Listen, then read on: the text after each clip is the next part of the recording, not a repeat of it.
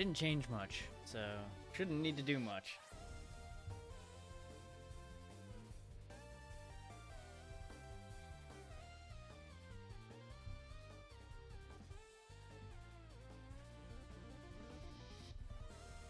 Just tap the mic up slightly. Bring the mic back to me a little bit. And that should do it.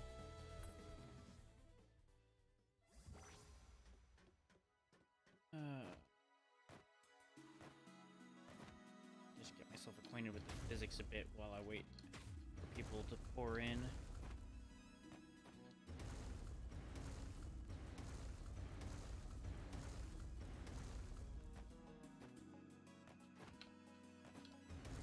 I don't know how you get on top of that one. Like, I'm sure it involves... Ah, okay, you can stomp at the same height as it and get on top. Okay.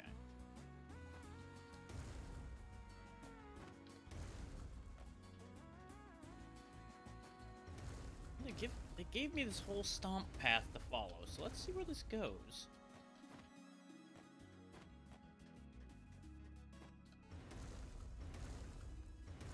Hindsight really should have... Oh, that deals damage to you in the hub, huh? Okay, that's different.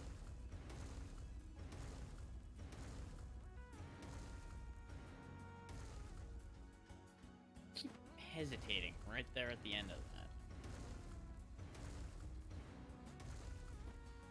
Doesn't help that it knocks you off course a bit.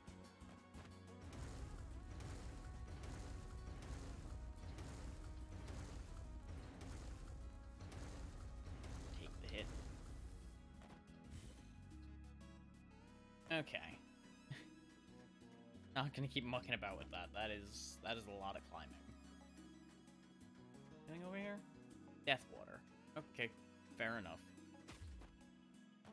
I accept these charges in the nature that they are in. That is also death water. Okay? Missed it. Missed it. Missed it. And up. And damn it. This presumably is doable. I'm just not managing to get the right pixel.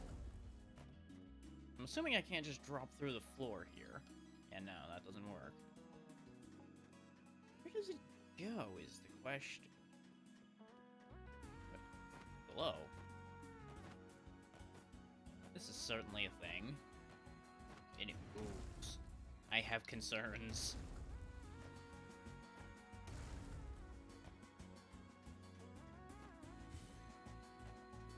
I'm sure there's gonna be a lot more to this hub once this is a full game and not just a demo.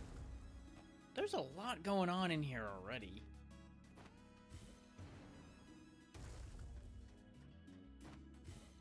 I'm increasingly curious where that's going to go.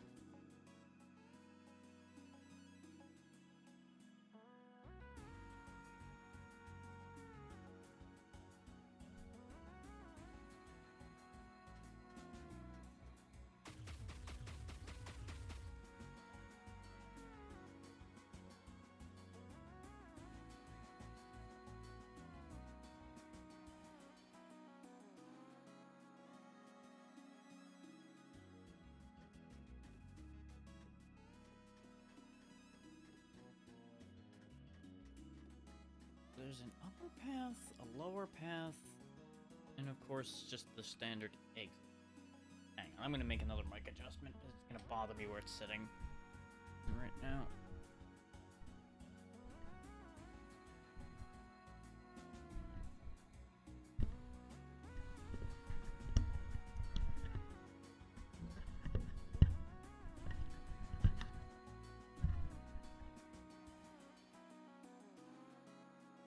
There we go, that should be better. Yeah, I'm seeing much higher audio with that. Oh, really having to yell. So let me drop my own audio a little bit then. There we go. That balance should be a lot better for everyone's ears. The game will of course get a bit louder once I get in. That's why I'm leaving the audio where it is for that. waited my customary 5 minutes, so let's roll.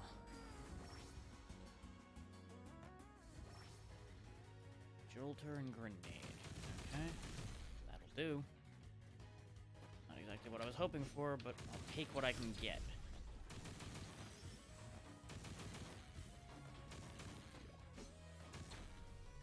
Now the gamble with dashing past things is dashing takes energy just like your gun does. So if you dash around too much, you're not going to have any energy to fire your weapon. And I can't help but notice that the damage we took in the hub has carried over. So that's going to complicate things a bit on run 1 here today.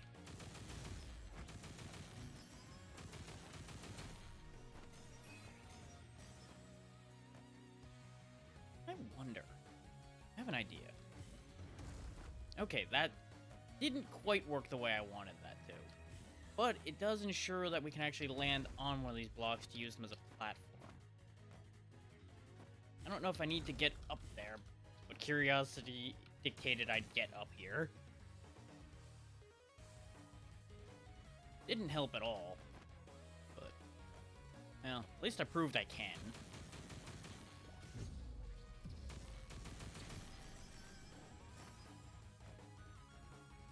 Oh, I've screwed up. I've gone and screwed up. Is what I was supposed to do was use that guy's head as a bounce pad to get up there. I'll have to use this drone. God damn it! The one time those blocks work out in my favor, they're not actually in my favor at all. Go ahead, reveal yourself. Allow me to stomp you into the depths of hell. The update to this demo has made a lot more chests appear. I appreciate that, but at the same time, I don't know if this is going to make it too easy now. Okay. Conveniently, we have a lightning weapon.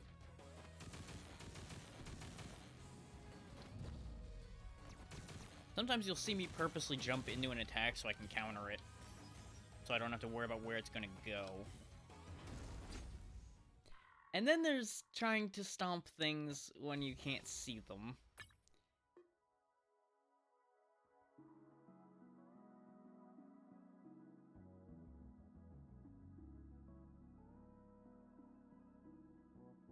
Not sure why I got a notification when there's nothing there.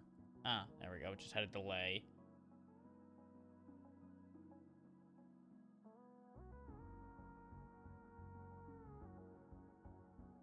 Yeah, I should probably have Twitch open. That'd be a good idea. This way I could adjust things quickly without having to open a browser.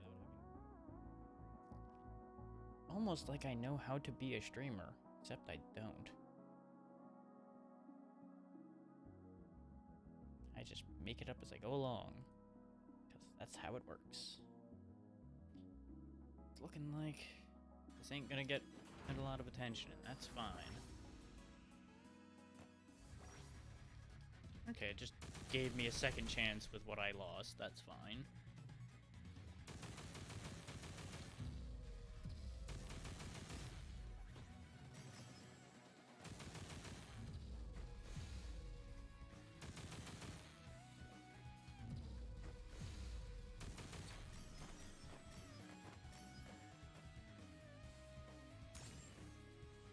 Nice gun boots.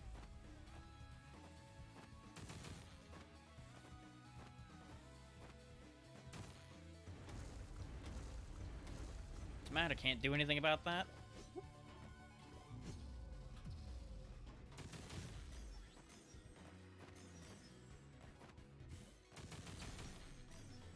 They've added a lot of stuff just laying around in the world, which is gonna help this game a lot.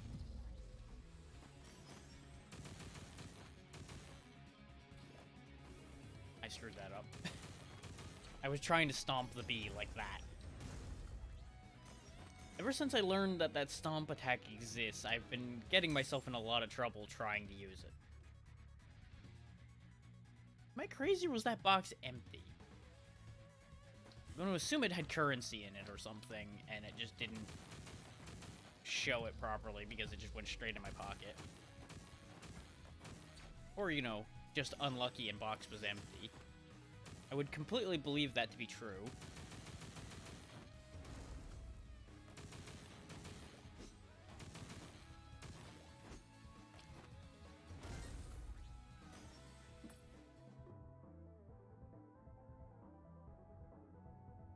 Oh, that's tempting. If only just to get the upgrade for that so I'd get the increased move speed, but that would get so bad so fast.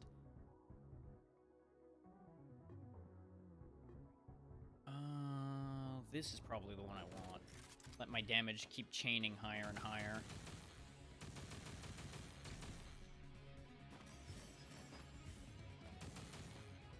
So with this weapon, that might be a bit of a crapshoot.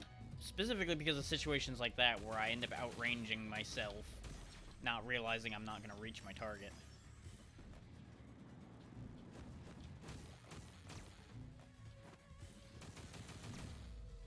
I'm amazed I countered that at that range. I just kind of crossed my fingers and hoped that I was going to reflex that.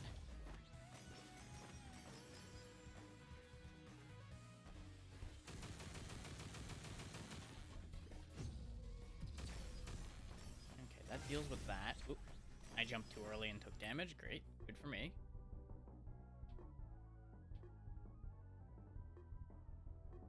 Give me the exploding enemies. That's gonna probably be helpful.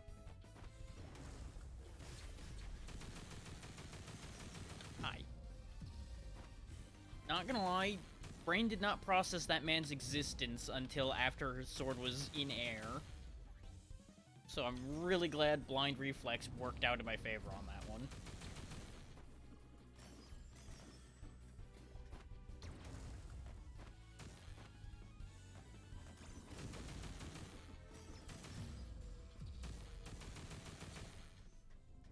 If some of this is starting to look a little hard to follow, don't worry. I'm not following it either. I'm just letting my hands do the work.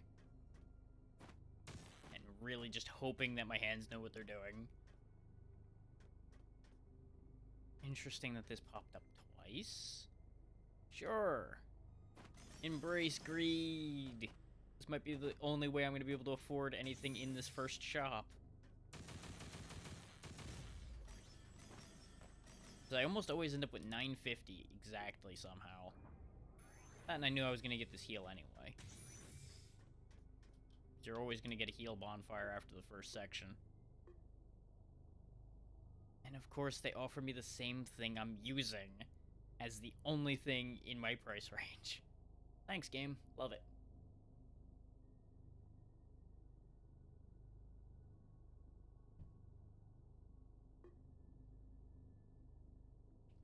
I mean, I would love that red scarf, but I can't afford it. Membership card would open up the rest of this for me, but I can't afford the membership card either.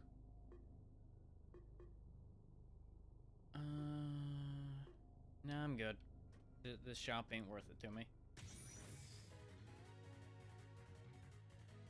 That could be good. I probably need that. Never mind. This is exactly what I need. More health, more damage, more speed. Yes.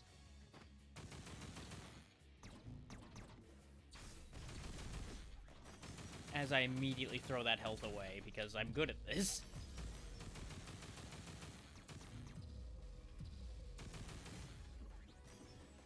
Because I tried to do something clever, and in the end it really, as shown there, did not pay off in my favor. Which is nothing new. Perfect. Love it when a plan comes together. Okay, duly noted that those guys' shields still hurt me if I stomp them.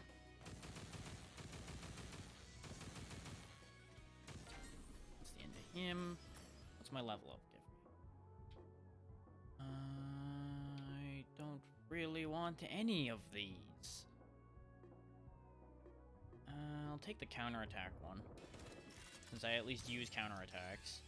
Still don't know what the keys are for. It might be specifically to open those chests. But I've opened chests without a key before. Hard to say if demo jank or there's more to it than that.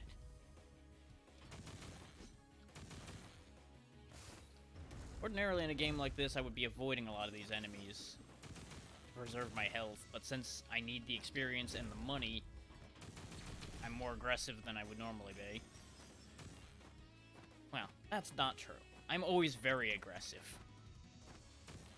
But I'm actually bothering to take the time to fight them, rather than just avoiding them. Doing damage on the way by, and anything that dies, dies, would be my normal method.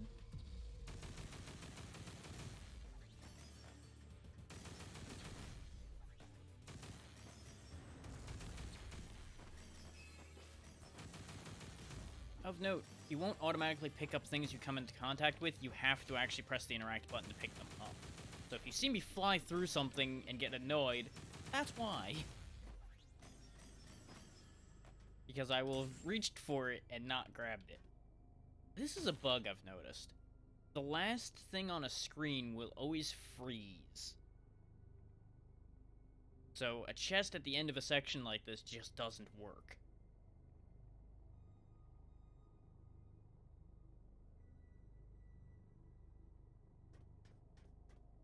Not the biggest issue, but it's upsetting to have my chests not opening. I don't have the setup for that, so I'm not gonna mess with that. That's almost all my money. But 9 times out of 10, I've not bought anything from the shops anyway. And actually, in hindsight, I can do this, probably. And even if I can't, the worst thing that'll happen is it'll send me out.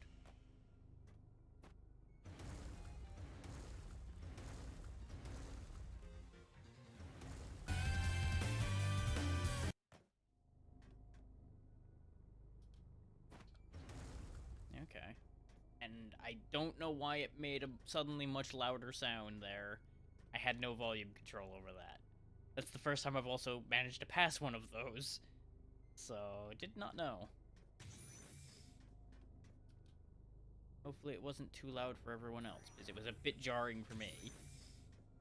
But my volume is also higher.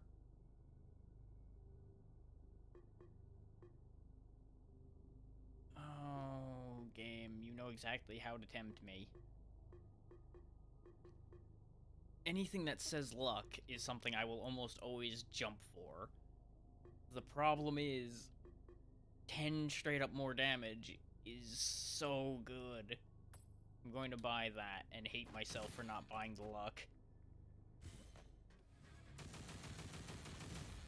Considering, for the most part, our damage was around 20, that's half again the damage we've been doing. That's too much to pass up.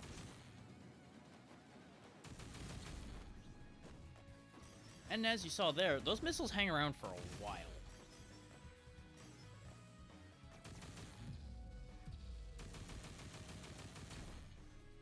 Now, it's not visually shown in this demo, and I don't know if they'll actually give it proper visual confirmation or not, but you have a few iframes after you counterattack, where you won't have to worry about anything. So in a chain of bullets like those sets of 3 that those missile launchers fire, you don't have to worry about the extra bullets. So there's no real meta to, like, taking the first hit and then letting the rest get blocked or anything. You can just negate the whole attack.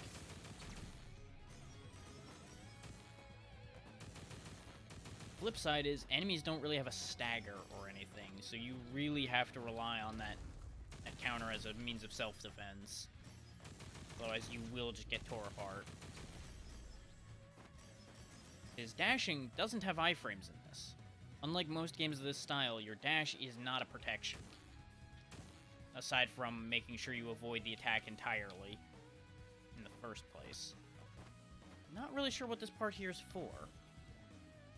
I guess a way around if you couldn't get up there. As usual, my curiosity gets me in trouble. Now let's just go back this way so I don't have to deal with that.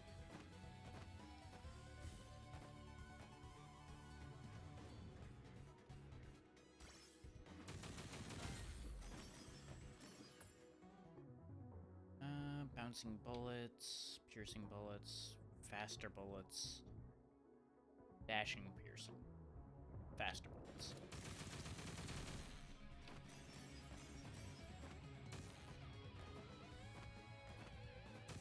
Every time I say faster, everything goes faster and faster.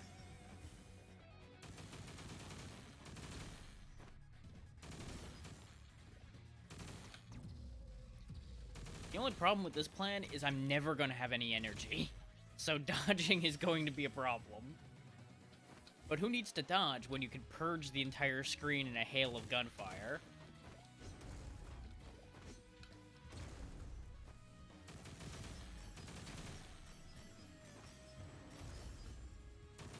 I was hoping he was going to happen to still be right down there.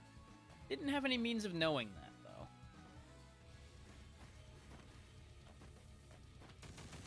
Aside from knowing how their AIs worked so far.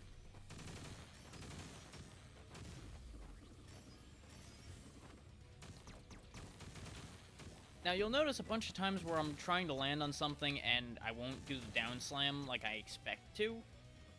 That's because the A button on this controller is a bit finicky, and I forgot to switch controllers before I went live. So I'm just kind of accepting my fate for the moment. I might fix it later, but it works 90% of the time, so not too fussed about it. I'm going to die more to my own inadequacies, so it's not a serious issue.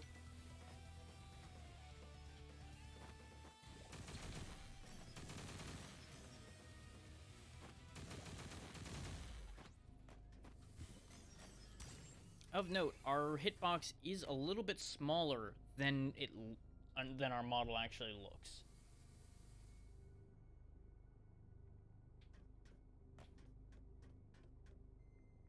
I can go down to 1 health and gain a bunch of experience, and I can spend a bunch of money to get another augment.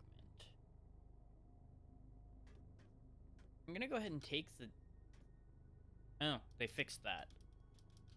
Okay. Or they broke that further. I can't really tell which is going on with that. All I know is those sad faces mean I can't do it. So it's probably so that you don't get a free bit of experience, pretty much.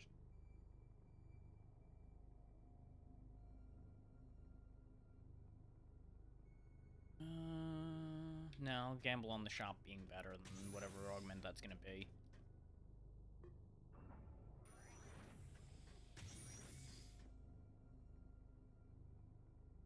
I mean, I have been using that now. Ooh, that's a good one. Yeah. Give me money.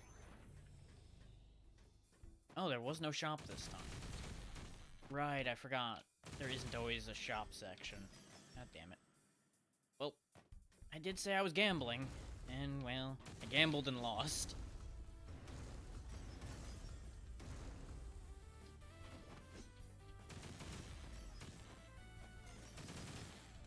Of note, you can also parry their barrier, as shown there. Which, people better than me probably can do a ground slam and parry that barrier in one go. And that's probably really impressive when it works.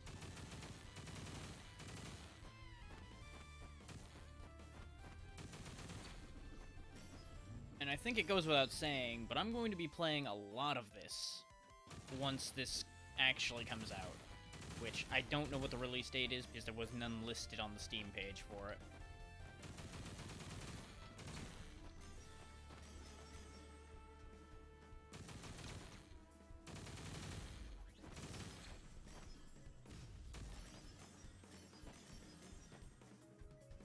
That was really sloppy and could have went so much worse.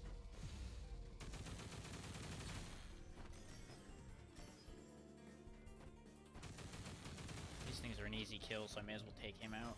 Especially since it gives me a piece of armor.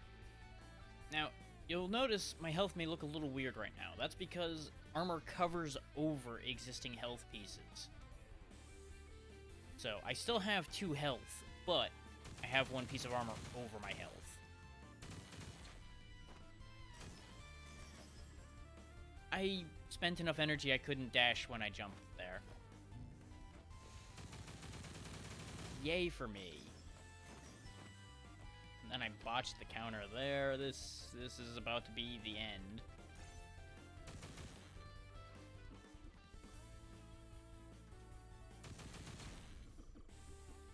Of note, if I'm underneath one of those blocks as they're falling, they will hurt. So yeah, be careful of that. Good news, it works on them too.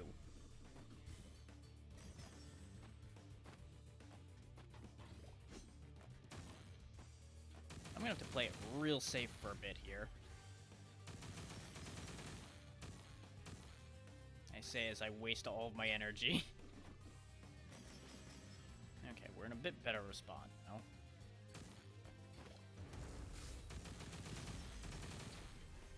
Play it safe, he says. Immediately gets himself hurt, he says.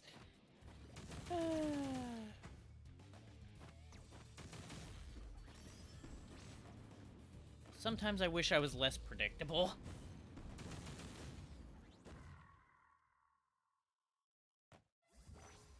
Having less of a one-track mind would also help.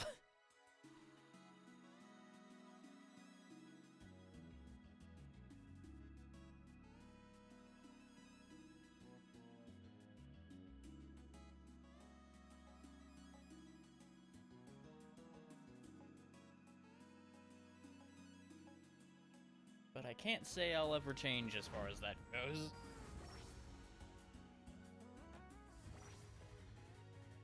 I probably shouldn't take the shotgun, because I'm terrible with it, but the only way to get better is to use it.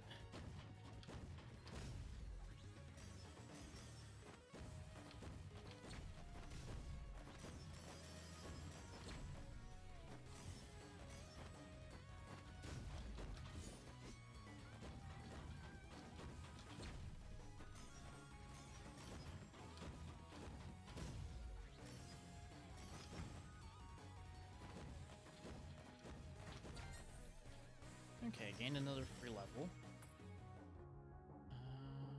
That's tempting with the spread shot.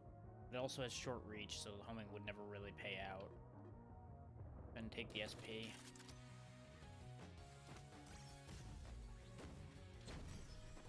Especially since we have a SP move that actually has more reach than our gun.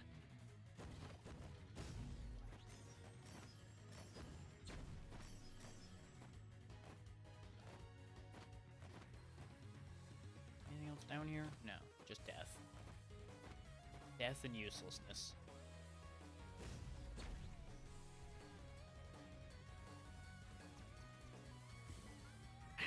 Time that wrong. Time that right. Okay. Oh, we got a missile out in time. Bastard. There's a guy up there. There must be a way up. Probably could have used that guy's head to get up there. What do I do about you? Guess this. Yeah. That works. Not ideal, but I didn't take damage, so it could have been significantly worse.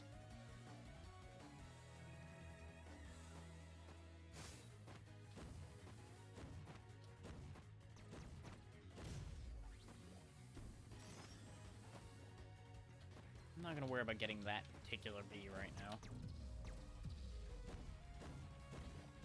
That just seems like I'm asking for trouble.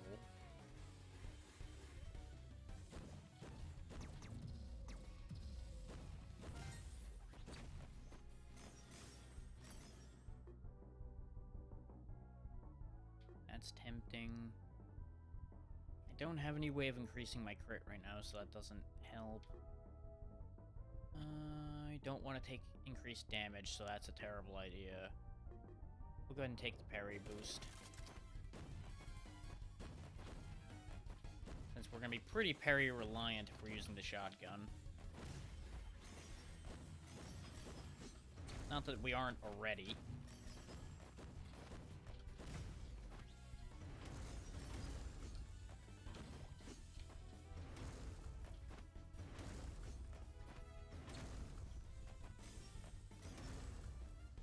Remember, fighting fair is for suckers.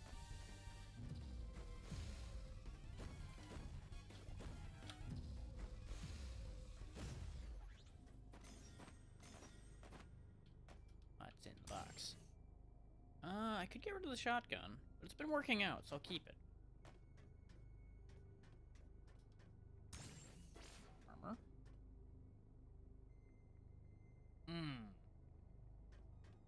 That's probably not going to work out. But it's a chance to get something out of it, so we may as well go for it.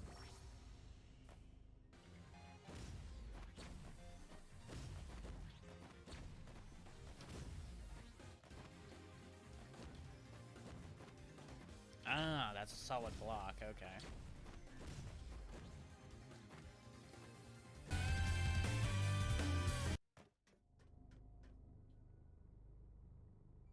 Flame bullet, flame bullet. Hey, hey, hey. Okay. Sure.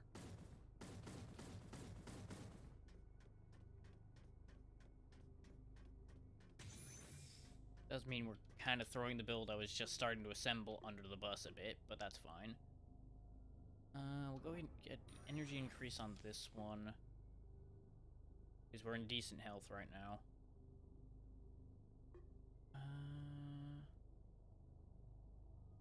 Could have a 20% chance to get 2 SP, but I've not really been using the SP move as much as I thought. So we're going to go ahead and get an upgrade for the parry boost.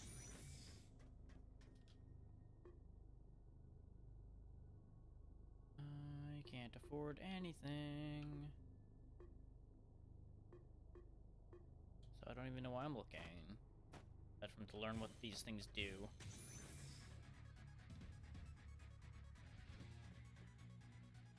Okay, so 2 different effects on dive or gain 5 armor. Actually, wait, no, this is a take damage freeze all. I'm gonna go ahead and just take the armor plating. Because it basically gives me a double health bar temporarily. And I feel like we're gonna need that at the rate I'm playing. It's not the most interesting upgrade, but sometimes interesting has to take a backseat to surviving. Sure. Why not? It's a more useful skill than the flame spray. I thought there'd be something over here.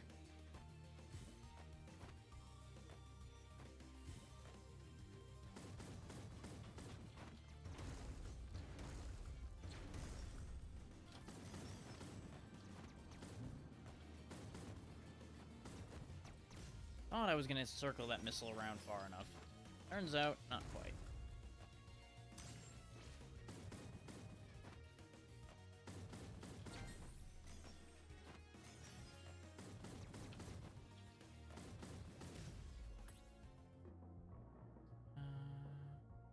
I kind of want Helix just so I can get the upgrade for it and get the luck and attack speed.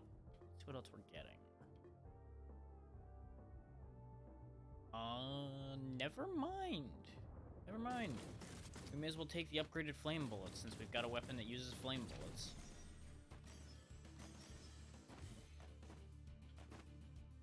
I've also not seen that upgrade before, so I'm curious to see how it actually plays. Okay. I did it again. I did the same damn thing again.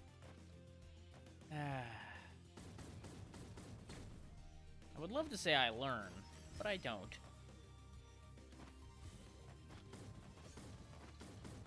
No, that's a lie. I learn a few things, and then I forget the other half. Okay, yeah, so you do need keys for the random spawned ones. Okay. I'm not sold on whether I needed them for the ones that were guaranteed in some of those spots. I was stacking keys before and not finding a use for them. So either they weren't working properly, or they didn't need keys. It's hard to say at this stage of a game, whether it's intended design or not.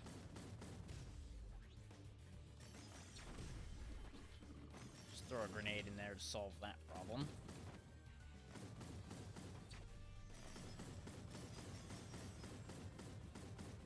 And that's why we got the increased energy, because things like that take too much damn damage. Yep, that's still broken. Okay. I could give up a bunch of health for a bit of experience, but 150 is not much. That'll gamble on.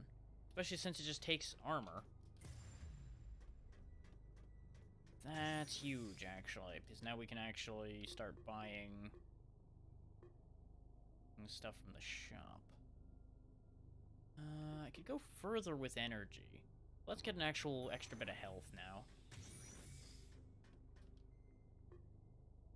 Okay. Now we can start getting some more parts or get some crazier guns. There's no good fire weapons, though, so we're gonna leave that on the table.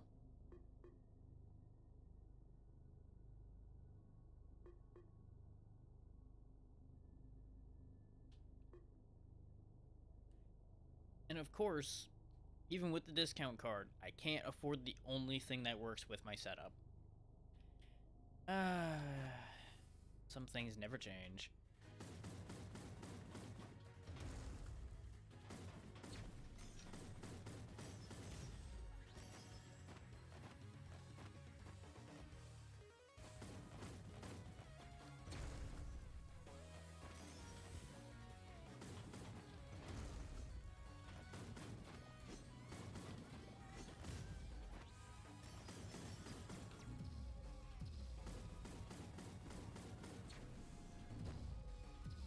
Purge that missile so we don't have any issues.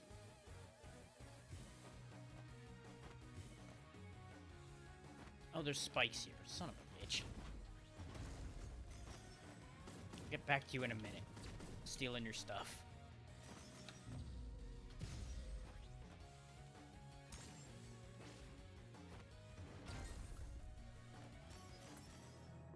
Okay. When I use my skill, I can get a drone. Elemental bullets show up again. Be piercing.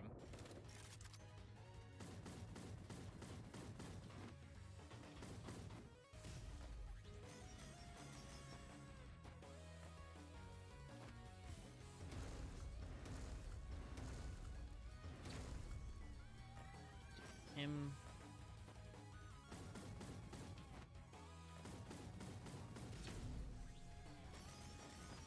And there went the parry anyway reflex that I've been trying to train into my brain.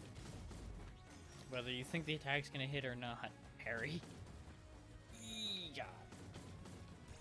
Yes, I know, game. I'm a filthy casual. Don't tell me to parry this, please.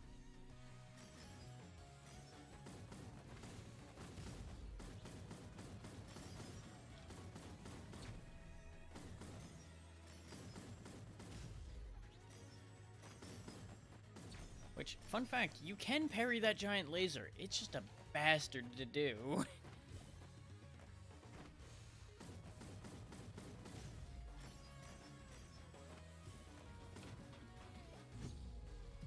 This jerk can't be damaged till he attacks. He's hiding.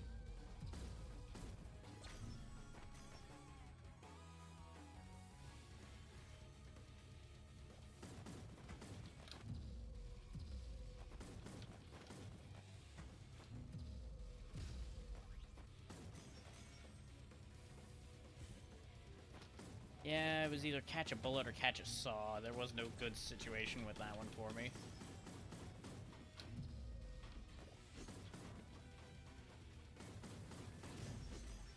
I timed that all kinds of wrong. Get him off the screen fast.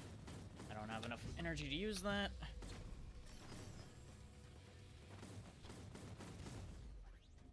Good? We're good. Okay. Now that we're getting into the higher heat, this is getting bad. Heat, of course, being indicative of difficulty. I don't have health to give away for a rare part, otherwise I would. Now, how are you supposed to get to that? It must be like a double jump or something you can get.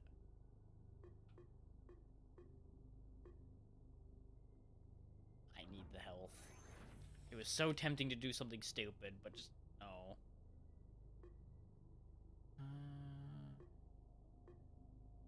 Max out recharge.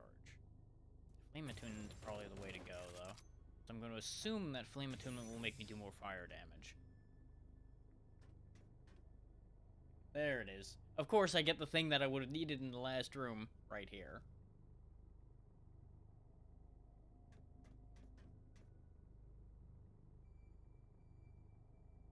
I don't know what glass forging does. I'm also not sure what a dash combo is.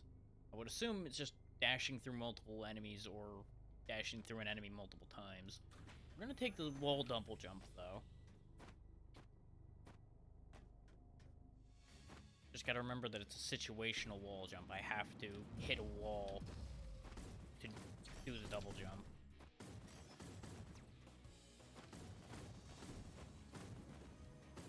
Which means it more than likely won't see use aside from solving puzzles.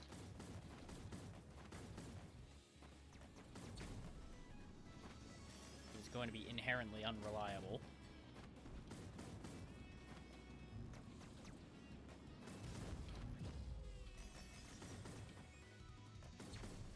Buggers, we're just in the worst possible positioning. Speaking of worst positioning, Jesus. Have a grenade, you jerk. Okay, I guess I get to keep that grenade. Oh, and the game has crashed. I did something it really didn't like. I don't know what, but it really hated that.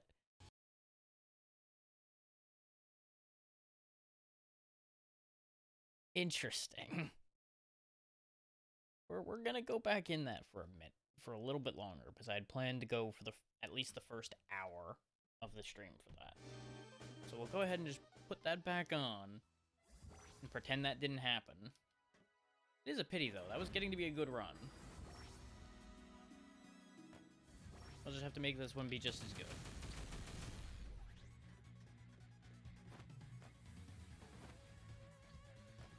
Most likely something interacted in a bad way.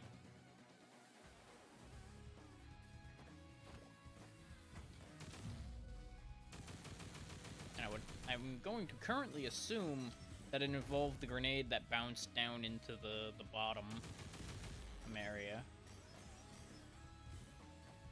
Since that's the only unusual situation we had.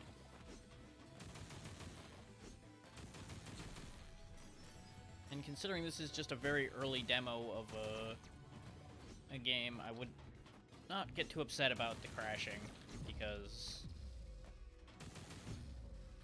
they've got a lot of work left to do before the game's ready.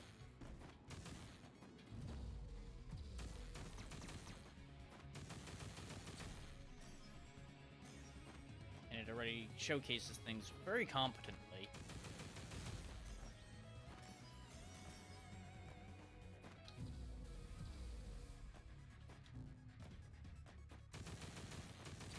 On the whole, I would say this game's nowhere near as difficult as people were hyping it up to be. It's difficult, but it's not like the you can't get past 1 or 2 screens difficult that I was being told it was.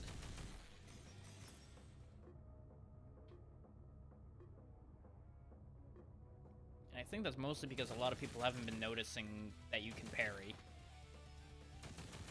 Because the parry window is pretty forgiving in this game.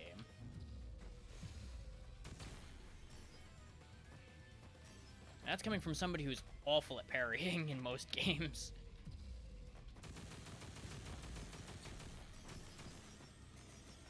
Mostly because I don't bother to use it. Because I prefer to dodge everything. But dodging everything in this game's not really super viable, since you have no iframes. I doubt we're gonna make this, but I'll try.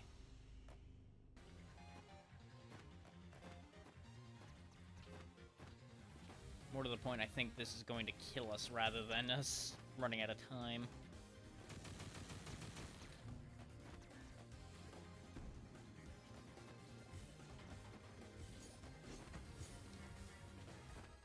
Especially if I keep playing like that. Or maybe we'll make it. Okay. 5 seconds of not attacking means I'll guaranteed crit. I can take that. Increased luck, okay. I'm being rewarded for my shenanigans. That's probably terrible advice. And we are once again too poor to buy anything of merit. I just don't care about skills. The only skills I need are the mediocre ones that are attached to me.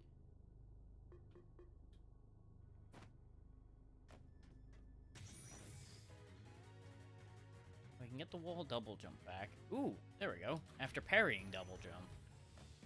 That's probably more in line with how I've been playing this.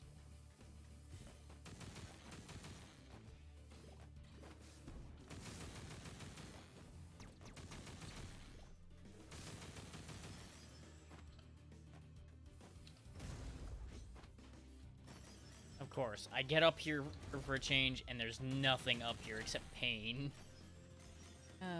Here, have a grenade.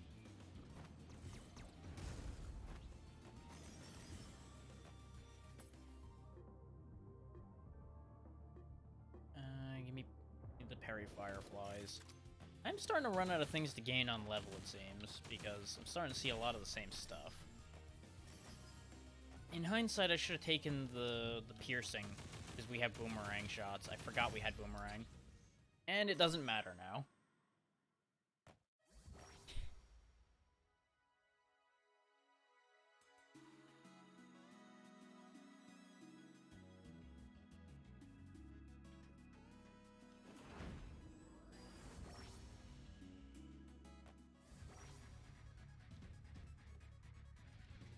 Ice bullets, fireballs, okay. This Polaris gun is probably the one I've seen that does the most damage.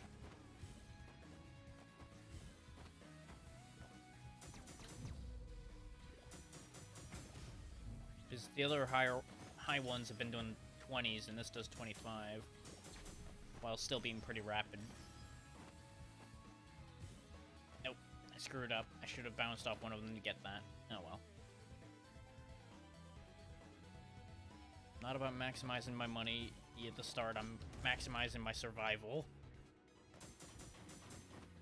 As soon as I make it a screen or two, then I'll maximize my money. I can't do both. Ain't that good yet.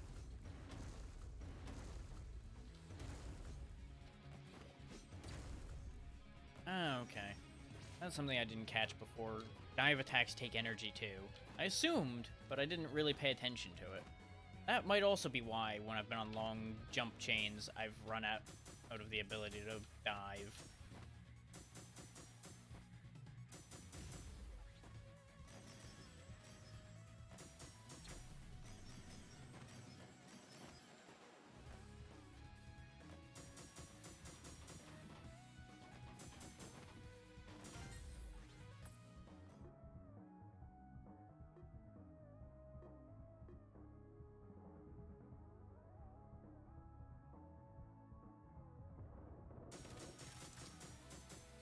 That seems silly.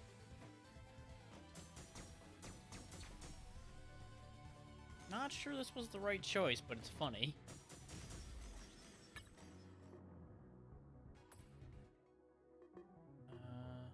Yeah, that's why Polaris does so much damage, by the way. It guaranteed starts with gain bonus damage with kills.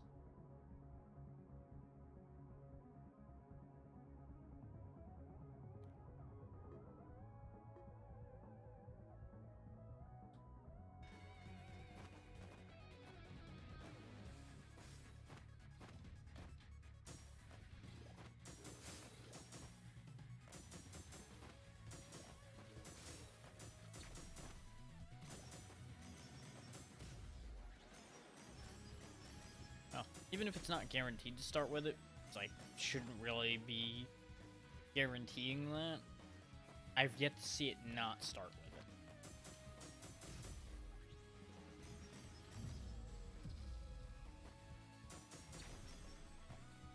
But I don't have enough experience with this to say for sure on that. Considering I played this for a couple hours the other day when I first spotted the demo. And that was all I've played of it.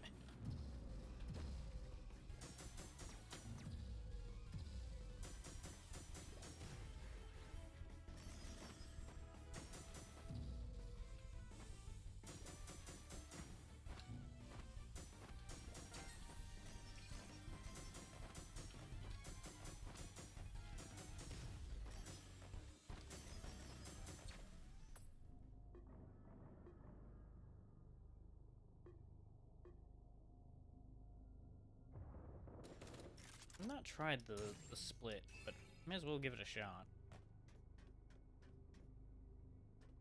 Raise greed or spend money. I mean, I'll be getting healed right in a minute here, so it's a rare part. It'll probably be worth it. Yeah, probably worth it. I've got nothing to parry here, so I can't double jump in here, though. Energy increase. Increase attack speed.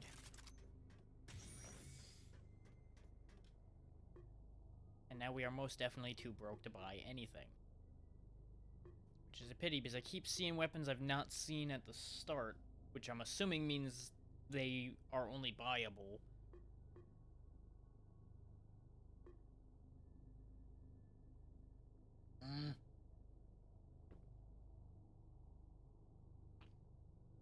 I could have bought that if I didn't buy the wings. If I'd just not bought the wings, I could have made a lot more money.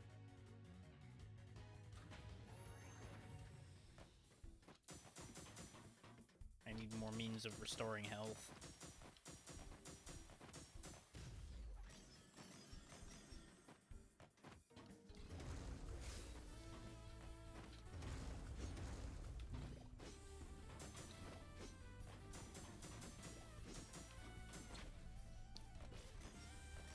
Why do your bullets travel so far, you bastard?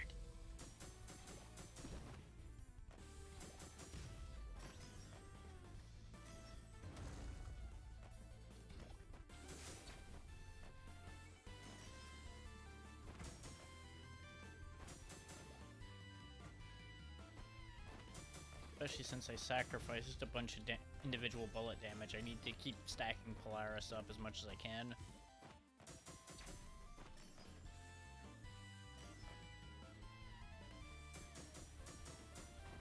So there can be no survivors if I can have anything to say about it.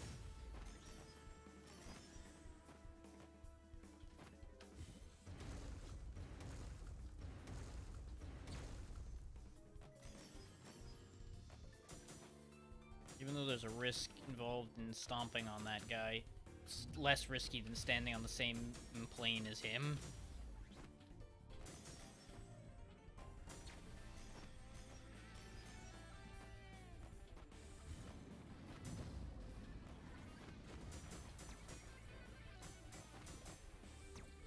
This guy's split bullets always get me.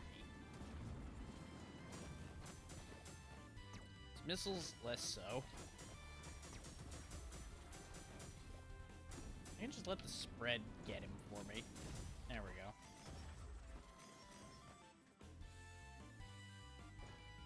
Wait for him to fire the laser.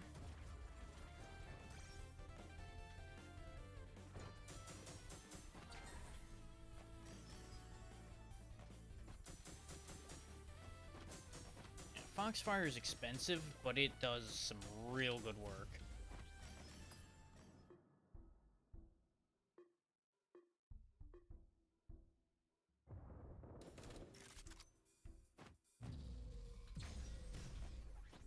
And that's why we take Zephyr. Because rooms like that clear themselves.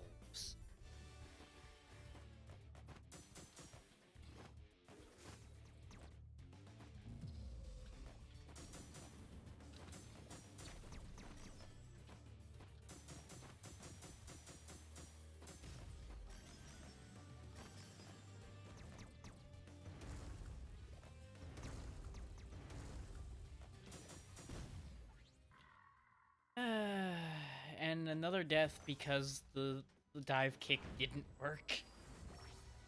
I definitely dove as far as button input went, and it just didn't do. Which I could have reacted by jumping away, and I probably should have. But I just decided to stubborn it out and hope it worked out.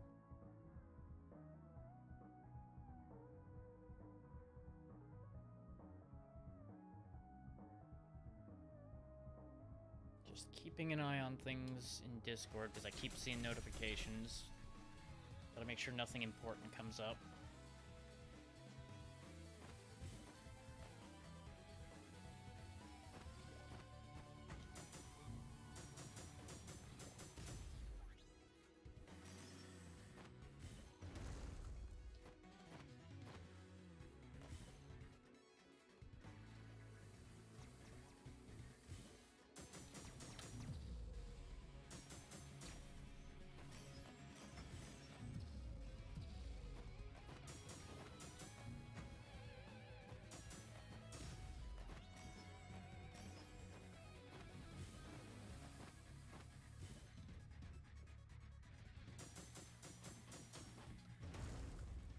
think I need to get up there this time.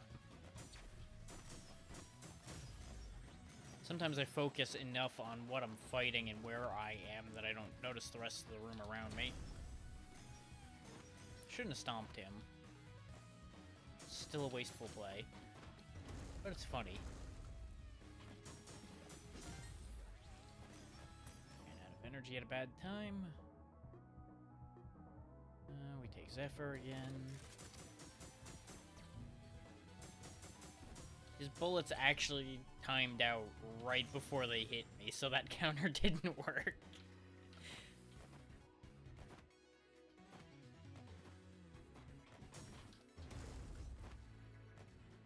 I could wall climb my way up here, but stomping him is a lot more fun.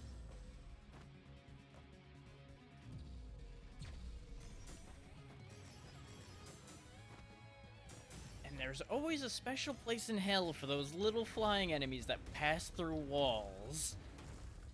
Every game has some. That is at least any that are like this.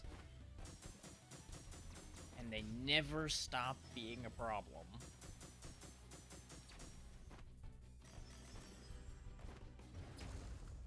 What? I'm going to guess his entire body became a hurt box when he started that attack. So it counted as me taking damage as if, basically as if I jumped on one of those drones again. Well, that'll do for this. Time to switch to the main event.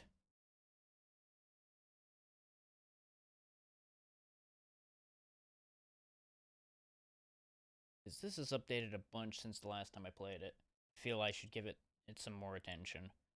Especially since there's actually a new stage, finally. It's been a while.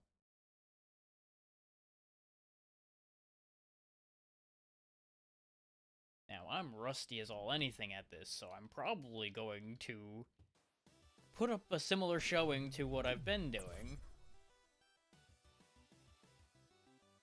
But it'll probably be fine. Do I have anything I can really spend anything on?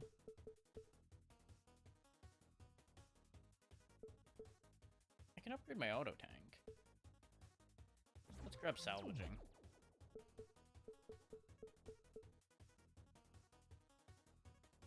Yeah, I still am working on getting prototype Augs. They're blessing and curse items, but it'll make for more interesting gameplay. I'll stick with Ace for the moment, because he plays like Zero, and Zero has always been my preference.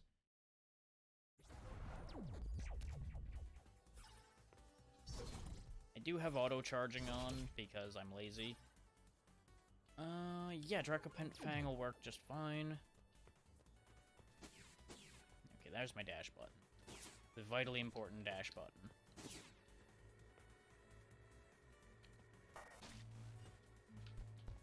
I don't have air dashing. Gotta remember that. And I don't have a parry system anymore. Two very important things to remember.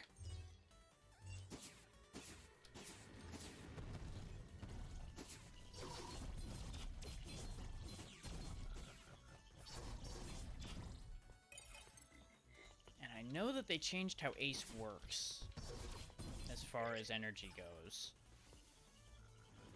I don't remember entirely what they said the changes were. Aside from I remember something about combo last hits being important. So you have to actually get through a full combo before you get anything.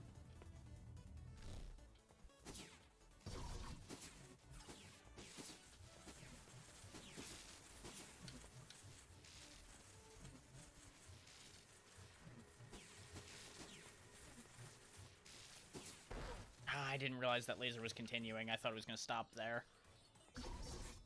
That's fine. There's plenty of health in this game for the most part. As long as you're not playing like a complete scrub like I've been.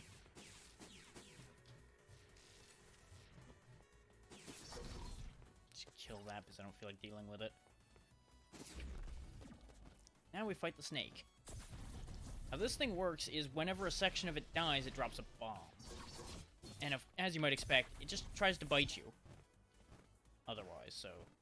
As long as you're careful about how you break the segments, this thing's not too dangerous.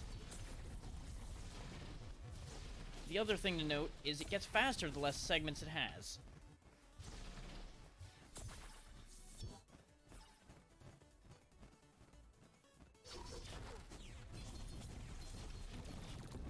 And that's that.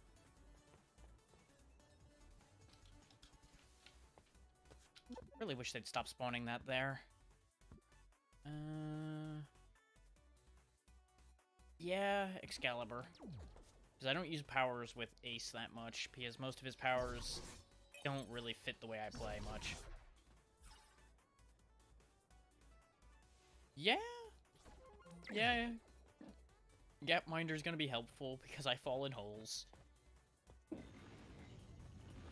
Gapminder is incredible if you're on the difficulty boost of spikes do classic damage, which would be death.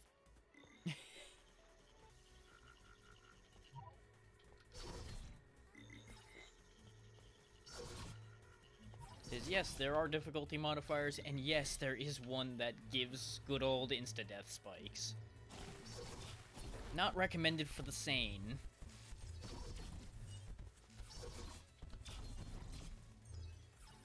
Which, yes, that means I have, of course, tried it. No, I don't recommend it. I can't say it's a fun experience.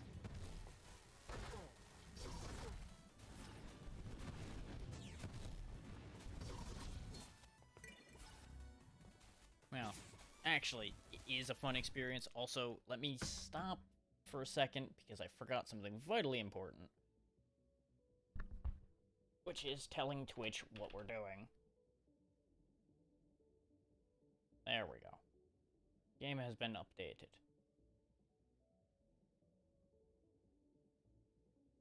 Considering I lack bots or anything currently to update that for me.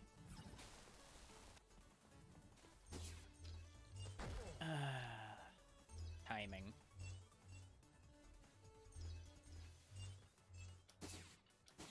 Because, you know, no Mega Man style game would be complete without at least some variety of Yoku block. Even though it's universally hated. Let's see what's in here. 2 health at levels start. Enemies drop more stuff. How much do I have? I have 16. Give me more money. Can't afford it, so we'll move on.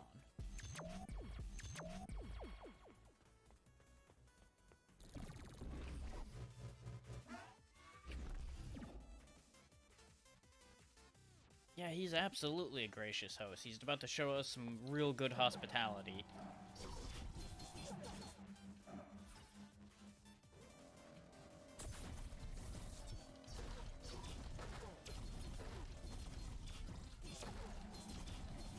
He just doesn't really understand personal space very well.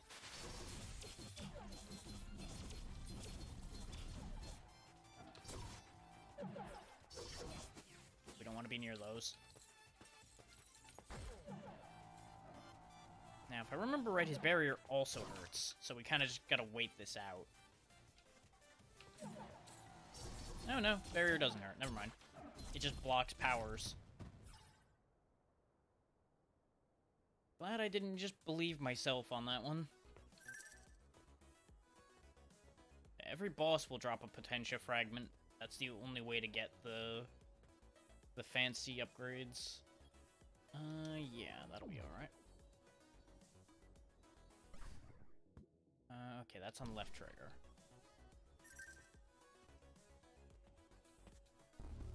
Yeah, they do have a save and quit feature these days. I don't bother using it more often enough, because my runs don't last that long, but it might come in handy for those of you who don't have much time. Now, Hoot Omega is going to be a problem, because that's an upgraded boss. And I've not seen this version of the boss yet. So, we may have some complications.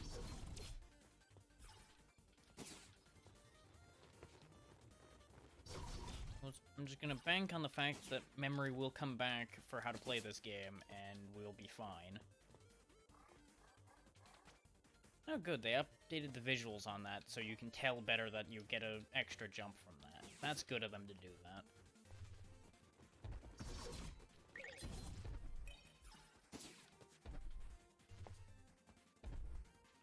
There's probably something down there, but I'm not that interested in finding out right now in our current condition.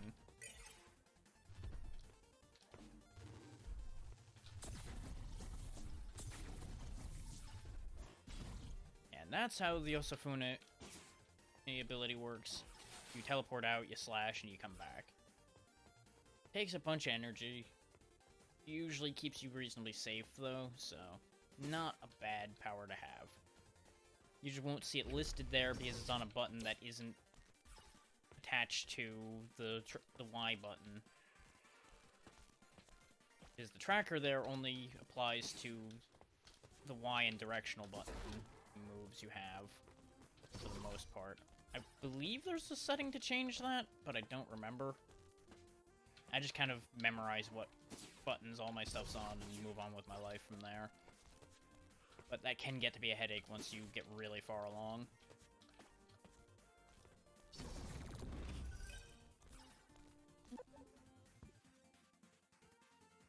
That could be neat. But I think what I want is... Do I want the core points or do I want the one extra everything? I don't really need core points yet. Core points are what allows me to put on more pieces of armor like the helmet we got at the beginning. And since I've not seen that many of them yet, it's not that big an issue. But it's going to become an issue. I think for now, though, I will take the extra health, energy, and armor. Because we're going to need it more. Or at least we currently need it more. And this is a glory zone. This one specifically is going to be asking me to get through whatever challenge it wants in 20 seconds to get the best reward.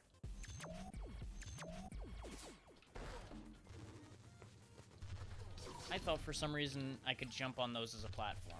Turns out I was wrong, and I am botching this glory zone really badly. Not much glory for me.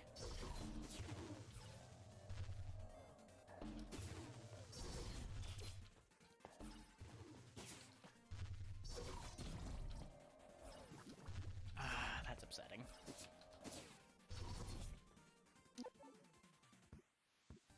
There we go. Now we have a slightly slower dash in midair.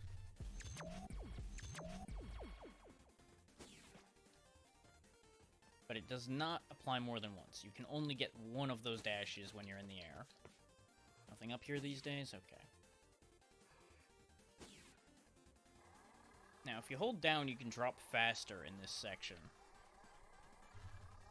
You can also hold on to the jump you get from those jump pads as you pass them. On some difficulty settings, that will actually be the difference between life and death. On current settings, it's not really much of a concern.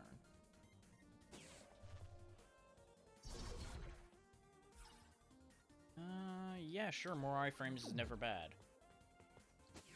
Unless you've got something that relies on you taking damage, in which case you're probably a much better player than I am, or you're gambling very egregiously. Which, you know, more power to you, but don't look at me for that idea. I self-destruct just fine on my own. I don't need to encourage that behavior more.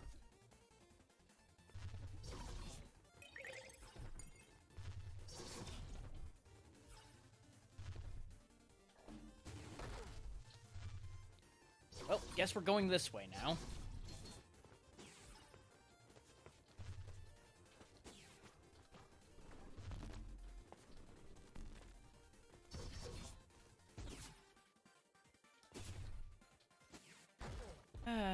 Expectation, reality. Reality, expectations. They never agree.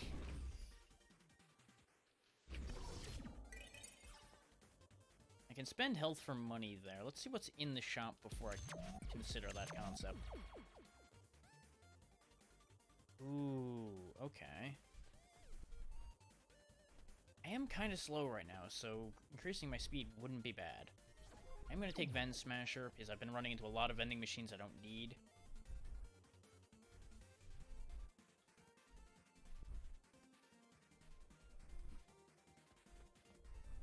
I can't help but feel that making myself faster might be dangerous, though. I thrive on danger. Now, how do I destroy this vending machine? Oh, duh, I'm a fool. The thing about destroying vending machines is you destroy a vending machine by using it too much. Time to fight Hoot Omega.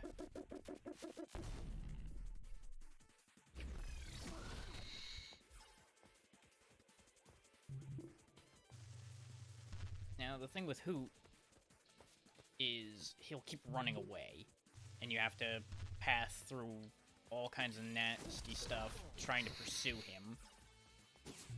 Now, I don't know if Hoot Omega is just a name change or if they've actually made him stronger. Doesn't really seem like he's any stronger. And the layout's certainly not any more dangerous. So my assumptions there, initially, might be completely off base. I have Gapminder, so I can just stand on those spikes for a minute to get a shot at him. And that's it for Hoot Omega.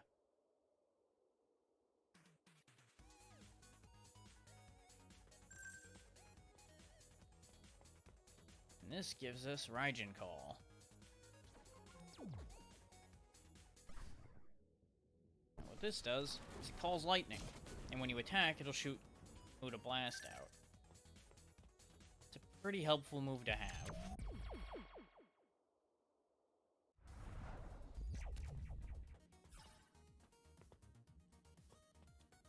If I clear all the stages first go, which I don't expect to, I will up the difficulty. We've already exceeded my expectations.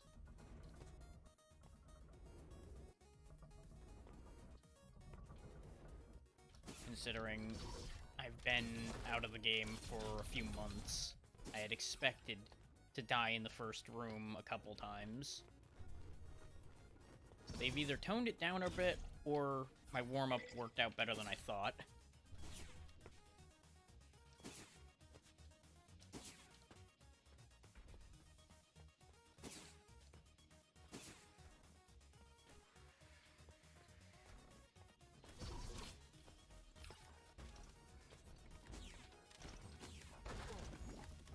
That was upsetting.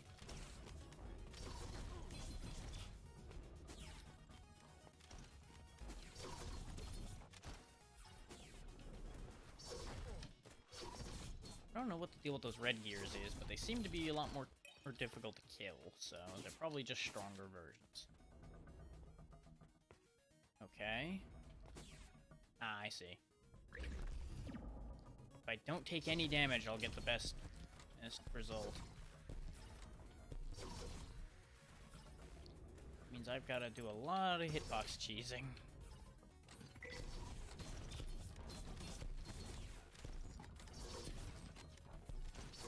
Ace and not taking damage are kind of mutually exclusive in my hands. Ah! Panicked. It's fine, we'll still get silver, which will get me something pretty good, probably. Yeah, I just wouldn't have had the option of getting Vital Crystal, which I didn't want anyway. I usually take Lucavi, which are throwing knives. Let's take Alara, which is a hammer. Because that'll probably be fun. I will have to give up something because I don't have enough core space, though, if I want to use it. And I've not been making much use of Dracopent's Fang right now, so we'll go ahead and switch to Lucavi. The fun thing is, you get a completely different base power, depending on which weapon you're using.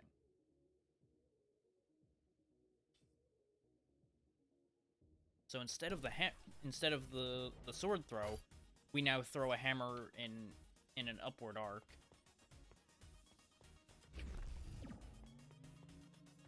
The gimmick here is this thing will follow us and try to drop stuff on my head.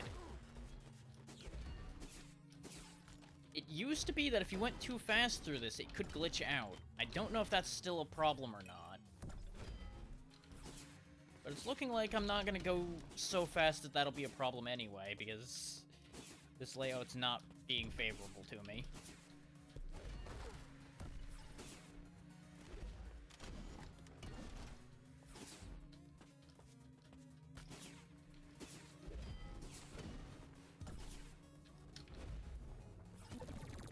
Okay.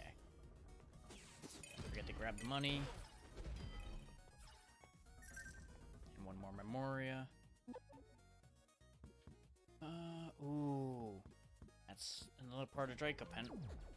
Now, there are set bonuses. So if I get the whole set of Draco Pen armor, we'll be in good shape. I need to get hands and feet still. And I, of course, still don't have enough core space to do anything with that idea. So we're gonna want to start salvaging things to get some core space.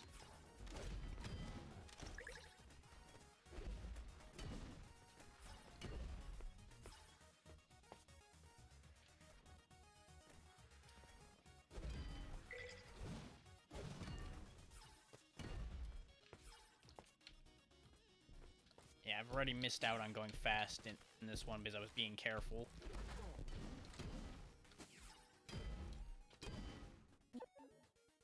I mean, I could get the second part of Oxjack, but no. 4 points. Now we can fit in the Dracopen armor and get lifesteal. That's going to be vital to my survival.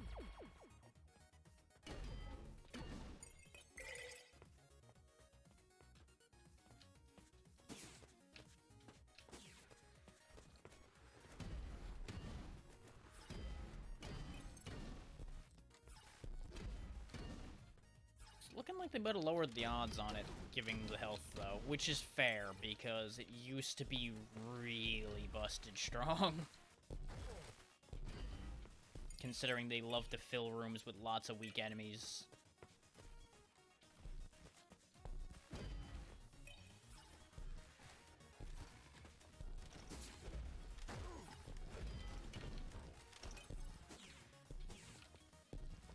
That almost went really poorly.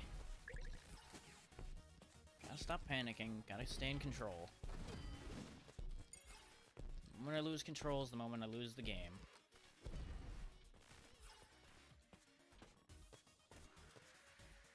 You can stay there. I would more than likely lose more health than I'd gain chasing after that thing.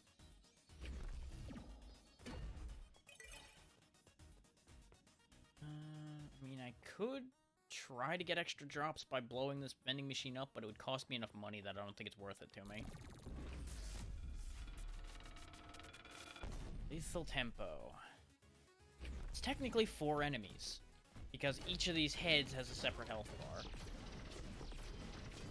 You want to get rid of at least the bottom one guaranteed immediately, because each one will periodically shoot a laser. If you don't get rid of the bottom one, you don't really have a good safe spot. You get rid of the bottom one, this thing's not really too much of an issue.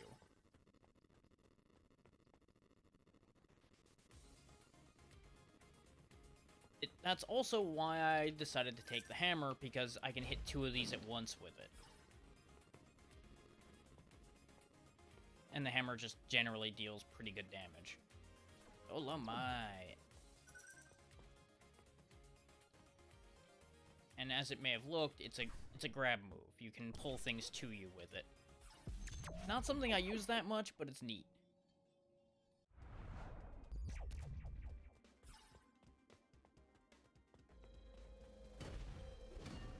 This stage is one of the trickier ones, at least for me. Because as previously established, I am not a patient man, and this stage relies on patience in some parts of it.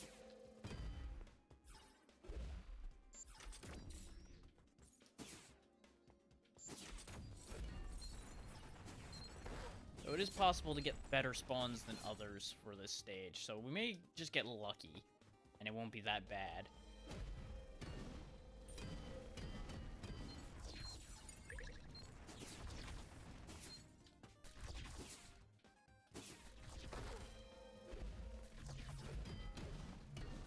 Now, how these blocks work is each time you jump on them, it'll switch to the next number in sequence. it's also indicated by color. It'll go red to blue to green. I don't remember what the next one is. I think it's like purple or something. Actually, no. Purple is 2. Now, if you take too long, it will revert on its own. And yes, it will drop you. This one wasn't bad. There's the Dracopent legs, which I'm going to switch to because double jump is more consistent for me. Nope, I can't afford it. Because that takes 5, it looks like? It's either 5 or 6. It's hard to count dots when they get that small. Whereas the Armor Tort ones only cost 4. So we'll keep the dash until I can make space for the double jump. They're both good, but I personally prefer the double jump because I'm more used to using that.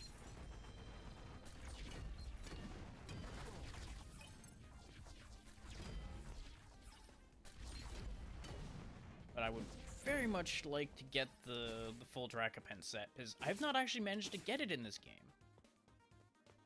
I've gotten it in 20XX, the previous version of the game, but I've not managed to get it in this one.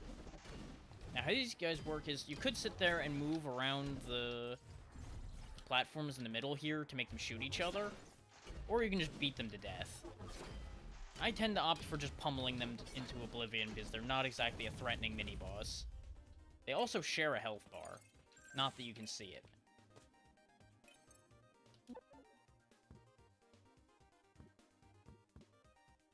Nope. There we go. Now we can fit in the double jump or the helmet.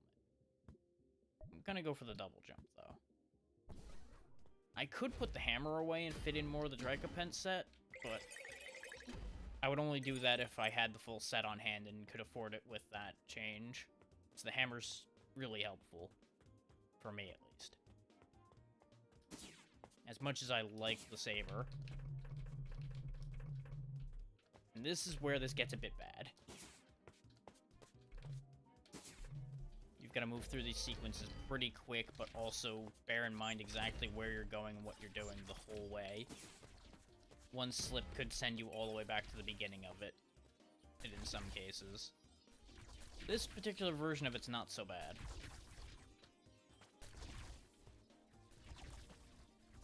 And with double jump, it's also not going to be as bad. Okay, that's where the loot is. Because they also like to hide extra stuff in the worst parts of these. With the amount of health we have, we can kind of get away with taking hits to get to that. I want to move fast through that one since there's a gun pointed right at your back the whole way. These can't be killed, they can only be stopped temporarily by hitting them.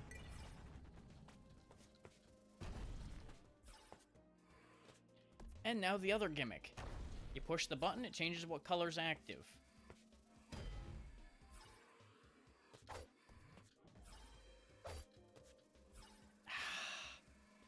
Gonna be like that today, huh?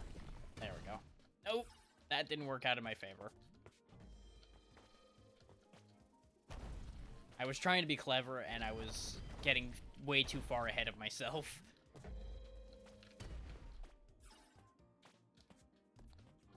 Thankfully, double jump allows us to mostly avoid the gimmick for that entirely. This is also where the hammer is going to be a bit of a problem, because it has so much of a swing arc, I can accidentally hit the buttons very easily, thus changing the entire battlefield.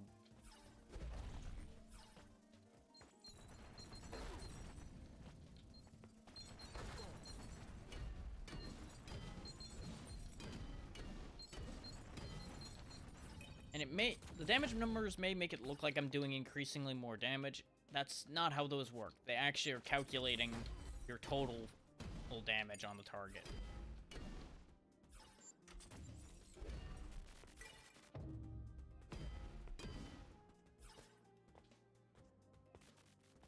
Because that one threw me for a bit, so I figured I'd make sure no one else has that confusion.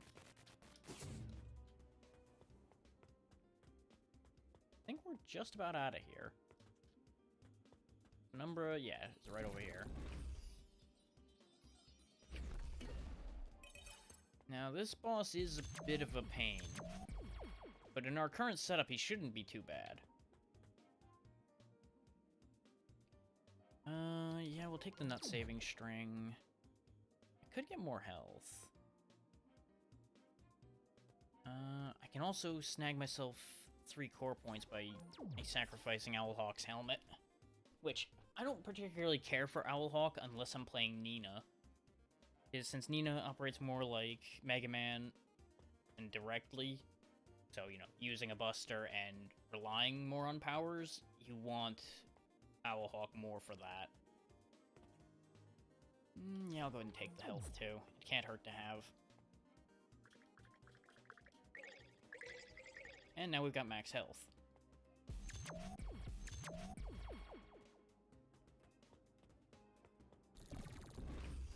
I want to say the drops from a machine when it explodes is relative... Oh yeah, it's Absolution. The stage is Penumbra. I always get that backwards.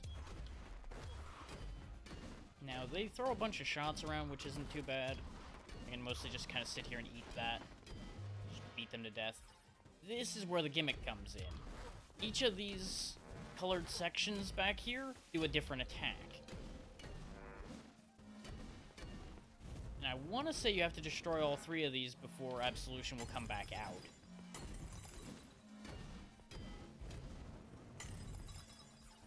Now, having broken them, Absolution comes back, breaks the window, and now it's on to the second phase of the fight, where they'll throw these void orbs around, which will never go away, by the way, till the fight's over. With the damage output we have, Absolution's not a big issue. If Absolution stays around long enough, you will end up with a room full of those void orbs, and it becomes really complicated to get anything done. But now we get Void Double. Which button is Void Double on? Up in that. Okay. What it does is it puts a shadow clone of you wherever you use it. It can be very handy against certain bosses because you can just park a copy of yourself next to it and pummel it from a safe place. Because your shadow image doesn't take damage.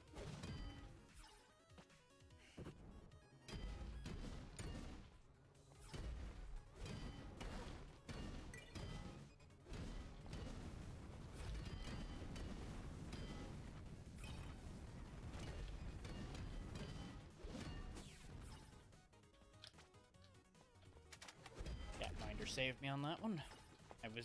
I thought I was gonna clear that, but I didn't quite. I can clear this. I'm probably missing something, but this will get us through here so much faster. Now, this is gonna follow us through the whole section. There's a trick we could do if I really want to, if I find the right spot. Yeah, right around here I can do it. Go, my glorious chariot. Lead me to victory. Fun fact, this is the mini-boss we're going to be fighting. If I sit here and clock damage on it right now, we can kill it before it even gets to the boss room.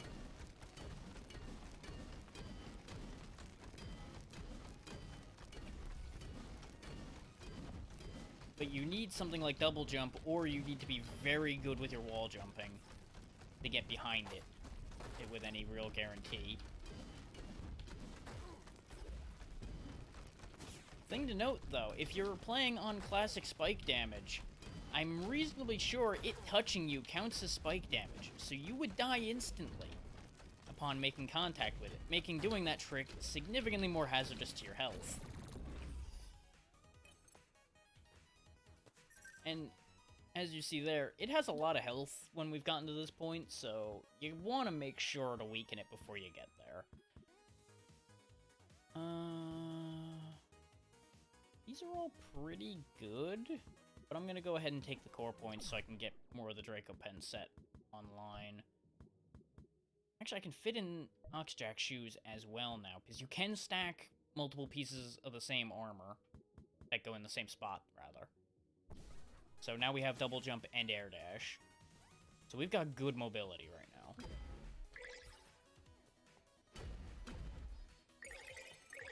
There are better shoes as far as mobility goes, but these will certainly serve us well.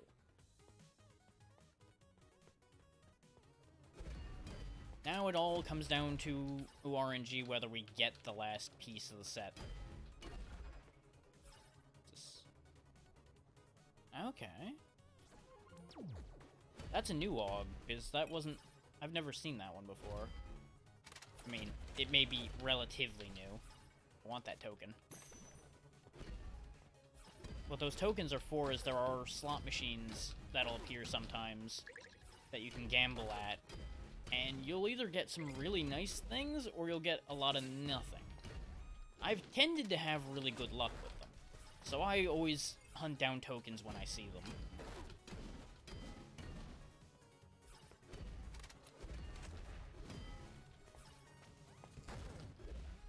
And with the amount of health and upgrades we have, you're going to start seeing me play really fast and loose instead of being even half as careful as I was before. Because I can most assuredly get away with it now. Ah, good, we actually get to see a slot machine. Yeah, let's go ahead and do it. And that's the other thing. The nut saver we have can actually apply to these slot machines too and save a token. So we can just end up with a ridiculous amount of money. And, you know, free AUGs.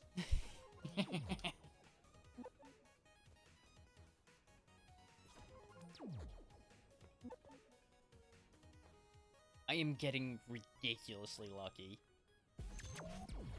No, I didn't want to go in the shop, dang it. It'll be fine.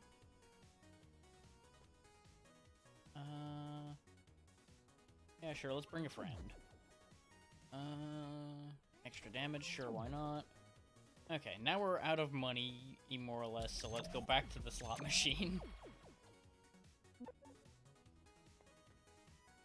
Enemies drop more money? Yes.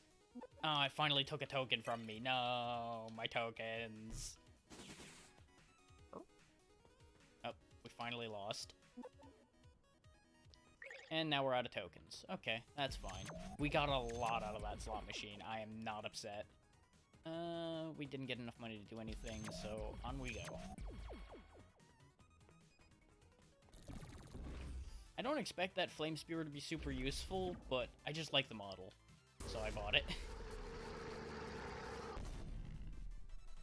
Yes, yes, Russell, Russell.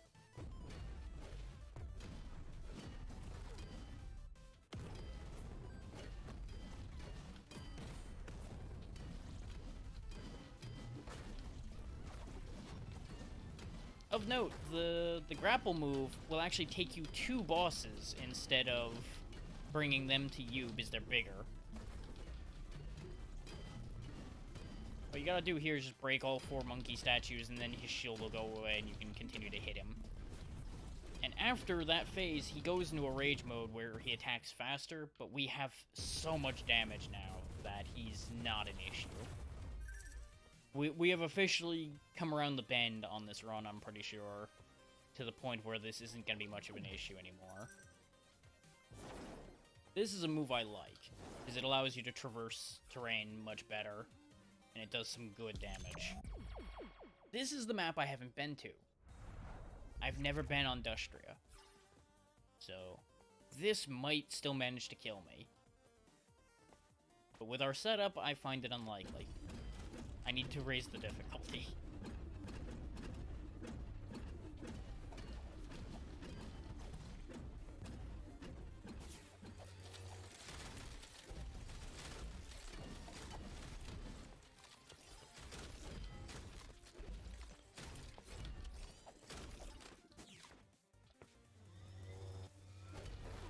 Okay, those follow the ground.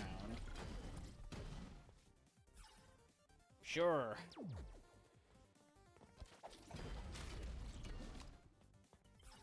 The faster I move, the faster this run will reach the end of the game.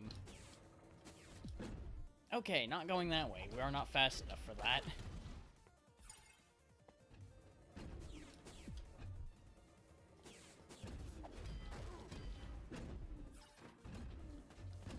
Fun fact, that would have been doing damage to me if I didn't have Gapminder, I'm pretty sure. Which, thankfully, on most settings, those won't be instant kill. They'll only do, like, 1 damage. On, yet again, the classic spike damage difficulty, it would kill you. Just straight up, you'd be dead. Which, under normal circumstances, would mean you'd have to start the run over again. If you choose to play the Mega Mode, you would be able to just continue to try.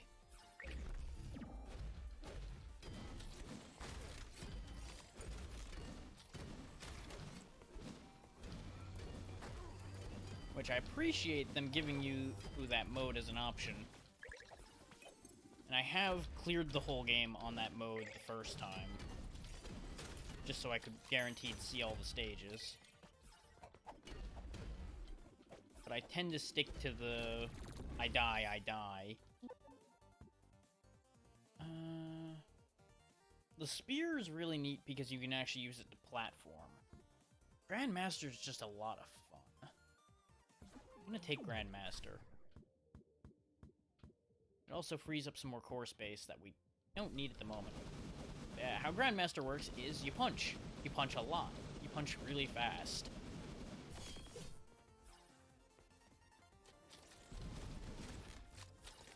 The catch, of course, being you have no range.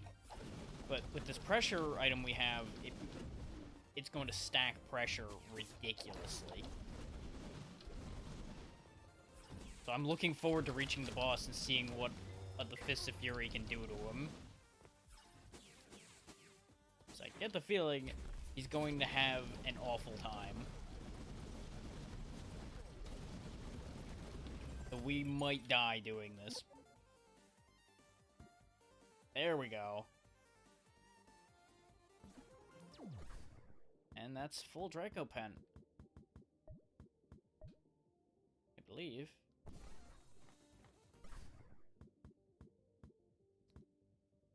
Now, I don't know of how to check to see what that's doing for me when I have the full set, though. If they even have set bonuses in this one yet.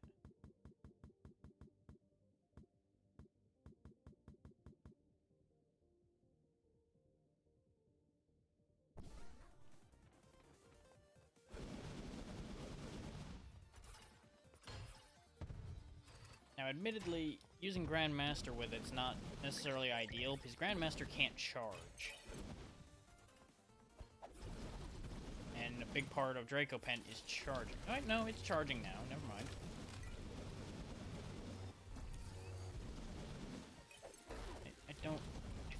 I don't know what's happening, if you want me to be honest. Stuff is happening, and we're just gonna go for it. We're just gonna go forward, punch everything, and let violence solve our issues.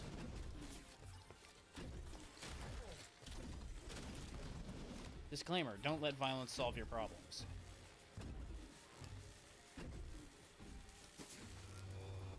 It won't actually solve them.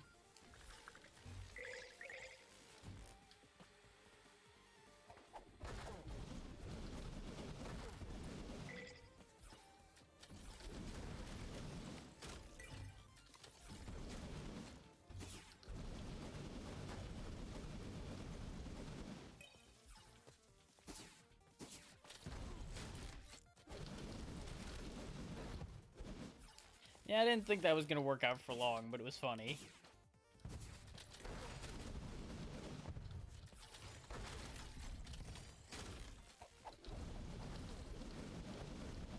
I might just need to hold the punch button down from now on.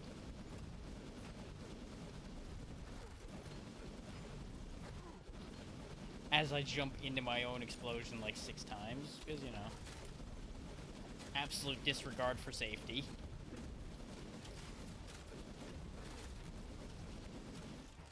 Okay, yeah, we're gonna calm down on that, because we're going to get me killed.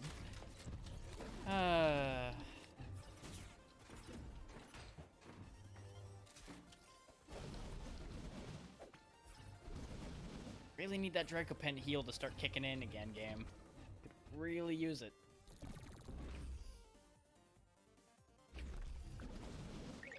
So we can just buy our way back into good health here. There we go, that'll do.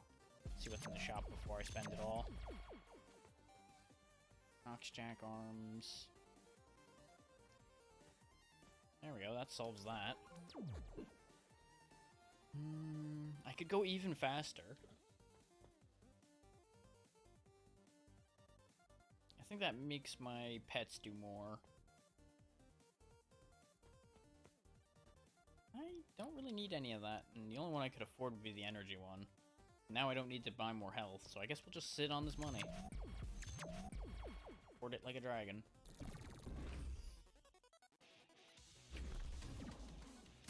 You have some very big fists. I have concerns. Ah, okay, I see. Platform fists. Or I could just climb the wall.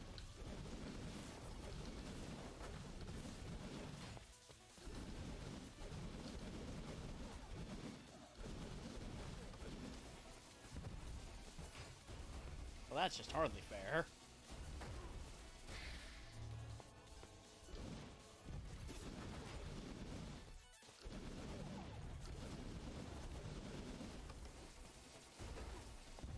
Well, this is certainly an interesting fight. I am ignoring 90% of its mechanics, but, you know, that's just how it goes when you've got double jump and air dashing and all kinds of other fun things like that. I probably could be knocking those explosives towards him, too.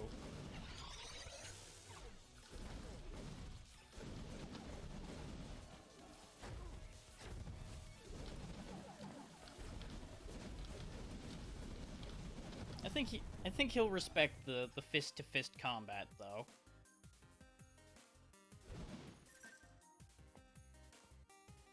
Huh. That one fist stopped facing toward the camera. That's mildly concerning.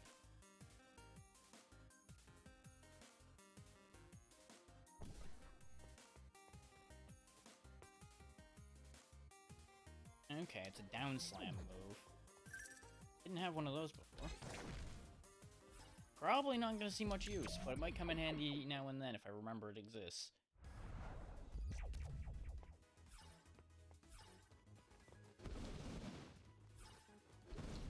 Yeah, the mechanic here is platforms that move in sequence. And there's also platforms you activate with a button.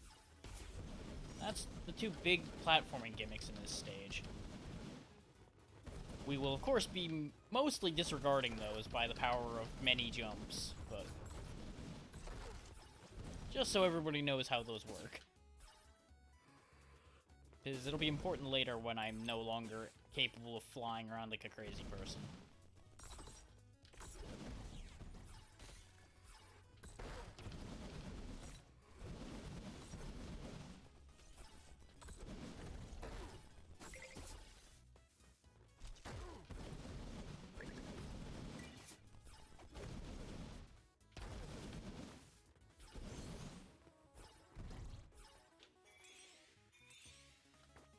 And god damn it. I was about to say the only reason I got through that was latent memory about how these layouts are.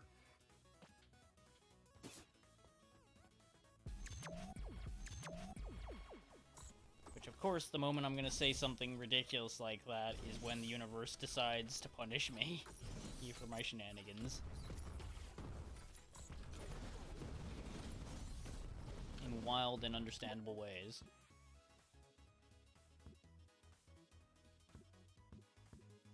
I want Thrill of Battle. We'll start and end boss fights so much faster.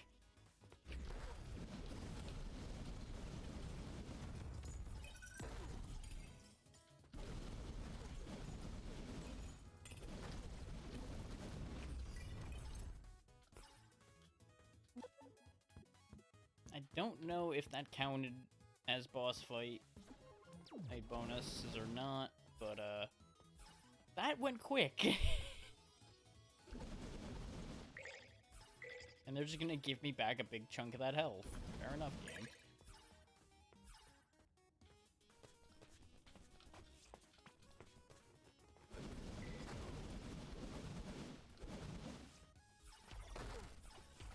It's a nice change to have a game working out better than expected rather than less.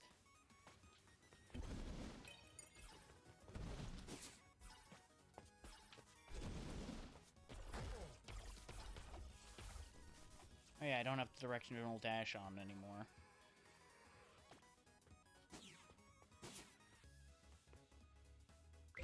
Kill fast? Okay, I can kill fast. I do everything fast now.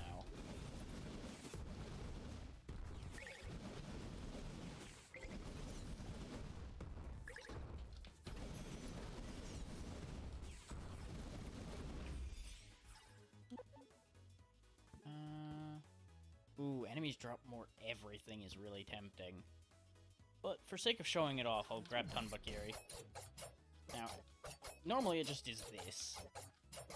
So that's not too impressive. The trick is, you can throw that at a wall, and then you can stand on it. Doesn't last forever, I don't think. Yeah, goes away eventually.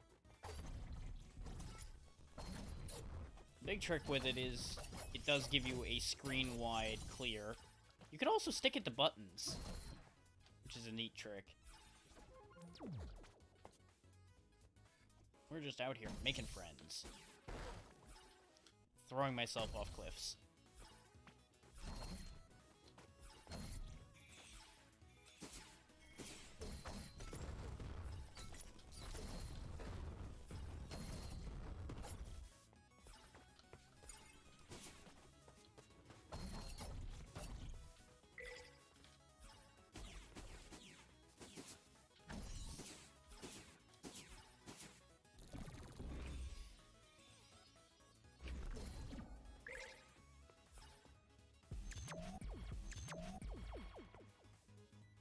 All attacks ignore walls and shields is pretty good. Okay, I can get two of any repros I pick up. Repros being the pets we have right now.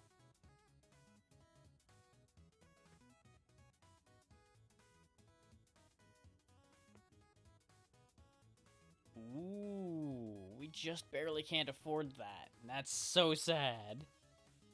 All stats way up would be fantastic. Though it would also make our speed go through the roof, which would get horrifying. Quantum Spook would be the smart choice, but I'm going to take Splintering Twinifier just because it'll be fun. And actually, we'll go ahead and take this too. Because it is a pet, and now we've got two of them. I'm going to turn into just such a cloud of mess all around me, though. So I think there's only, like, one more stage left after this guy? One or two.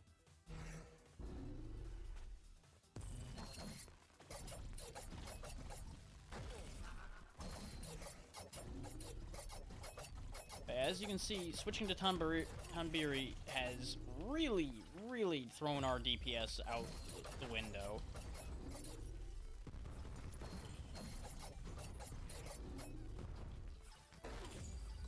So I'm going to switch back now that we've had a good look at how that weapon works.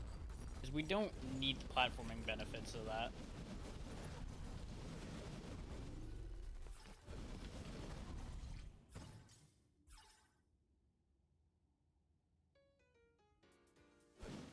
And of course, Echo Beast's whole thing is he warps around the room, dropping spikes around.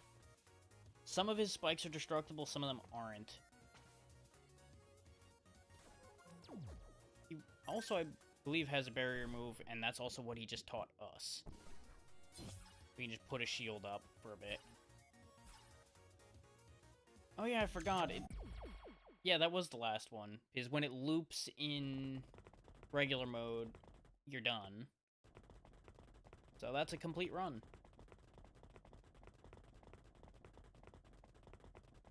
Which got us 146 Memoria. Lasted a bit of time.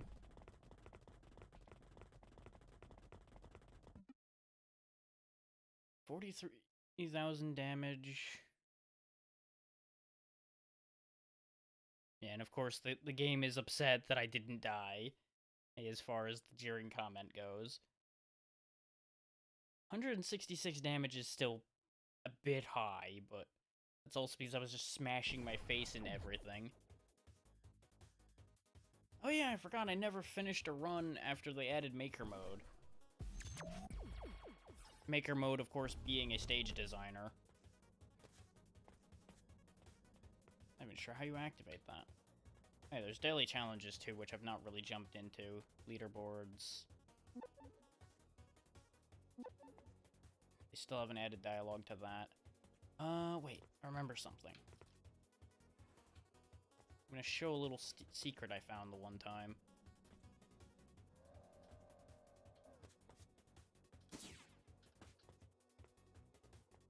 It's not over here. Okay. I thought there was something down there.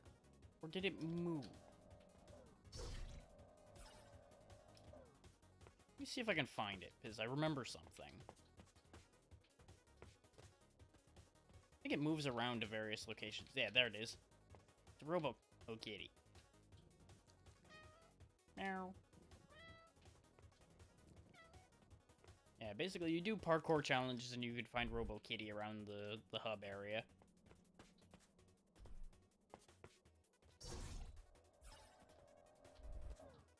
God damn it. I don't know if they have an official name for it. They probably do. I've kind of lost touch with the development of this to a degree.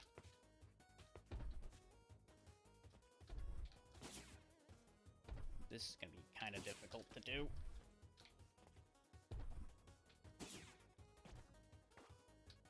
Okay, it's not up there right now anyway. I think it's only ever in one place at a time.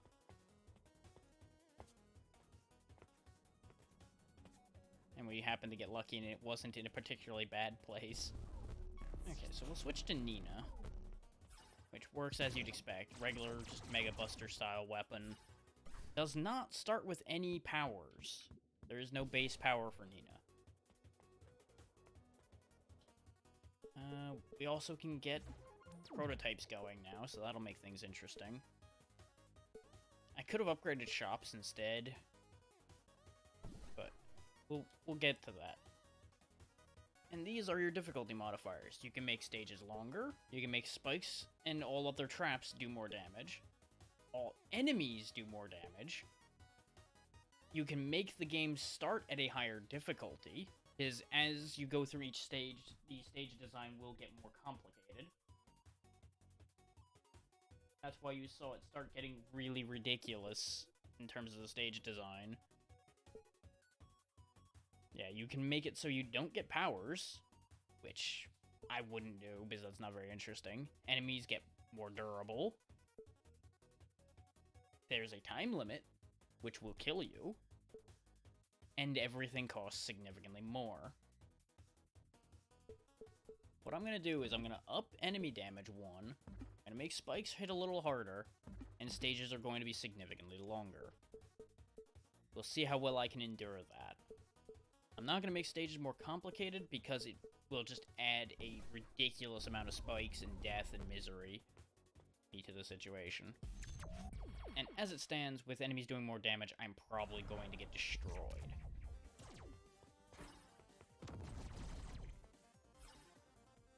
Okay, that's already a fantastic thing to get. As long as I can survive long enough to get a single power, we're going to be in business.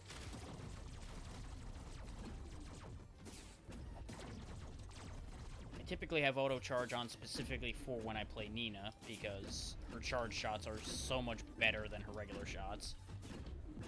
And as shown there, the 3 damage applies to these crushers, as I said before.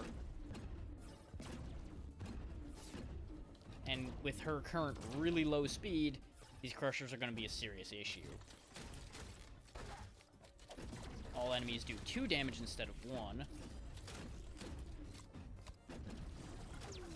And we're dead already, because I chose to go for the treasure and had no solution to those guns.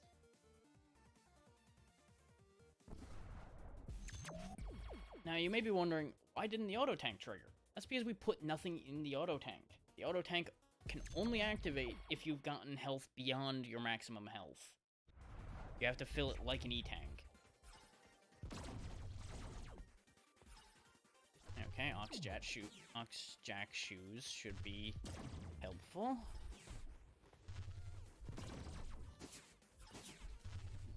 Especially here. Though early level designs will usually provide you with ways around not having mobility improvements. Because they can't expect you to have mobility improvements at the start of the game. Be a bit harsh. And unrealistic. Glory zone.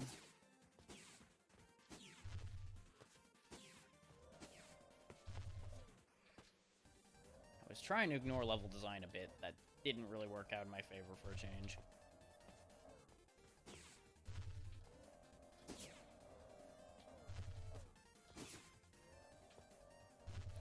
Because we don't have any real serious mobility bonuses, we could not make that go fast. Of course we miss out on getting the 7-leaf clover again.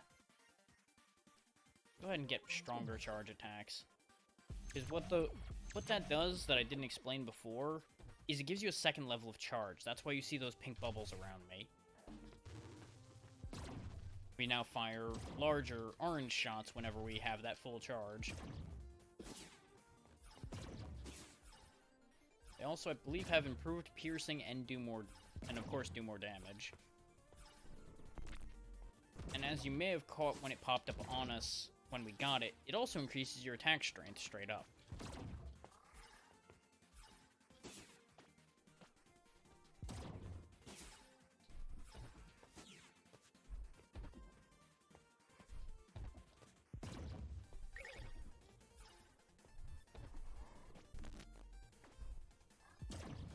I don't remember if it gives you anything special based on Nina's powers. Because I know Nina's powers have a bunch of interactions with various equipment and with each other. But I don't play Nina that often, especially not successfully. So I cannot really guarantee anything there. And I also don't know what changed. Because I know she's got a bunch more power interactions. Because of a recent update. Which, of course, Ace can do some power interactions as well, but his powers are a little less versatile in that regard.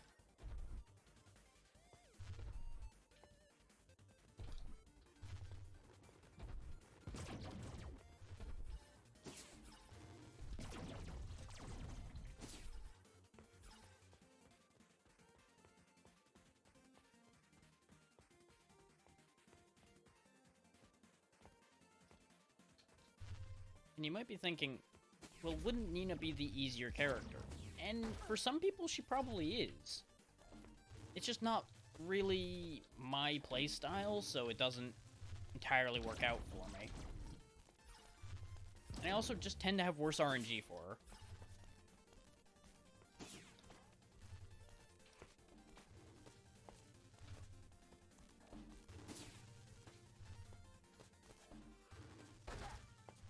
I find that the start ends up being harsher for her.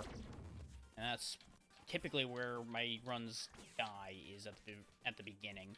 If I make it through the first 2 or 3 stages, I'm basically golden.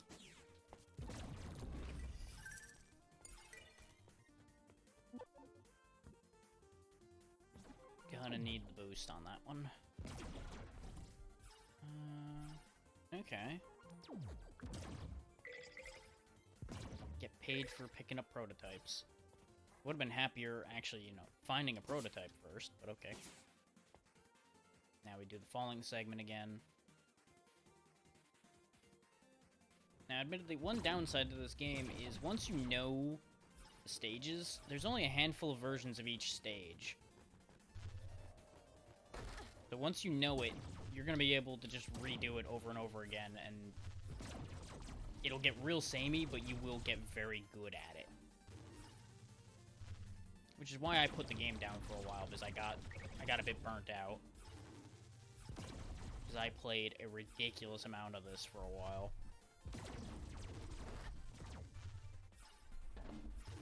These days, I don't play nearly as much of it as established, and I have forgotten quite a lot But apparently, there's still a fair amount of it floating around in my head.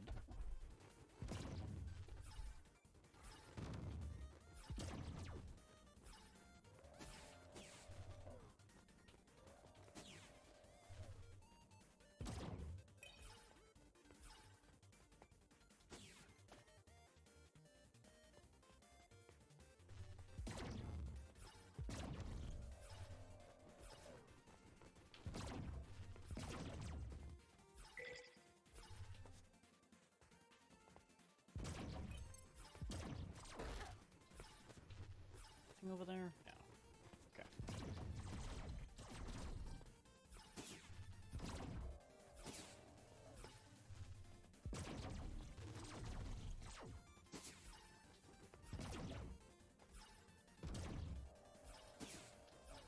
Still didn't make it. I need to use my air dash. That wasn't worth it, because I ended up losing all the health I gained anyway. I was hoping there was going to be something else in there. Gotta remember that those gray boxes almost always have health in them. I don't know if it's based on the fact that I'm missing health or not, though.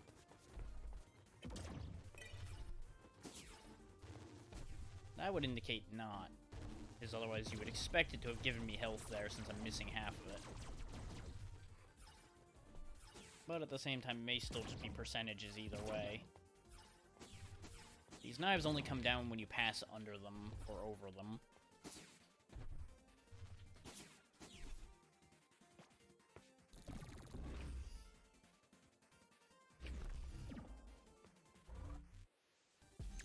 Very safe lab, huh? Damage taken is permanent.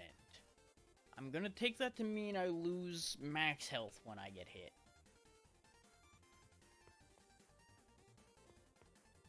Ooh, but it makes me hit really hard.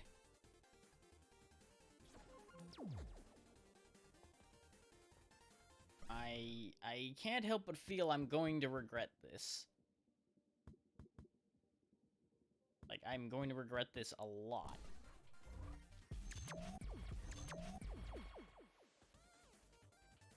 Let's see what's in the shop before buying health. Huh. I lose 2 attack and 2 power, which I'm pretty sure we gained more than that in terms of attack from what we just grabbed. So that's probably worth it. And it'll give us more of a max health buffer to lose. This might work out.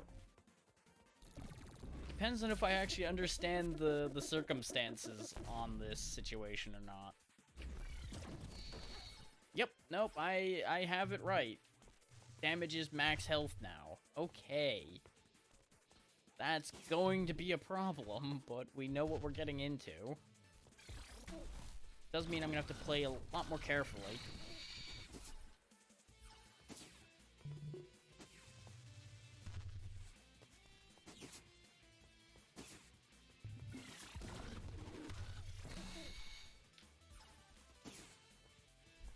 It will make it harder to tell when I actually am taking health damage, though, because the bar will move along with the damage taken.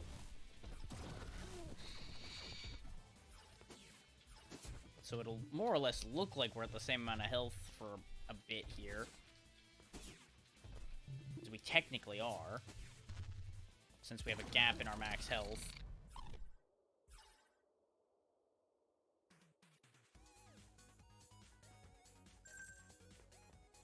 That's the end of Hoot Omega, which gets us Rending Whirl, which is just his vertical tornado move. And that's the other thing with Nina is, more often than not, her power is a move that the enemy had, which makes it a bit more predictable. But if we can get another power, I'll demonstrate the other mechanic she has that makes it a bit more interesting. I say if, because I am losing confidence in our odds of surviving this run, the more stupid things I pick up.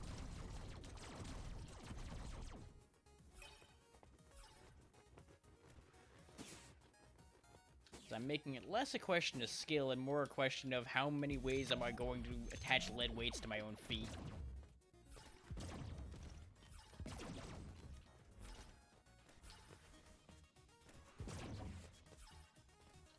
Because that totally helps you swim better, right?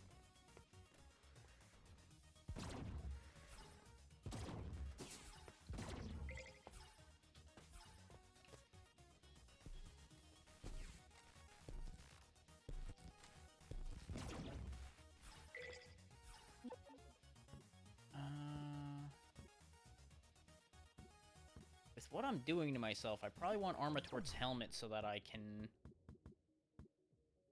get armor to compensate for losing max health. I'm actually going to trade the air dash for that for the time being. Because I'm not using the air dash too much.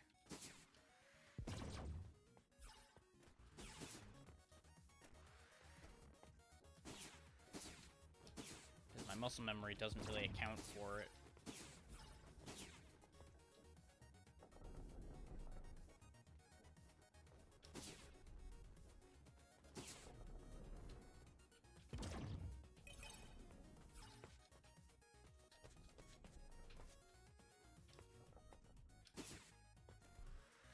Ah, those just go away. Okay. Well, I'm gonna disregard your mechanic. Goodbye.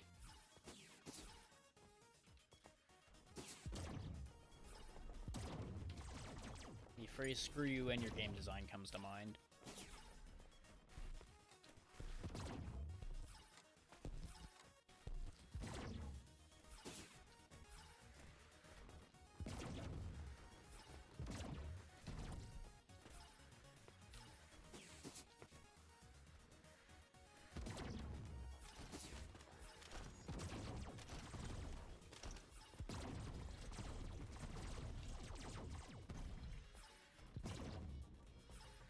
Tend not to use powers on regular enemies that much because, you know, one shot tends to deal with them once you get a decent amount of power going. And they're not as rude about the enemy placement as, say, a classic Mega Man game would be. It's more the actual level design itself that's out to kill you rather than the enemy placement within it. As opposed to the classic strategy of making sure both are out to murder you as horribly as possible.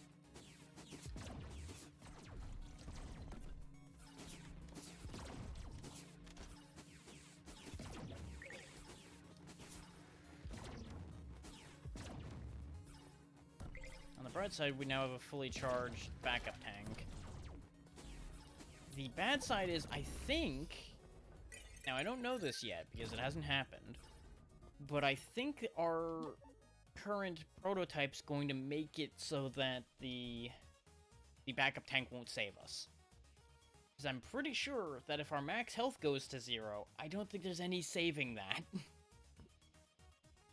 Now, I don't know that, but I think that's going to end up being true.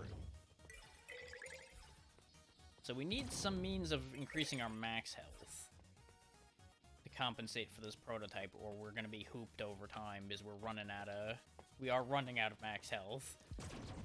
Oh, slowly but surely here as I take incidental chip damage. Especially when I start doing that, because I'm trying to get through here quicker, because I am impatient. So yeah, now we have a max health of like 7? Might be 8. Those bars are blurring together. Point being, we're in a bit of a spot. I need to get to a shop and find a health increase. Because I don't think there's any items that straight up give us scaling max health or anything from killing.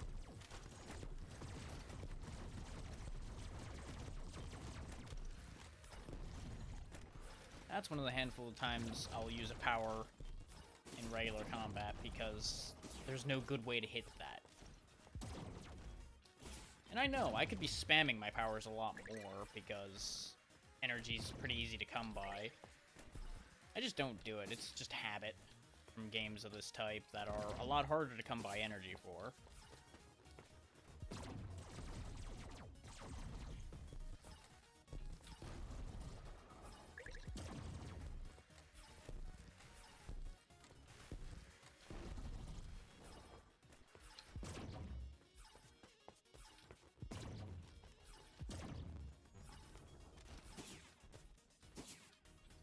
gonna start seeing me play a lot smarter here, because we are on a timer at this point. There's only so many more silly mistakes I can make before this run is over. This power is gonna work out really well against this boss, though. It is going to be a risky play, though, because I'm gonna have to get in close to use it.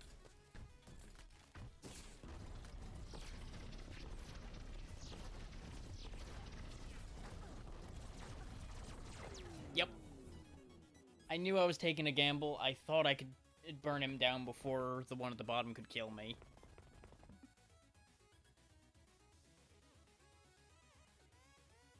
Yes, that's clearly an encouraging statement, yes. Absolutely. Not any other variety of statement at all.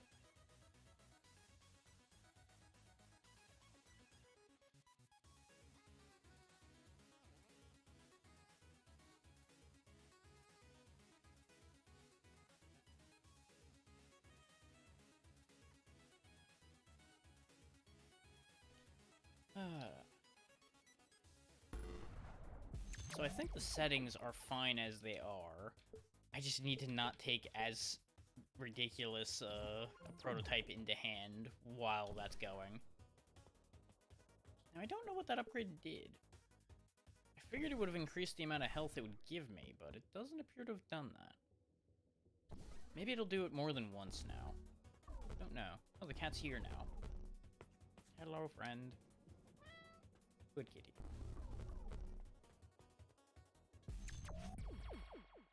Always pet the cat for good luck. So I'm questioning whether I actually got good luck there. Yeah, now every time I dash, it'll throw a shot forward. Not something I've ever really made use of. It's probably good, I don't dash in an actual fight that much, as you've seen by now. A lot of things in this game end up being playstyle choices. There's very little actual bad equipment in this game. And I honestly can't think of what the bad equipment actually is. So that may just be me assuming that there is going to be something that's useless.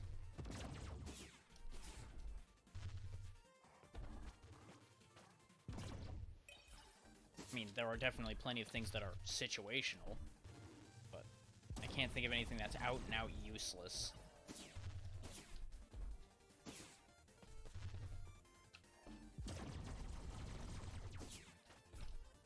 Well, that's upsetting. Guess we live down here now.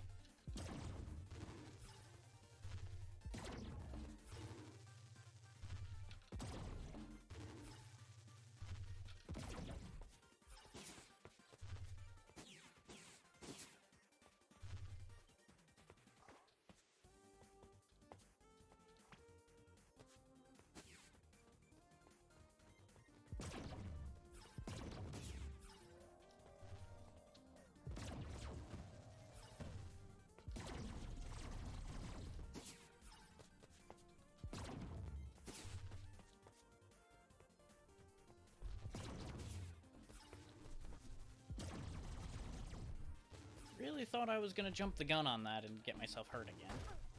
Like that, yeah, that's exactly what I mean.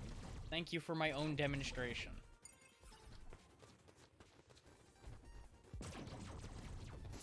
Really gotta stop with the self-fulfilling prophecies. They're not healthy.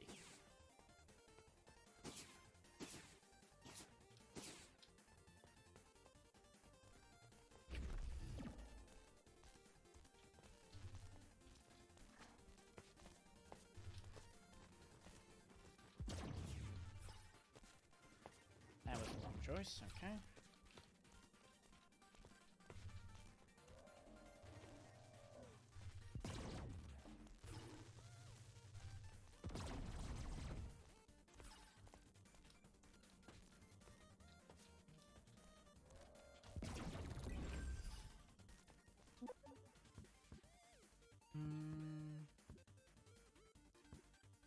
I can't help but assume that they know exactly what they're saying when they phrase that that way.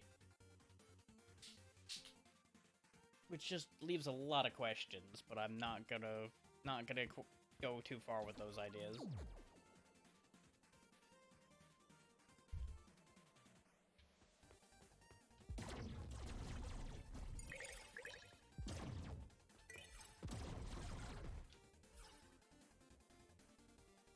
Don't need that. I'll take the 4 points.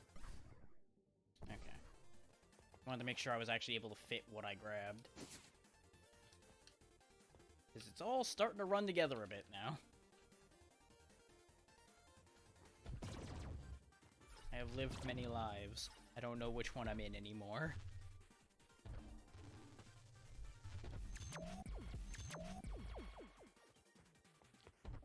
Well, this is doomed to failure.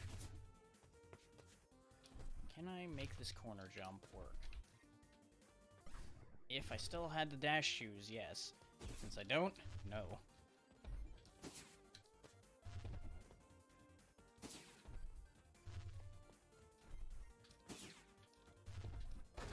Well, immediately damage taken 3 because of the modifier. Oh boy. These clouds remain the bane of my existence. Which I can't say is inaccurate to real life, too.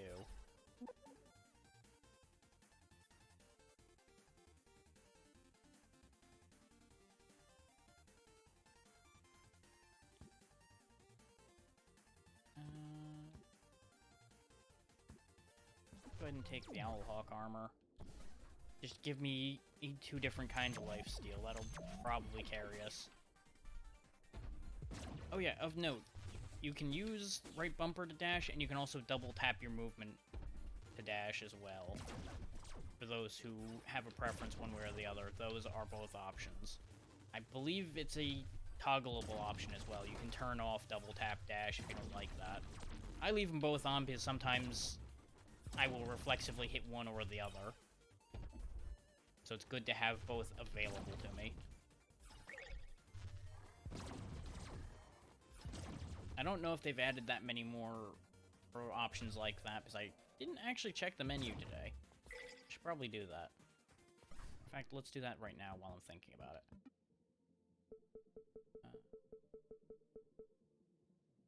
Oh yeah, you can also change your health display to be bars or numbers or both. I have it set to both so I can keep track of it easily.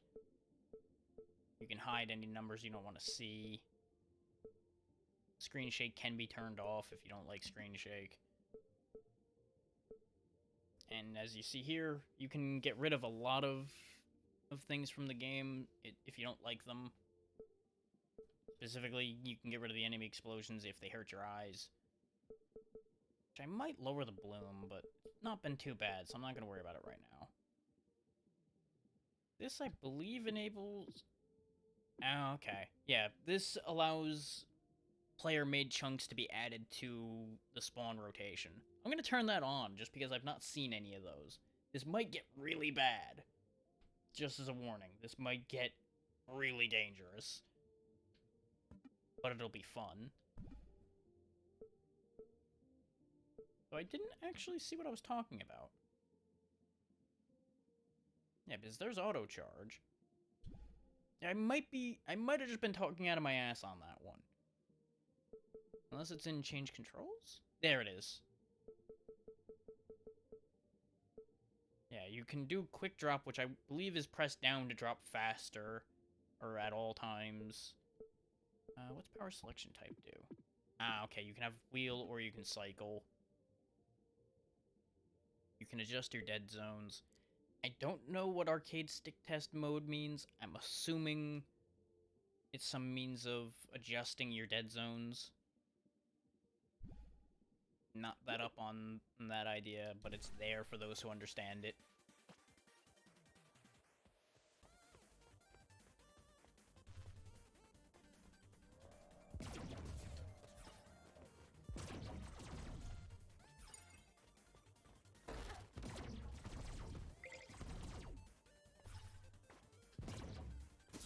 And yes, my go-to response if I can't find an option is I must have mixed 2 different games together, because I do that a lot, considering, you know, I play, what, 10 games a week? At a minimum, because I can't stop. And that's not even counting anything I do for streaming. That's just what I do in my life, because I have lost control. If I ever had control in the first place.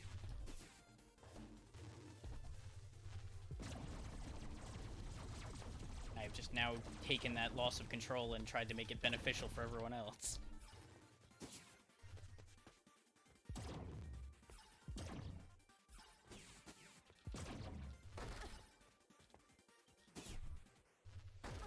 Yep, that's about how I expected that to go.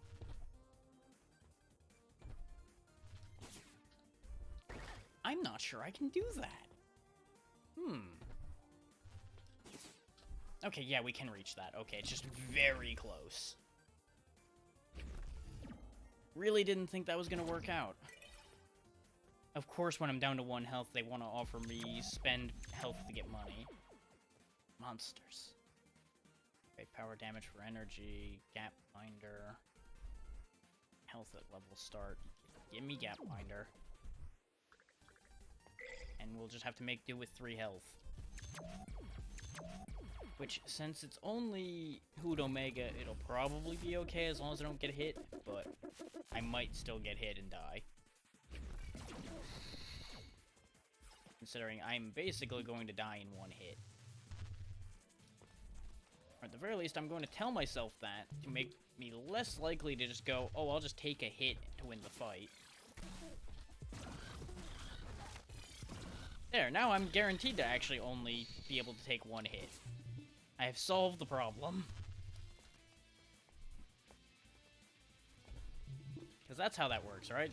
That is problem solving.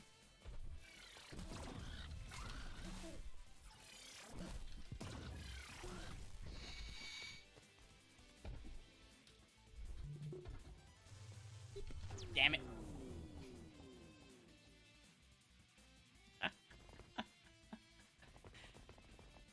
That was me being greedy. Completely being greedy on that one.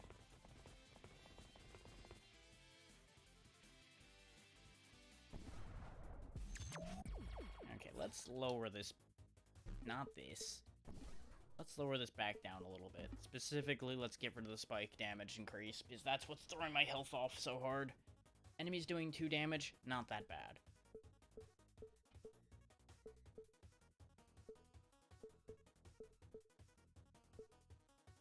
We'll go ahead and raise the zone generation difficulty to compensate for lowering the spike damage. Ah, now it's warning me, hey, you might get some bad this way.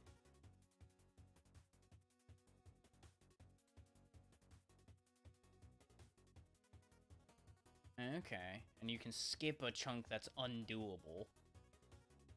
Okay. I wouldn't be surprised if this makes the load times a little bit longer. When it goes to load a chunk that isn't designed by them. Which, with the current load times, I don't think it'll matter too much.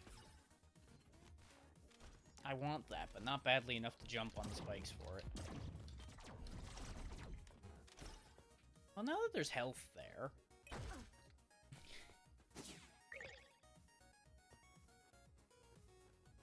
I guess that was a player-made chunk? Sure, I'll vote that up. That wasn't bad. That's not how I expected that system to work. Okay, this is definitely a player-made chunk. I don't recognize this. The other one could have been either. We may end up with some really generous stuff as a result of this, which is going to throw our progression off in a weird way, but it'll be fine. That one was all me, just not being fully there.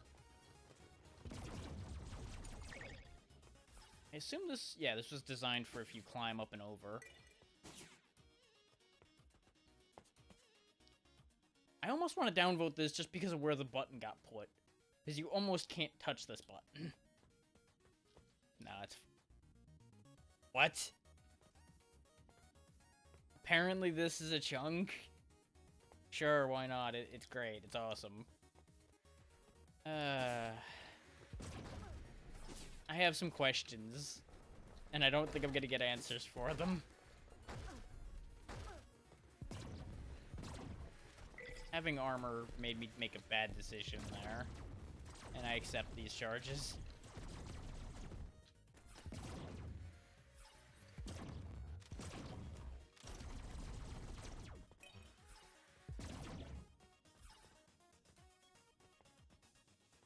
Yeah, that was fine.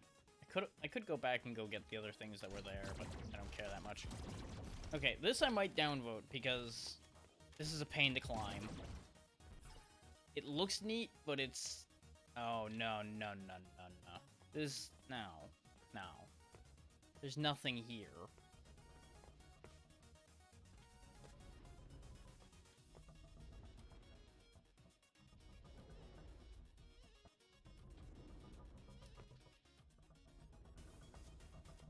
Okay, there's gotta be something up here, or I'm 100% downvoting this section. Because this is really needlessly long. All of that for health vendors, huh? Nah, man.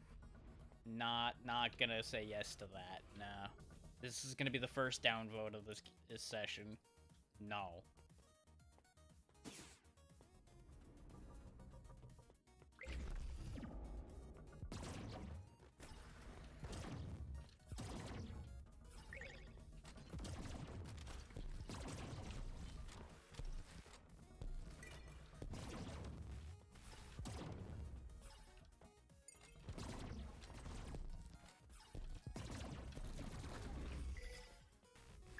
Just barely missed it. Sure. Wave Beam is a questionable life choice, but it's fun. Because I'm going to end up missing things that are close to me as a result of it. So it will most likely get us killed. Sure, nothing wrong with that.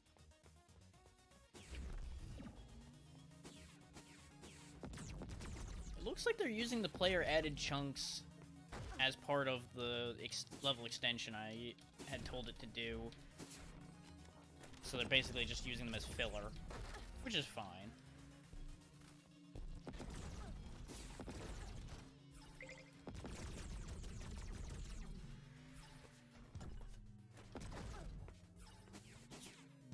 We might be about to die, though. Yep. Thankfully, we had the tank still. But, we're in a bit of a bother.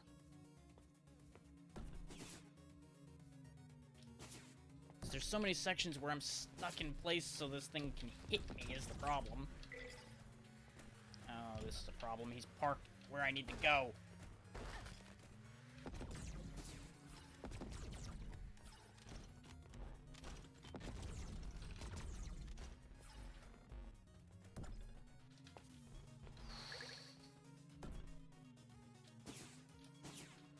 Start making some moves. Nope. Didn't make the moves fast enough.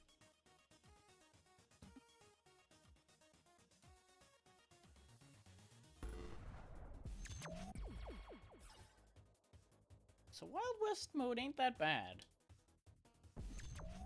It's not so far. Who knows what kind of nonsense we're gonna end up with, but so far hasn't been disastrous. Sure.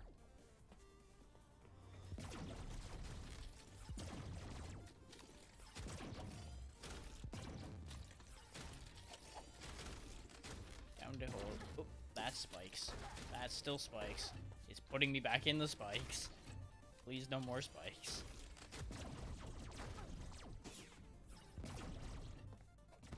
Man, those guys are durable.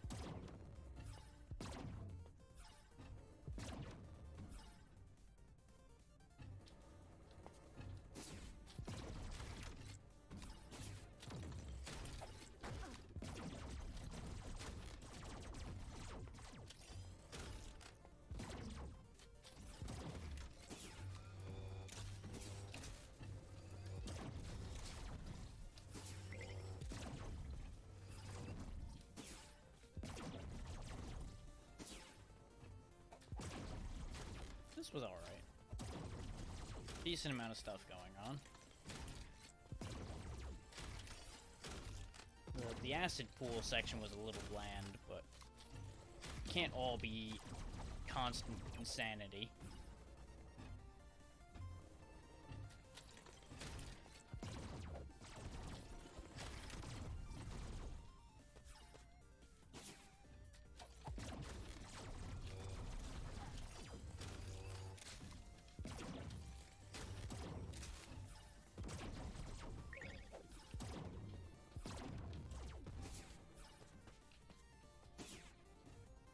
Doesn't look like there's actually anything up there. That's just a way to get around the enemies in the section, I think. Okay. Lifts of tedium. Oh, and of course there's a trap down there. Of course there is. Anything down here? No, I think this is how we got in this section in the first place, isn't it? Yeah, it is. Goldfish memory.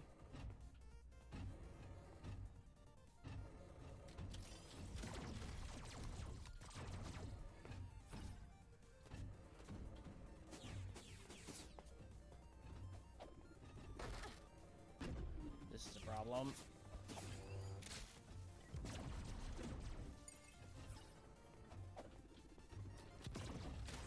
I'm so used to enemies with an attack arc like that being set to their arc that they keep throwing me off that they can change where they're throwing. That one's okay, I'll vote that up.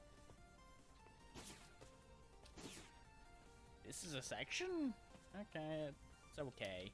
Why not?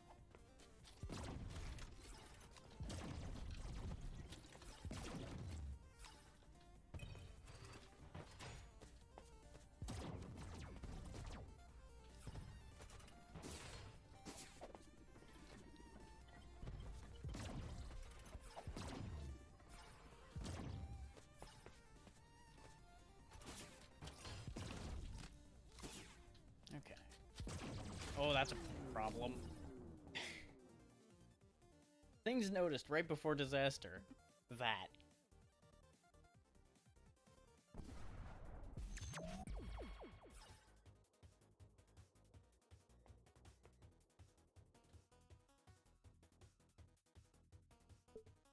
We are slowly getting more money permanently, but it is not working out. Let's dump that down a bit again, too.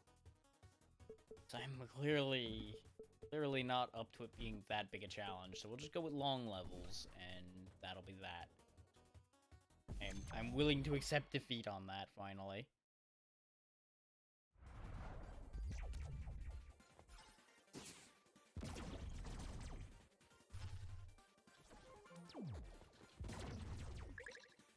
Oh yeah. Fun fact, the right stick can move the camera around, and it will stay where you move it to.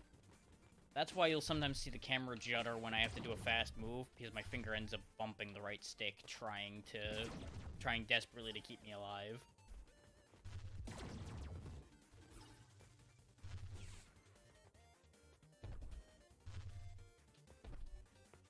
So if a perspective is not working out for you, you can change your perspective a bit. Which that applies in many ways.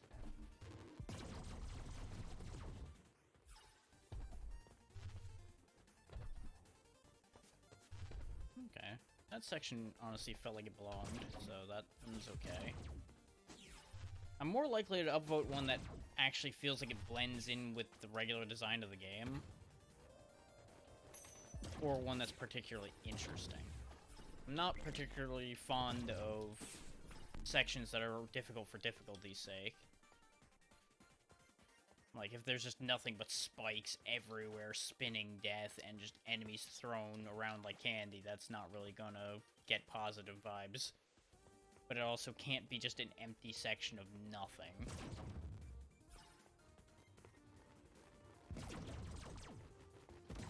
Not really sure what these platforms are here for. Ah, okay, they move together. Well, I can ruin that bat's entire day with that. Token! I don't care if I have to do that section again. I wanted the token.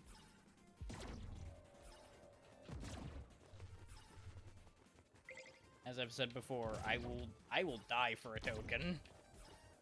I don't care if I can't take it with me. I want it.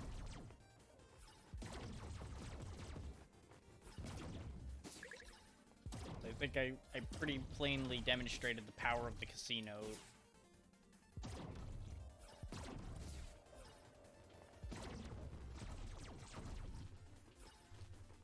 This was alright. A little annoying because of the way the mechanic worked, but they can't be blamed for the mechanic, they can only be blamed for how they used it. Since they are not the ones who designed the mechanic.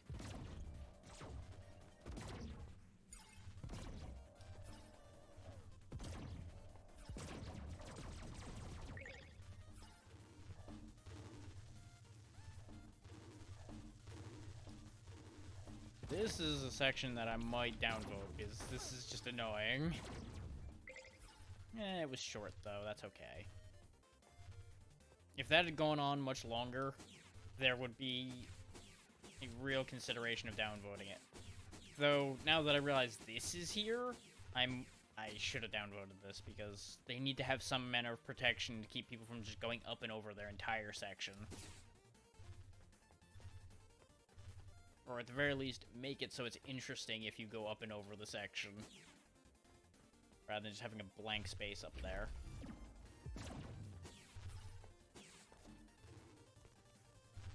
Which, I'll give Maker Mode one thing, it's giving me something to talk about at least.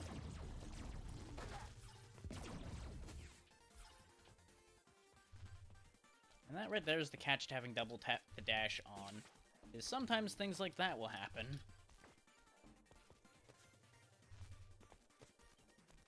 I am just fumbling suddenly. Please hold while brain catches up with why I'm doing everything wrong.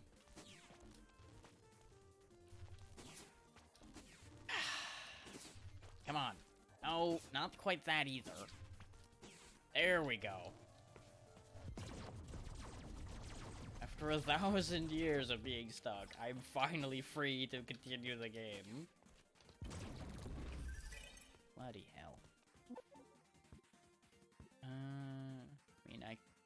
Yeah, why not? I lose 2 max HP, but I gain 2 power. Because, you know, I've totally had plenty of survivability this whole time, so I can get away with doing that. Yep. I was really hoping they were going to replace this section with something. Oh, apparently they technically did? I'm confused. They should be thankful that my reaction of confusion is upvoting rather than downvoting.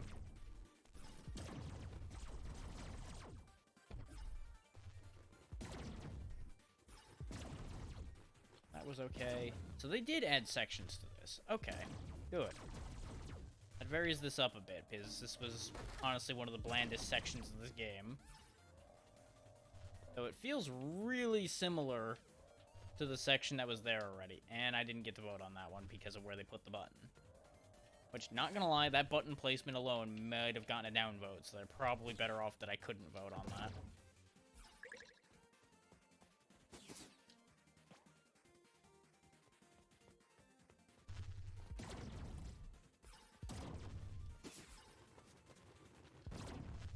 Not sure what's up with the constant triple bat swarms, though. I don't know why it's constantly in sets of 3. Why not send 4 bats, or 2 bats, or even just 1 bat?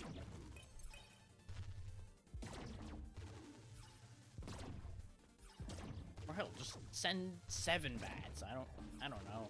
Something that isn't 3. There you go, see, 4 bats. Somebody's doing something different. And then back to 3 bats again. Sure.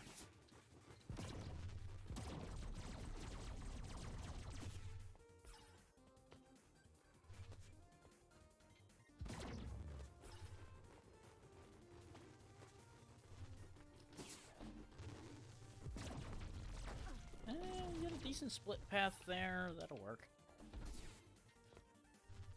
Oh, not this again.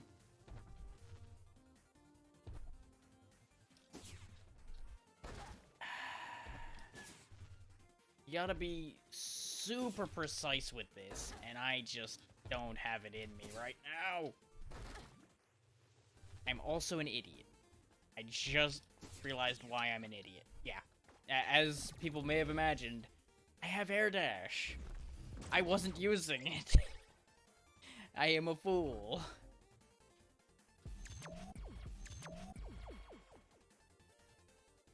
"10 max energy, lose 2 attack and power." I could glass cannon again. Or I could get frail glory. I don't know what this one does. So we're gonna try it. Just says majesty. Okay. I'm worried. I am very worried. And we're going to make it worse because we're gonna go see what this prototype is. Oh. You can't attack or use powers, but you have all of the pets.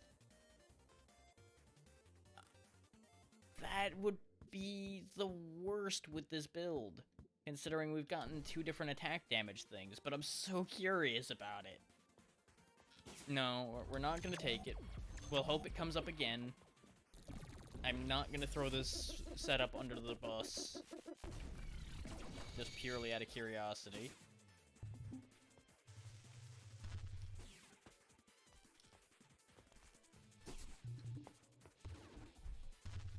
Because I'm not gonna lie, I've definitely thrown builds under the bus to figure out how something works before.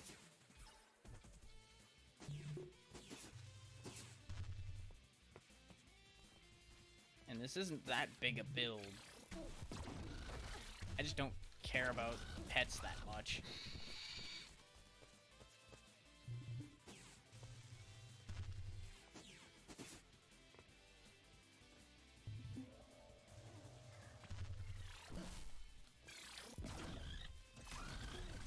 And I think it would be kind of a dull set of gameplay if I can't attack or use powers. It would really rely on whether the pets are interesting.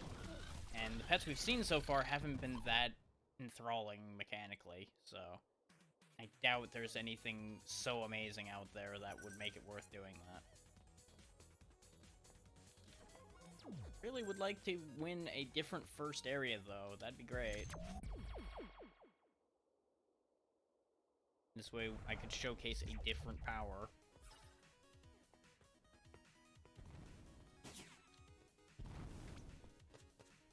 I might be able to push that. Yeah. This way we can get this and heal up a bit. Or get money. Money's okay, too.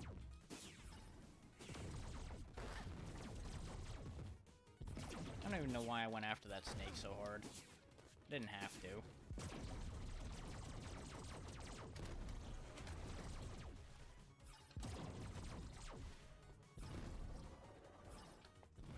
Okay, the random flames in the air are not great. Not only are they mechanically annoying, they just look bad. Like, they just look super out of place. And I'm not saying that just because they're going to mean I'm gonna die.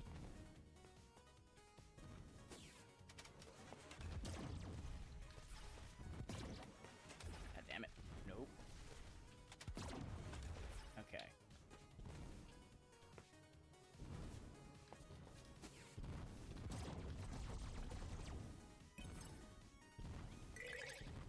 That's real mean to have the thing guarded that much. I'm gonna downvote this one because it's a bit needlessly rude. It also looks kind of bad, especially when you can just do this on the back side of it. No. That's a no from me, boss. Clean it up and maybe that'll get enough vote.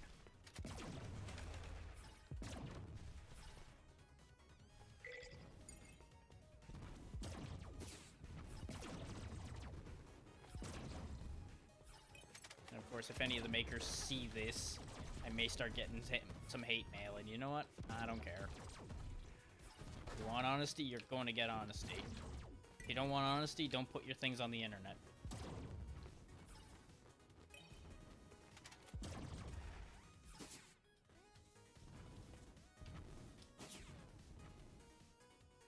Which admittedly, you're gonna get hate even if people aren't being honest, so, you know.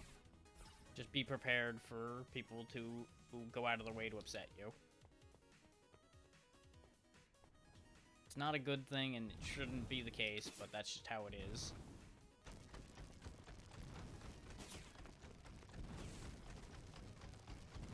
Well, that's a bit of a problem. Can't help but think that this doesn't work. Let's just solve this problem, shall we?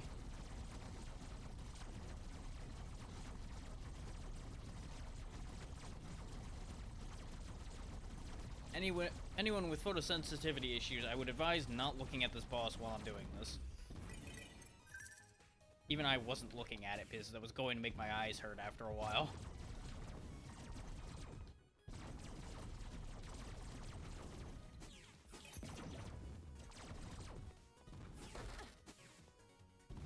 I'm gonna downvote this because that makes that non-functional, and this is also kind of bad too.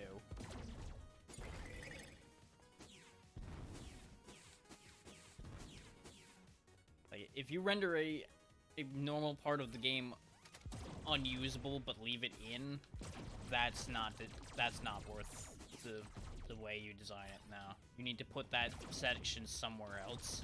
I don't know if that's Maker Mode's fault or the maker's fault, but they're gonna get a downvote for it because it doesn't work.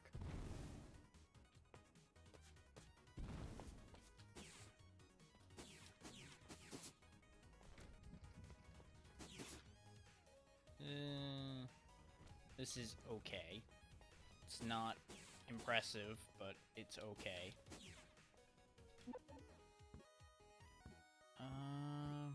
Increased charge attack damage would be really nice, but the string wire's too good.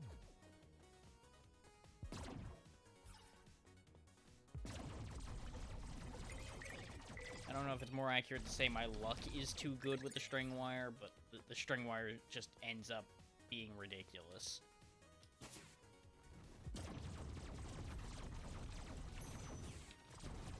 Okay, I get it. The game has fire you can put on things. That doesn't mean put fire on everything. And that's coming from a guy who likes fire.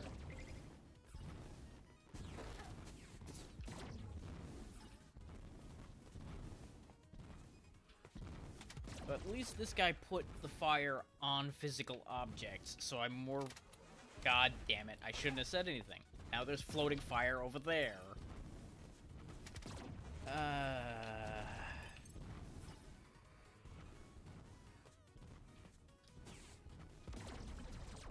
Not only is this magical floating fire mechanically annoying to deal with, it's also aesthetically ugly.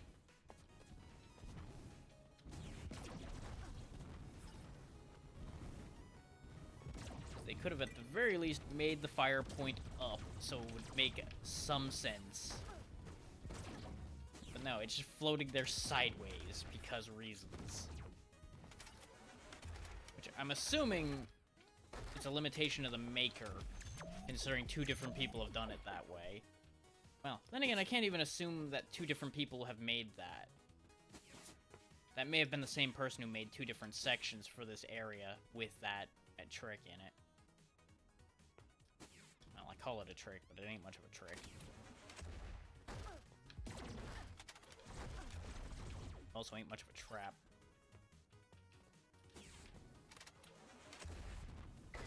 Okay, this is a problem.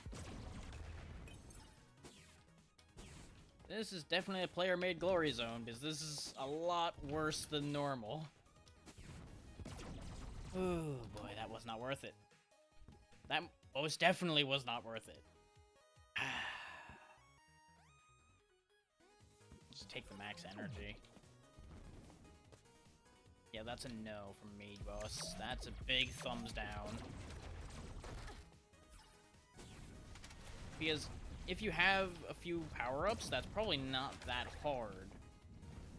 But without any power-ups, it's kinda ugly to deal with. And then there's this. What is this? What, pray tell, are you supposed to do with this? And why is it all sideways? Why is there more than one of them? Well, that's actually to prevent me flying up and over the section. I get that. Like, I'm willing to give a little bit of credit for this, even though I hate the way that looks, because at least they took something they mechanically had to do and tried to make something neat out of it. But for the love of God, why is all of the fire sideways?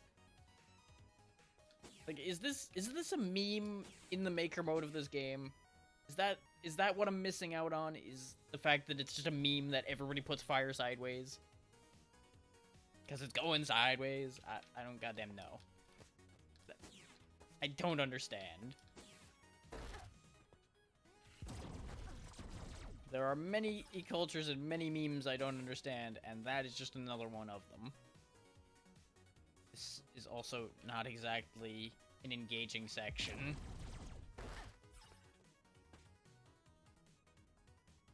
Oh hey, you have to ride the platforms. Oh no, there is a thing in your way. You now have to wait for the platform to come back. There is no threat while you wait for the platform to come back. You will just waste your time. Nah.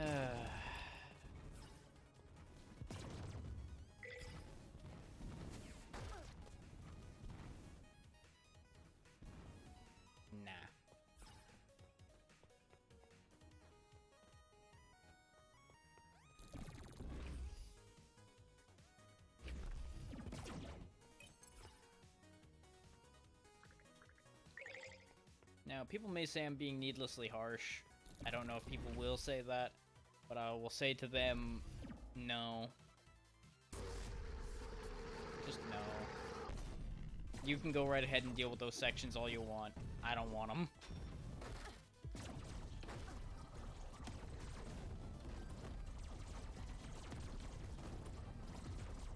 And my one vote may mean that those get kept out of verified mode. That's fine. That's what Wild West mode is for. If you want to deal with ridiculous, stay in Wild West mode.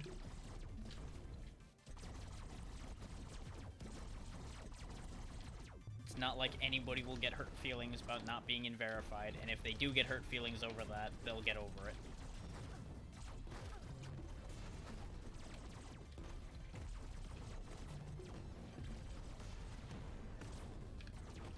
Hemmed in. Got him. That was too close. I really should not have allowed myself to get hemmed in like that. I could have avoided that, but I didn't. Go ahead and put that on... Actually, yeah, I can show off how this works now. Is what you can do is you take a power and put it directly underneath another power, and now your powers will work differently. Specifically, we now can split our tornadoes. It was by combining with Zen Mortar. The Zen Mortar's main mechanic is it's a mortar you fire straight up, and then you fire it off a second time to split it in the air. Now we can split anything we use by pressing the power button a second time. It's not the biggest thing, but it'll make the tornado more useful. Now those purple spikes you see, those can't be destroyed. Only the red spikes can.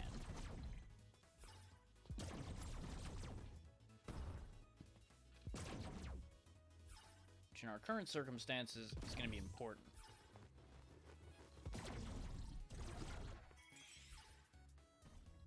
Okay, I can get more iframes.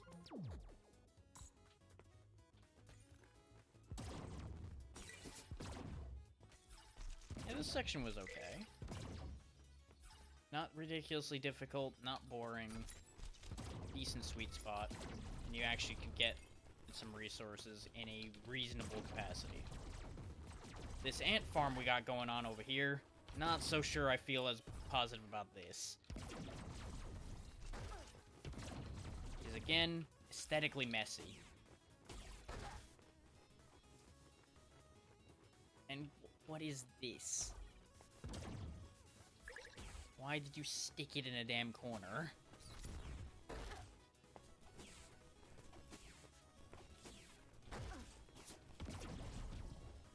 I stand by my labeling this an ant farm. That's the only thing I can picture when I look at this. Especially since half these enemies don't even function properly in here. They just hit the ceiling.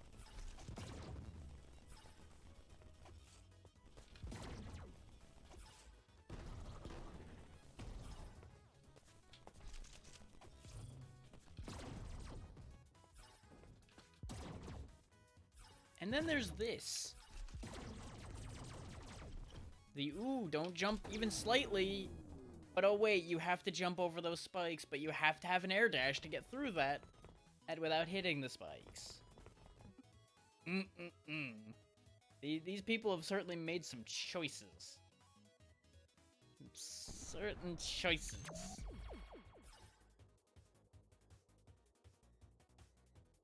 Okay.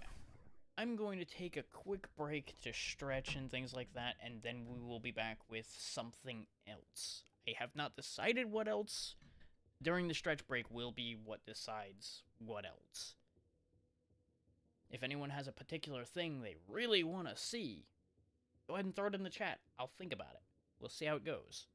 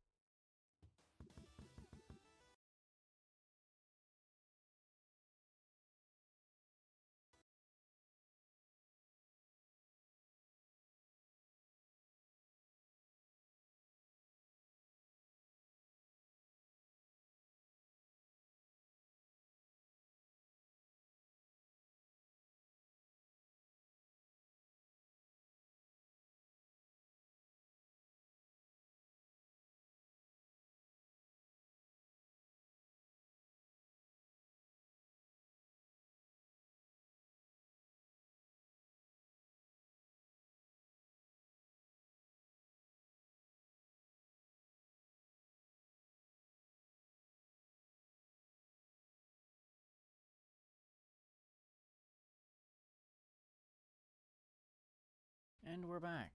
And there's gonna be a bit of a dynamic shift here. Or just a bit, anyway. We'll be playing Anvil now. A deadly war began. The bodies piled up, fighting mechanical life forms that reigned over the planets. But humanity's will for prosperity found a way to fight off these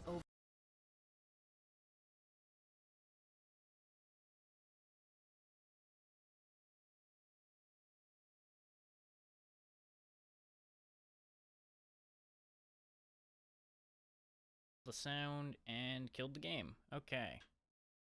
Yeah, just close that without sending. That's fine. Fix that in a second. Just.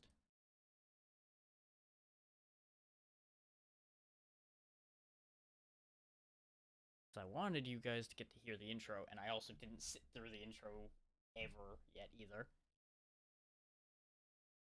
No, it froze when I pulled the controller out, and then it died. The paradise, once thought to last an eternity, is now gone. Humanity turned towards space in desperation. They came across mysterious black chests called vaults, which contain mesmerizing energy and technology that were unknown to mankind. Acquiring vaults wasn't easy. A deadly war began. The bodies piled up, fighting mechanical life forms that reigned over the planets. But humanity's will for prosperity found a way to fight off these overwhelming foes. The holy first realm ever discovered contained the ability of limitless replication. Thus, remote expedition base Anvil was built. Humanity I've been wanting to play more of this the last couple days, just haven't had an opportunity to, really. Grow stronger each time they fall and are rebuilt.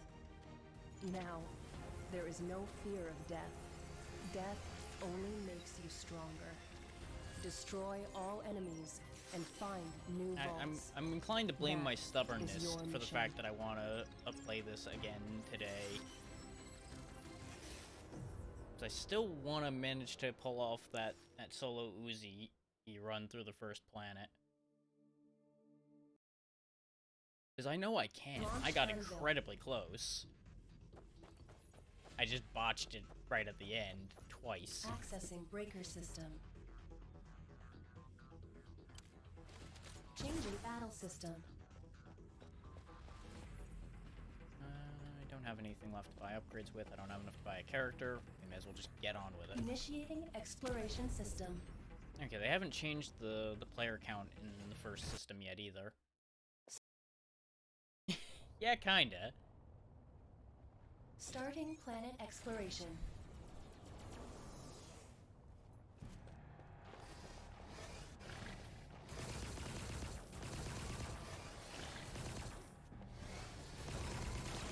And it can't hurt to demonstrate to people that this game can be soloed, at least the first section can. Since there were a lot of people claiming that you can't even do the first area on your own.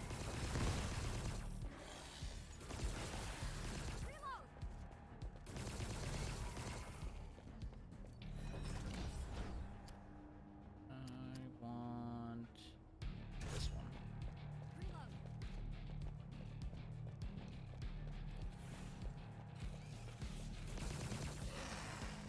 Well, yeah. If you make bad choices, you're going to have a bad time. Welcome to Game Design 101. You know, if you come from playing Cookie Clicker and expect to play a game like this straight off without it being complicated, you're going to have a very different experience.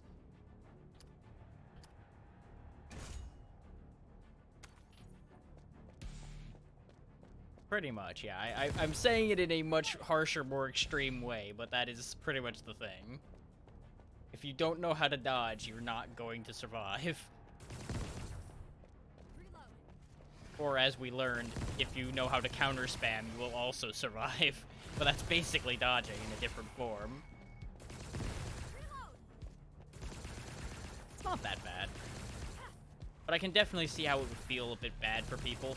Like, I can't I can't do the short dashes that the riflemen have, particularly. That's fair. I've played a lot of games of this style, so I'm kind of adapted.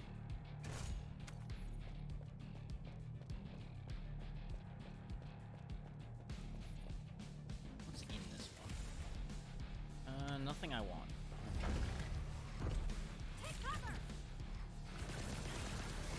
It also doesn't hurt that Uzi just has this "no, you can't touch me" bubble.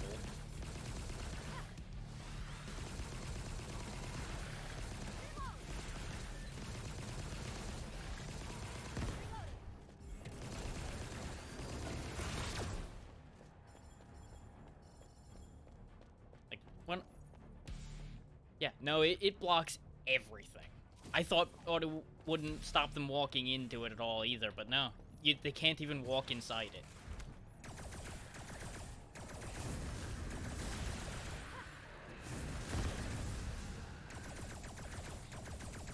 As you probably saw in the first skill upgrade, I also could have put a heal on it as well. Which, that heal's real good, but I need the damage bonus. Yeah, no, it's ridiculous. It does not 100% work against bosses, though. There are boss attacks that go straight through it. As usual, keeping bosses the only serious threat in this game. Warning, hostile presence. I don't think that's going to work, considering, you know, the shield doesn't exactly cover the floor.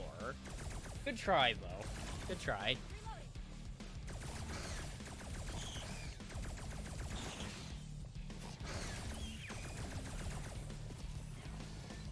Tracker handguns, don't really want. What's this? Ranger cannon. I might take that. Ranger cannons are fun.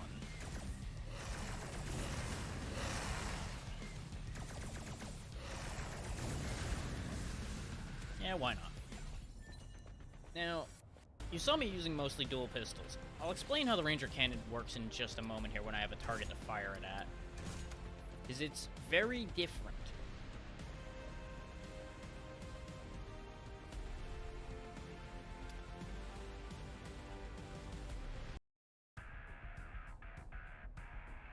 Starting planet exploration.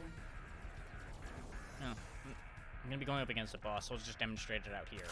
Now, how the Ranger cannon works is it's a charge weapon. The laser on it will get wider the longer you charge it. It's just a death beam. That's all it does. Wham! Whatever you're pointing at has a bad time. Give me cooldown reduction on the dash. Yes, give me speed magazine. I mean, I wouldn't really call this a railgun, but I would certainly love to have a railgun.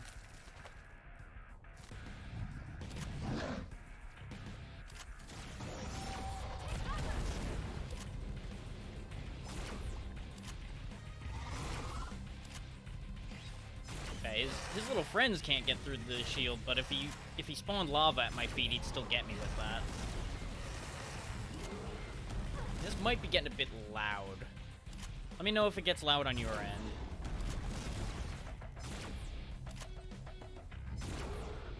When this kicks in, it kicks in hard.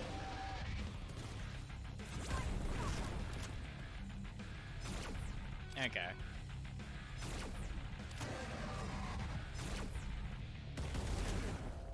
When it's a dramatic volume shift, I always want to make sure.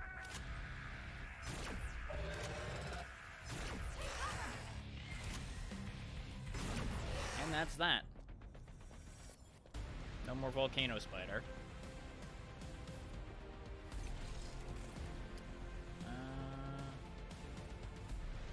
Yeah, go ahead and get me another power chip upgrade.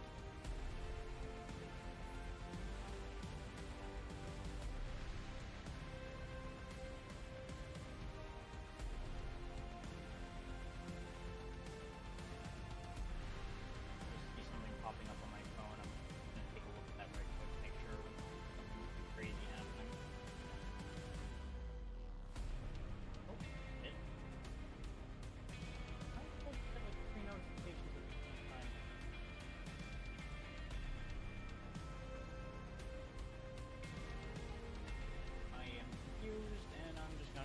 about it. Okay, good. So if I'm only slightly, I'm gonna bump it down just a hair. Make it a little easier to keep it clear. There we go. That shouldn't affect it much, but it should make it just a little cleaner.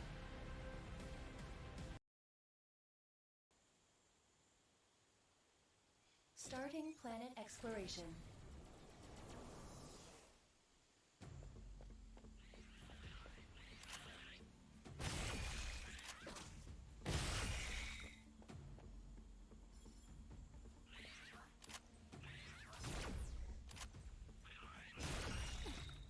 And for those wondering, attack speed will help with a charge weapon like this, because it will make your weapon charge faster.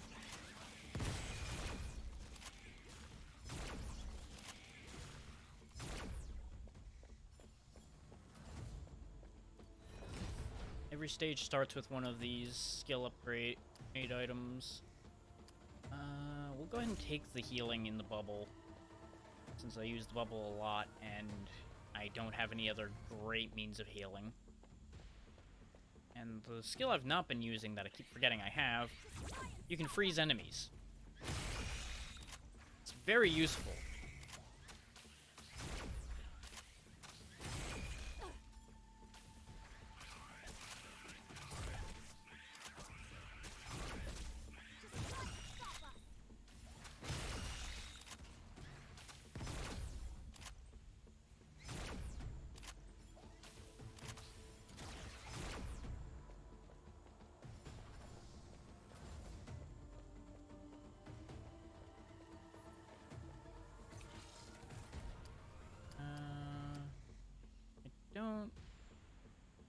Yeah, why not? Since I get that 1% chance to do extra damage with that level of heal scope, I may as well take it.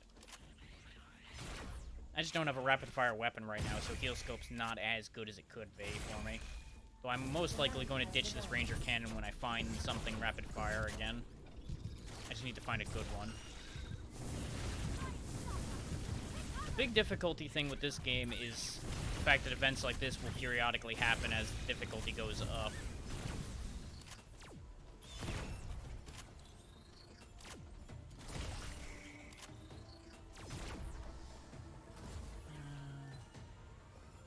Level 1 tracker handguns. Level 2 homing handguns.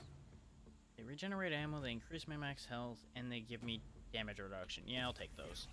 They're not going to be the greatest for damage, but they'll probably be better for me on the whole.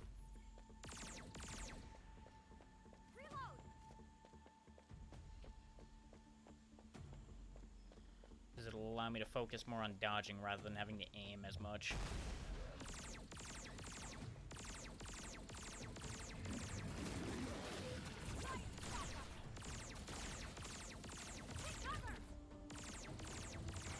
The most important thing in this game is battlefield control.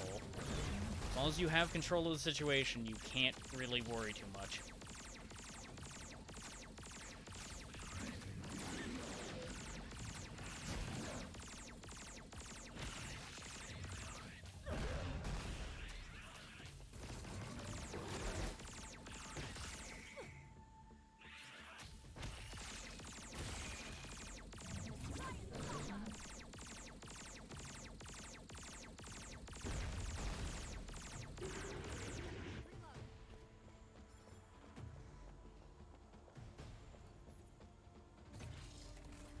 Straight up attack power increase, yes. Don't care about defense. I'm not gonna be able to guarantee I can stay above 80% health with going forward, so I'm not gonna bother buying that. I'll save my money for something more guaranteed. Now, the biggest concern I have is that I'm going to fall behind the damage curve enough that enemies are going to start becoming so spongy I can't keep the field cleared. That's your biggest threat when you're solo. It's honestly a pretty big threat even when you're in a group, but it's worse when you're solo because you have less of a way to ramp that situation back up in your favor. I don't need any of that. It wasn't bad stuff, but it's not stuff that will help my current situation. for my future situation enough to warrant it for me right now.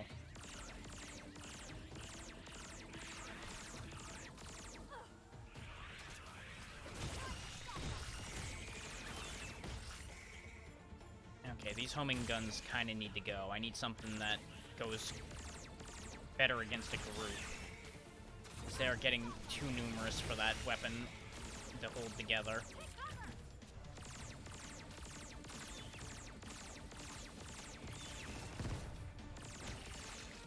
The tracker handguns wouldn't be any better. Is the only reason I didn't switch. They are a bit faster, though. Yes, give me the telescope. Because I'm almost always far away. I don't care about damage reduction with Uzi, because she doesn't have enough health for damage reduction to matter. Just trust me when I say, once it scales up enough, I will just get one shot. Not if I do something wrong enough. One boss target, 100%. So I've got a bit of time before this fight starts. Okay, I'll worry about getting the rest of these shops after the fight now. Once I get these turrets online, I can worry about grabbing my skill upgrade. And that's exactly why I need the turrets.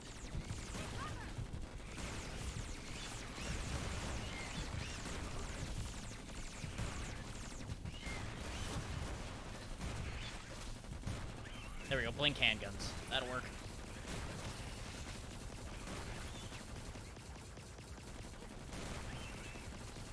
Fun thing about blink handguns is when you're reloading them, you will become incorporeal for a moment and basically blink around.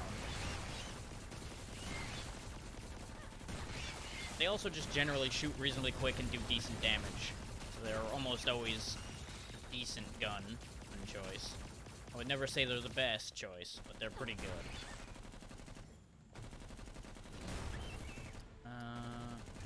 Want that upgrade.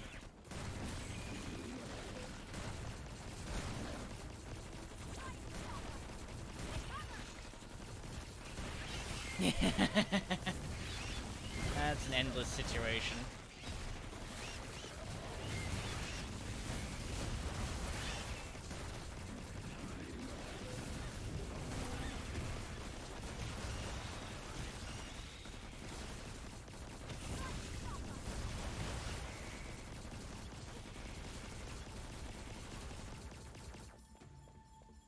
And nothing made it through the gate.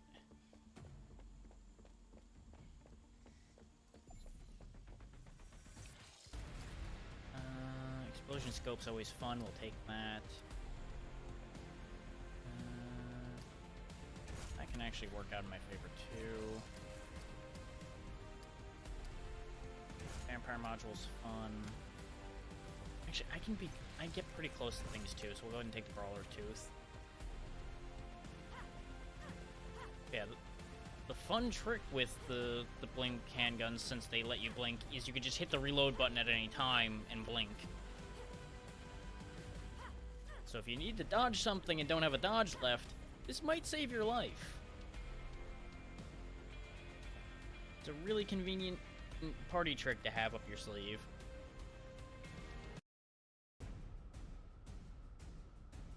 Starting planet exploration.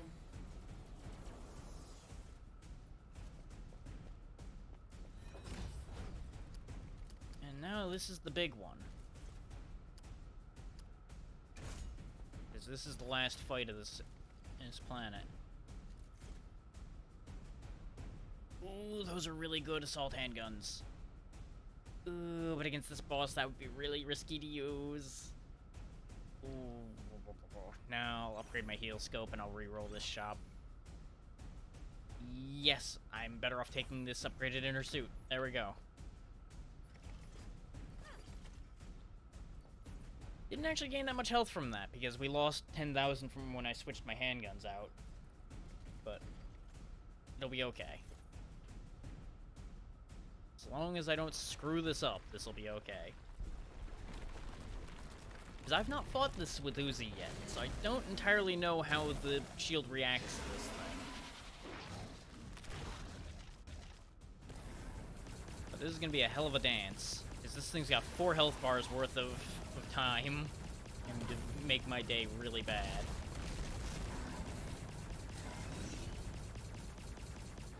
Good news is I can stay out of its range, for at least its big claw attacks. For the most part, because it can reach pretty damn far. The good news is I can still freeze him. Without that freeze, I'd be in a real problem here.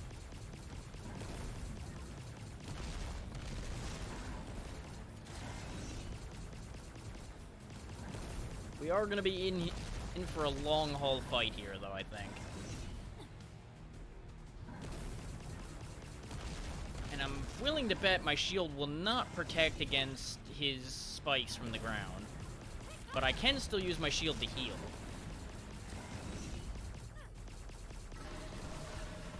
So any chip damage he does will be taken care of by that. And it'll definitely work on this section. Oh, it'll definitely work on that section. I was out of range.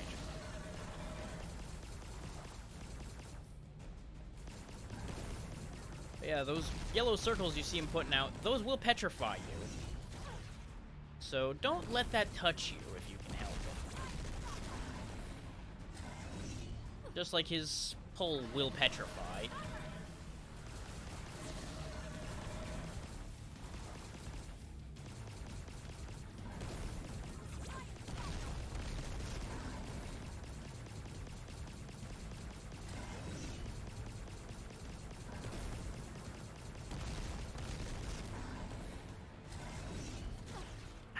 Still couldn't get out of range. And this is the problem with long fights. The difficulty tracker continues.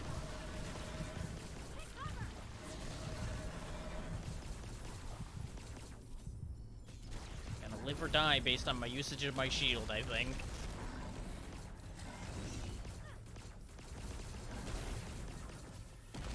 Indra handguns, level 1, no. Zephyr Gatling gun, maybe.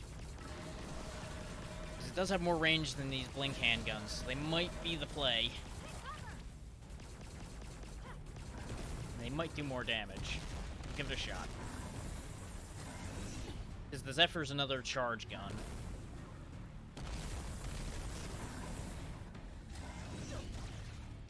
Oh, we are falling behind on health, though, now, so this is yet to be a problem. No, I think yeah, no, the Zephyr was a bad choice. Damn it. We didn't scale hard enough. Especially not to fight that thing.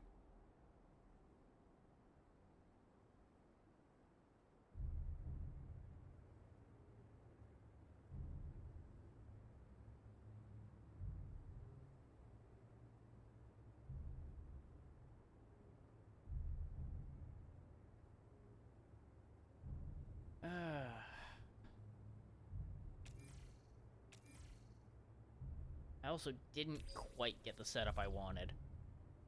That was a completely workable and good setup, it just wasn't the pieces I wanted for it. I don't care about getting the telescope replicated. Unlikely, but I might think about it if people really want that. Also, oh, hello, Benji. Welcome to the show.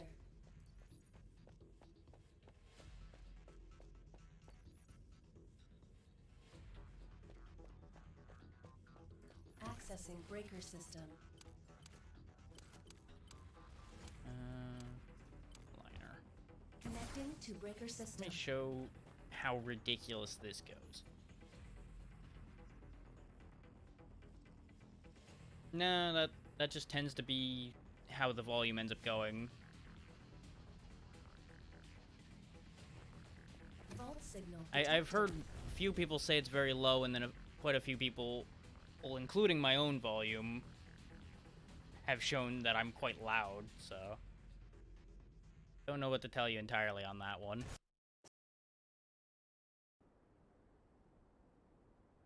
Starting planet exploration.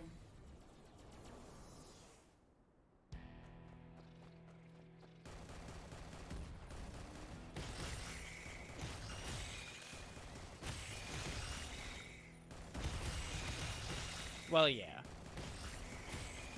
To be fair, there are also many streamers who try to blow their viewers' ears out, it feels, so... It's a really variable situation with that. For reference, I've got this microphone at about... I think it's at like 75 for the microphone itself, and I'm touching the yellow zone according to OBS 90% of the time.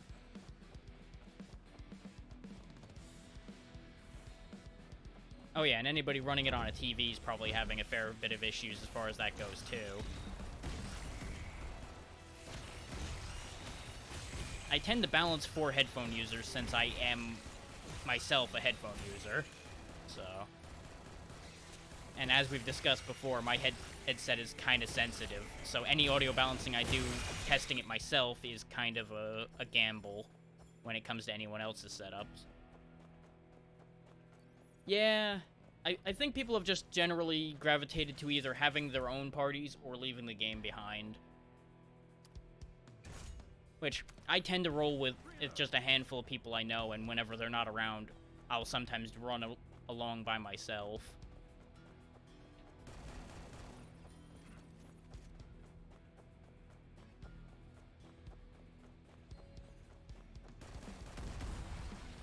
It'll probably pick back up again once they finish the preseason and actually go further along with development.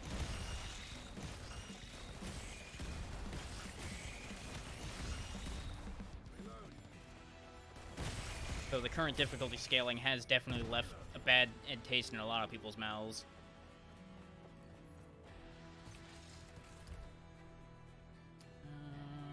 I'll take that. I don't need it, but I'll take it.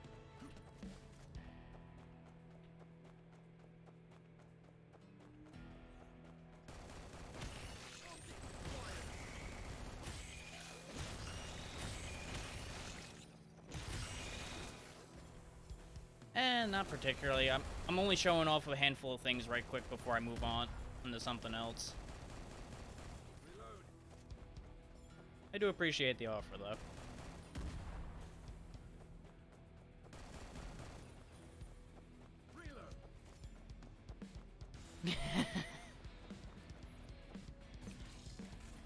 People will vouch that it is something I do a lot.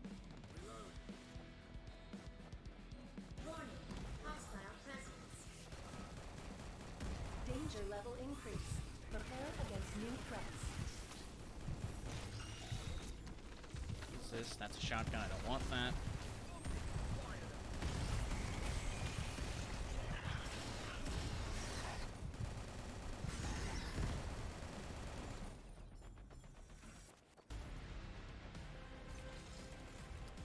And in spite of how I come off on here, I'm not exactly that much of a people person. I'm very much a hermit in spite of the fact that I'm up here entertaining everyone, or at least trying to.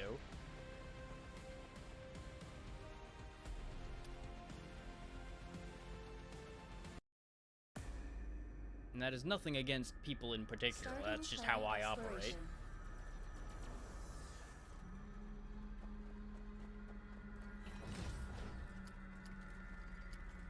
None of the upgrades I particularly want, but I'll take the big missile.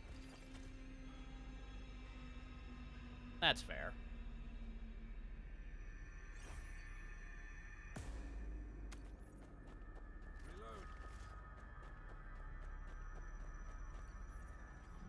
I've always been the stubborn one who will try to solo things I have no business soloing in order to not have to deal with people.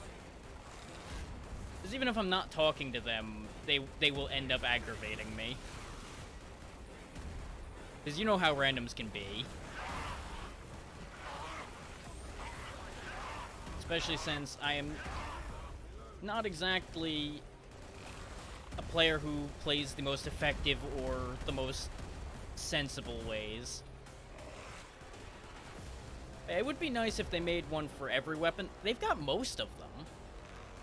Aside from, there's not one for every rifle or every pistol yet, but there is one for basically every melee weapon, I want to say. Because rush is fists, and mountain is hammers, and Guillotine, of course, has axes. They don't have a missile launcher representation, or... I guess Toast would technically count for all the sprayer weapons.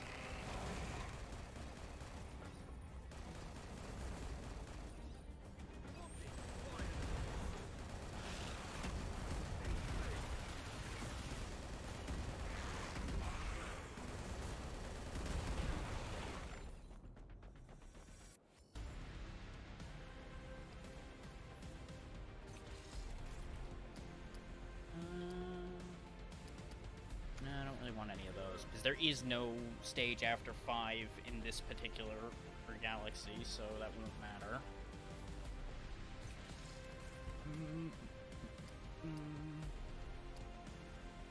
Telescope will work for this. I don't think there's anything I can afford in the shop for 120.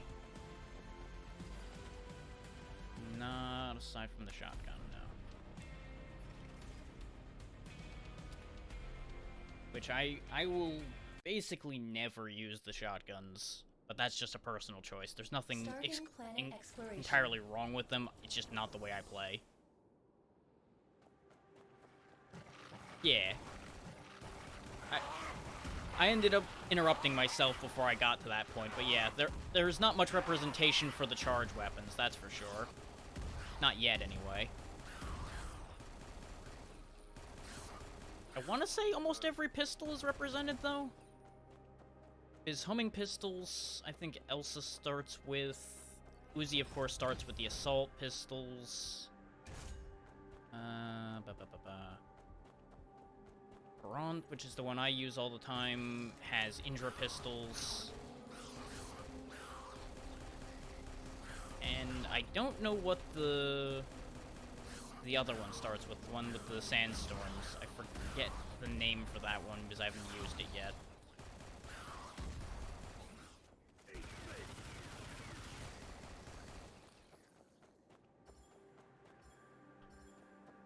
Yeah, they do have room left to make a few more.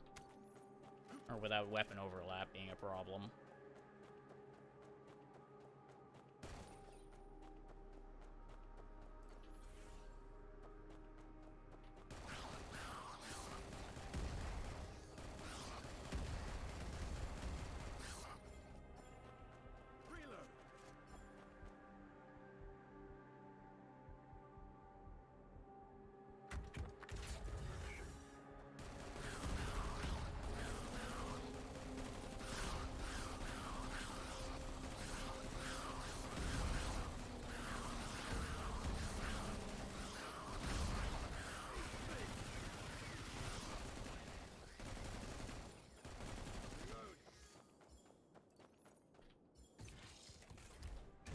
Ignore defense. I should take that defense bonus, but I'm not going to. I'm going to be stubborn and it's going to get me killed. But I want to see if I can pull off what I did before. And that's going to involve me having to focus damage the whole way. Aside from getting some health bonuses.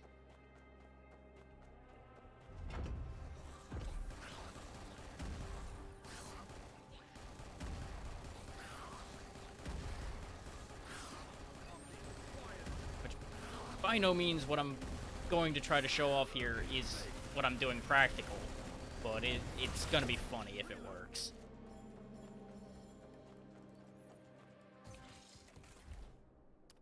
Yes, give me boss damage.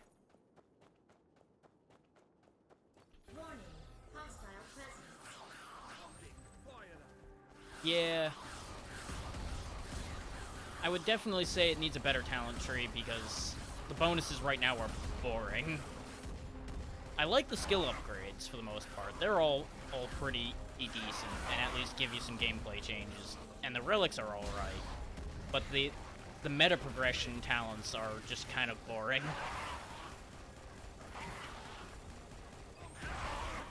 Which, again, I currently blame that on it being in preseason. I'm hoping they'll make that into something better, but I wouldn't bank on that. I'm going to take the sniper rifle against my better judgment, but I can make that work.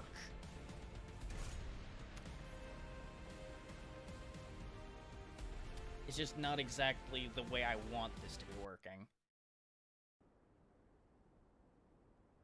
Starting planet exploration.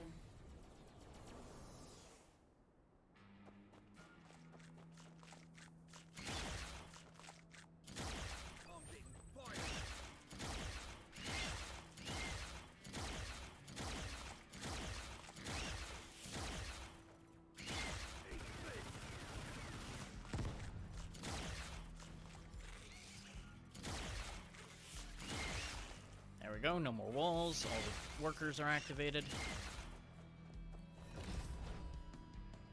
Yeah, there's the one I want. I'm hoping to stay basically in constant acceleration.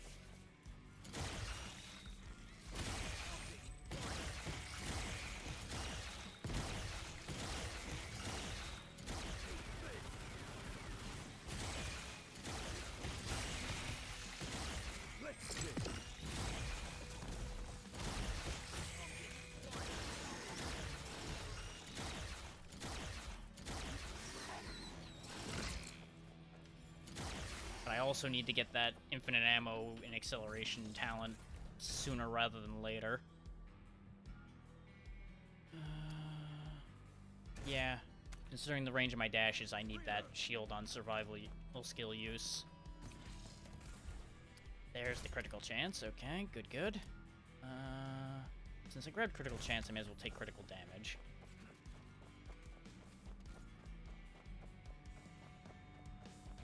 We're reaching the point where what I'm trying to do is either going to go off wildly or I'm going to die a miserable death trying.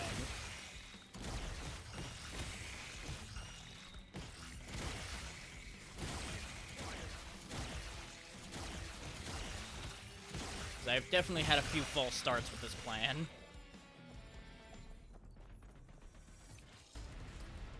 I need more ammo capacity, skill cooldown, to get less stuck on the pile of robots.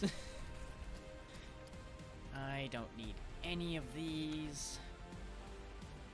Well, I guess I'm hoping I find something really cool in that shop. Which there should be something nice. I just don't know if it'll be what I need. Starting planet exploration. Yeah. Honestly, I'd say you should get a bonus for every robot that's still alive at the end. I think that'd be pretty good. Yes. Yes, I want this missile rifle. You are correct, game. I do want that. Everything about that is good. I don't perfect dodge as much as I should, so I think I'll skip the attack greaves and gamble on it rerolling into... not what I need. But I'll take... No, I won't bother. It won't help. I'm not getting the full setup I want, so this is not going to quite go as well as I want it to, but I should be able to win this.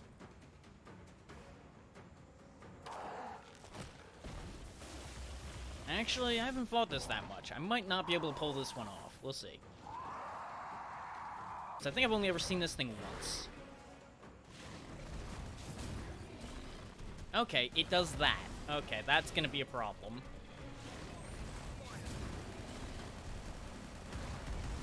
Warning. Danger level will rise. That's also a problem.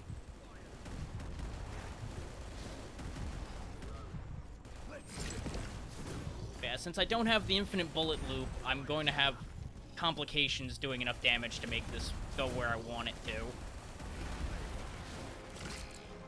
I'm going to be able to keep a shield up a lot, which will help. But I'm going to need to actually pay attention and dodge more. Rather than the autopilot I can achieve with Liner sometimes.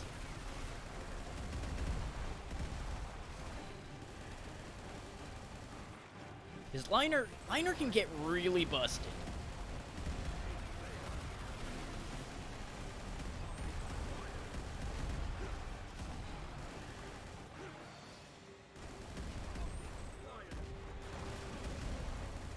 So honestly, I'd say just about any of the breakers, for the most part, can get a setup that's really ridiculous.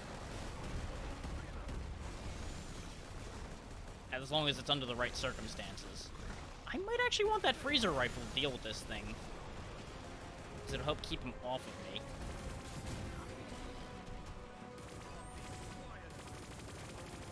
So if I can just keep him frozen, that will make this fight so much less of a pain. Ooh.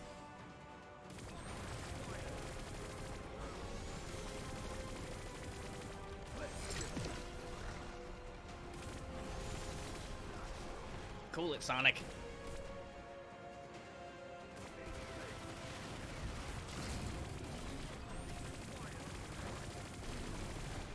Oh, he's invincible doing that, huh? Okay. Well, good. Bad news for you. I'm invincible too.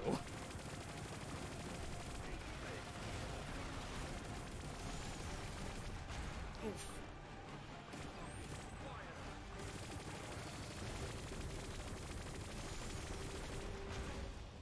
Ah, shit, he got me with the stun.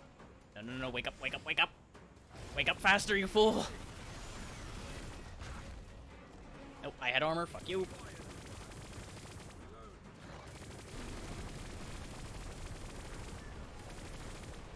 Ah, shit. No, no, no, no, no, no, this is gonna be really close. Got him. The one health wonder strikes again.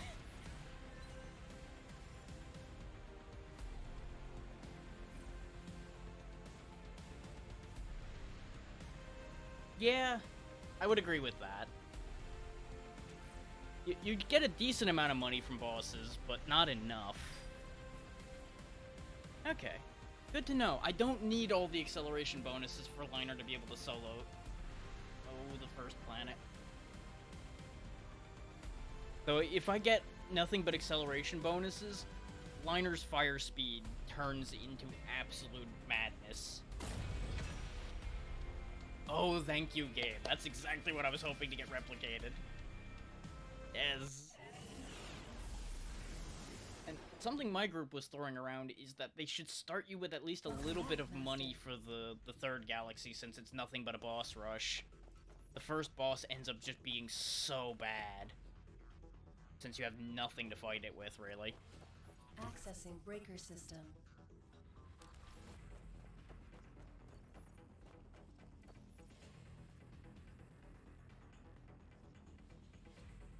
Yeah. Accessing upgrade system. No, I agree. You can have ridiculous damage, and sometimes it still won't matter at all. What do I want to do?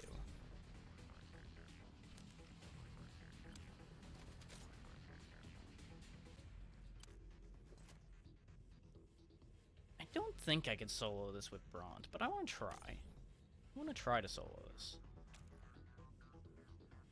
This is probably not going to work.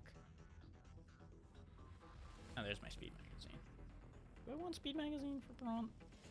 No, I don't want speed magazine for Braun.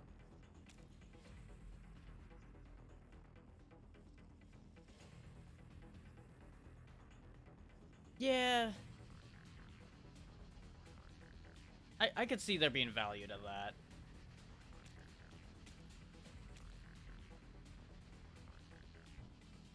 I'm going to need to be able to hit harder in order to get through with Bront. We're going to drop the 10k health and take the damage bonus. The shield module is going to be necessary for this to be a success. Breaker system. Connecting to breaker system. Let's see how this goes. Initiating procedure for new exploration. Because I know I can always solo with Liner. I can get close with Uzi. I don't know if I could solo with Lightning. Lightning's the other one I usually have played a bunch. Yeah, that'd be nice to have, so you can tell what works, what doesn't, and honestly, it would help a lot for people like me who can't remember what I did last. I remember the last thing I did, but anything before that. Oh yeah, other people would help a bit too, for those who are actually trying to figure out what the meta is for things. It doesn't really matter as much to me, because I will never actually look at what other people are doing.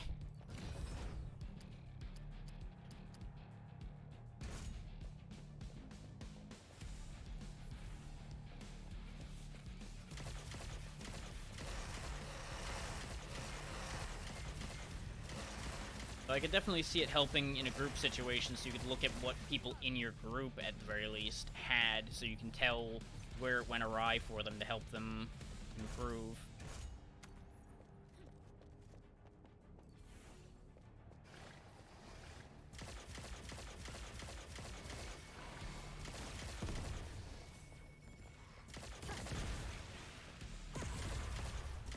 Man, I need that upgraded pole.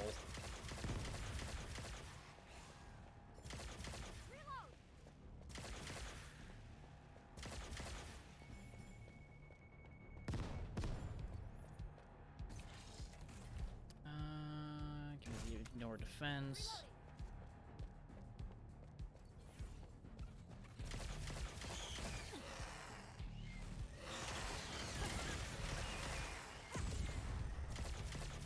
I'm not gonna lie, I'm a pretty one-trick pony player as far as this game goes. Give me things that make me kill full more.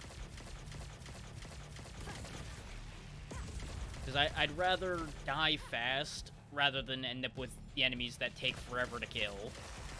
Oh, but I can't die.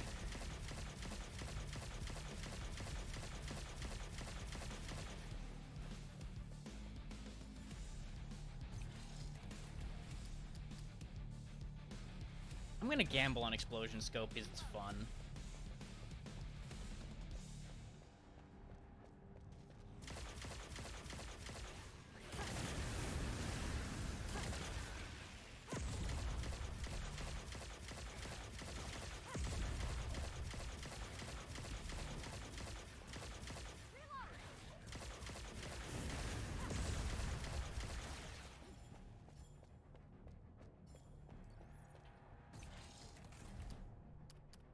Can't afford any of that.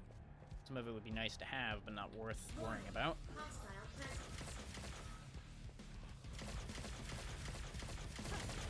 Beware. Machine God's followers have tracked you down. Not for long.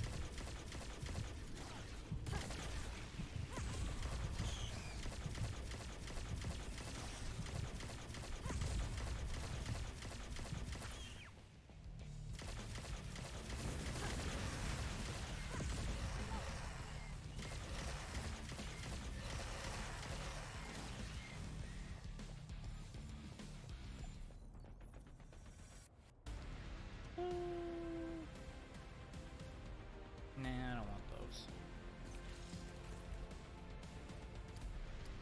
Nah, I don't really want that.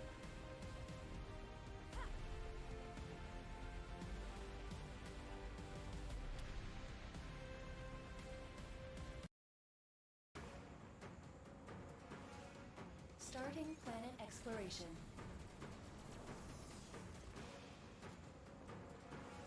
Please tell me the upgrade I'm looking for is in here. No, but that'll do.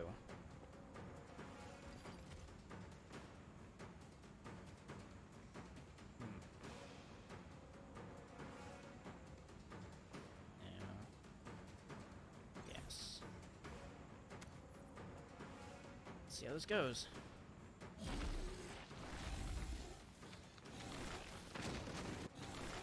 This one's not too bad, but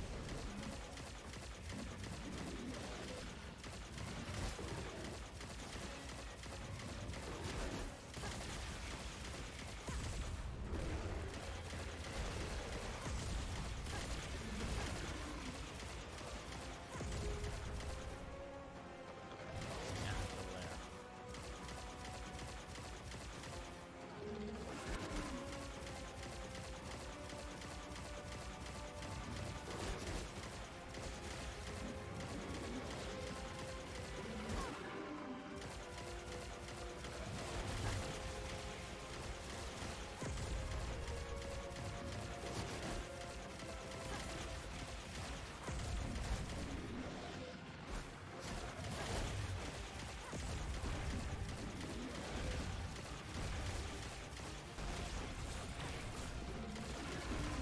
Kind of sad. I use the Bionic Pulse more as a jump than as the actual intended effect more often than not.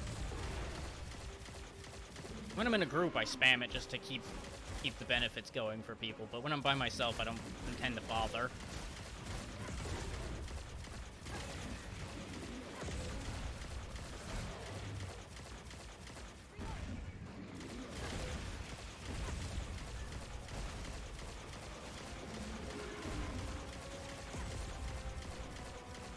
That's Rhino King down.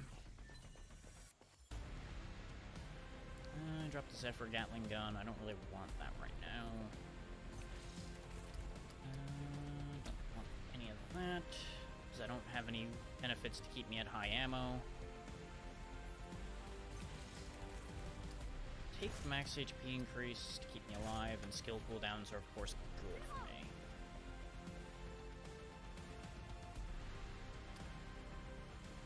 More than likely, I'm going to hit a critical point where bronze damage isn't going to maintain. Starting planet Since exploration. bronze is half intended to be a support, it feels.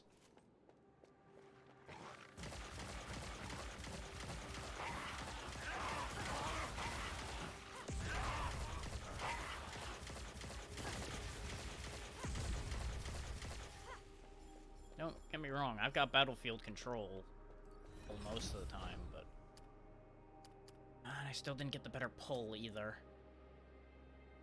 That said, I get the instant weapon reload, which will help.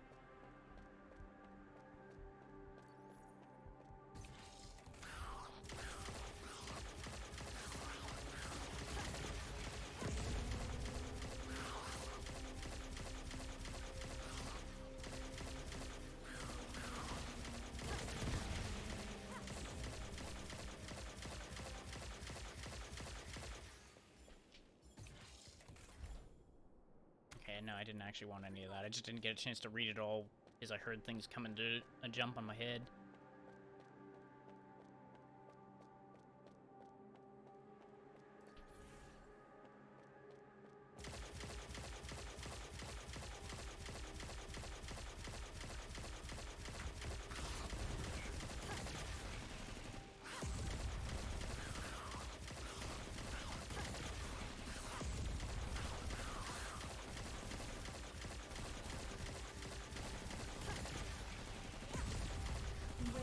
Machine God's followers have tracked you down.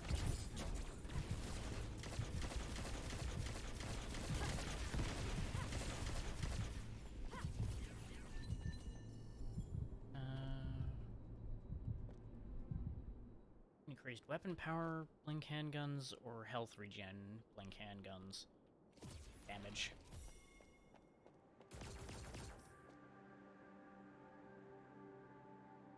Yeah. These will do more damage even though they have less weapon power at the moment. Give me the charge module. Pretty sure I can't reach that. Yeah, I can't reach that. Okay.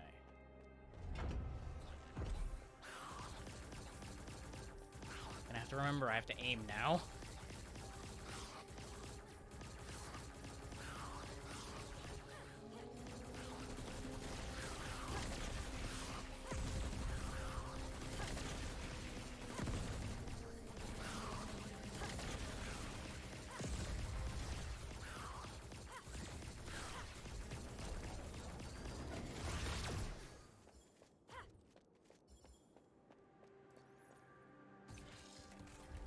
Boss damage, definitely.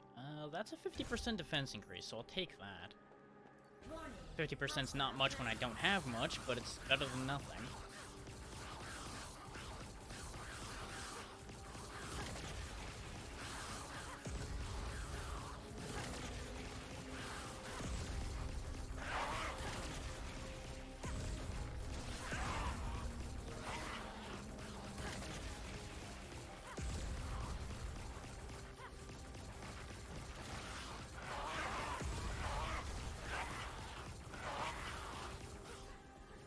Yeah, lobby systems are a good thing to have.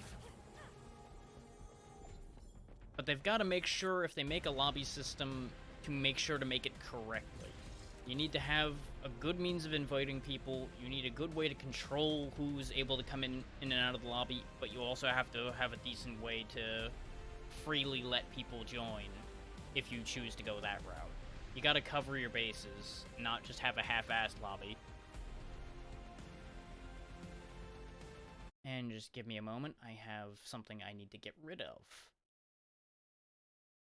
The moment you say the words "bye followers," you are removed from this reality. Goodbye. I don't even care if that's an actual person. If they say the words "bye followers" their first time coming in here, they're gone. Right back out the door. They don't need to be here. And don't think that if you say it as a joke, I won't at least time you out. That's a warning.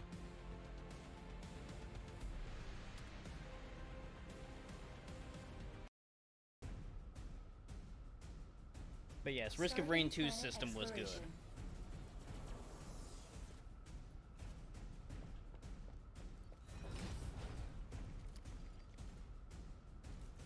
Yeah. No, I've played a fair amount of Risk of Rain 2. I just haven't played it in a bit because I'm waiting for them to add more updates.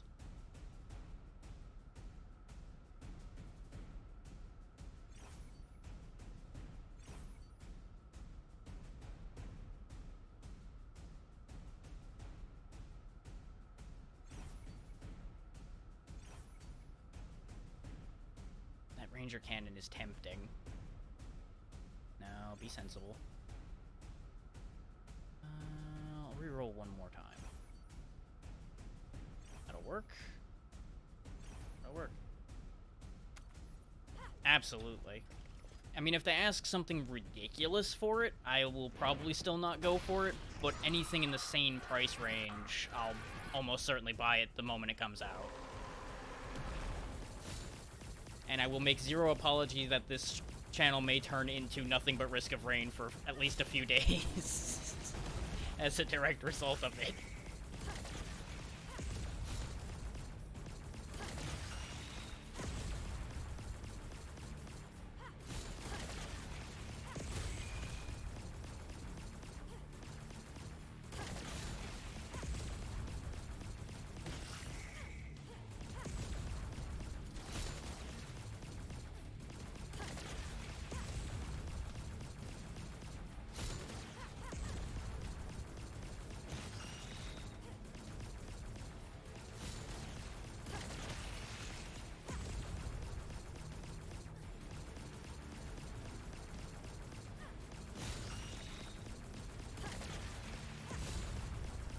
I'm kind of surprised these days it isn't, considering it's a genre that's pretty well covered these days.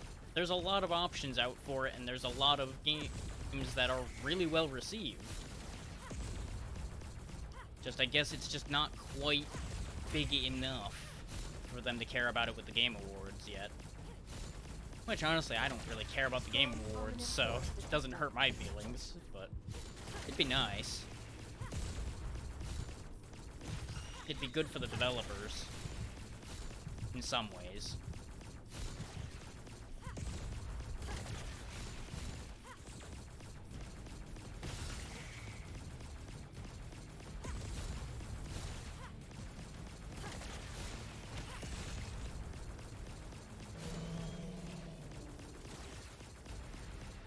I suppose that says something about how that boss fight was going, that I was able to sit there and read chat the whole time.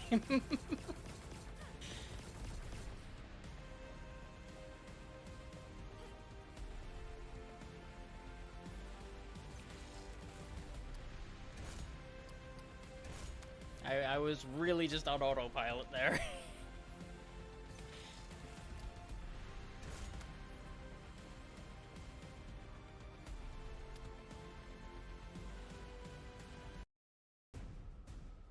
Though we're gonna have to fight the sand and critter again, so I think we are going to end up losing this, because that thing's just such a pain.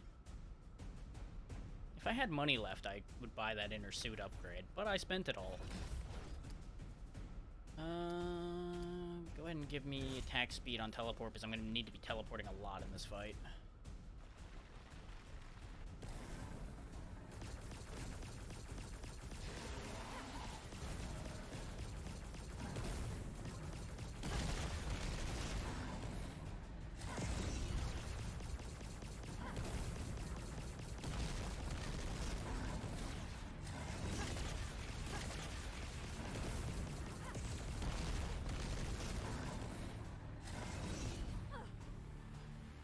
As long as I can keep shields up, he really can't do much to me.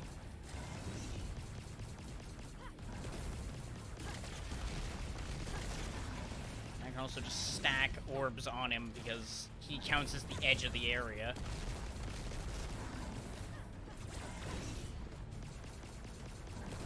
And this is the fight that taught me to use the Bionic Surge as a back jump.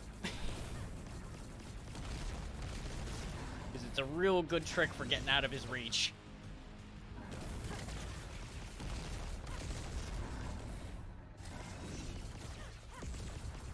But yeah, I think the game's scaling is going to kill us on this fight because of the fact that it's going to take us too long to deal with him. Purely because we just don't have the damage output. We're not doing terribly on the amount of time it's taking me to hurt him, but it ain't gonna be fast.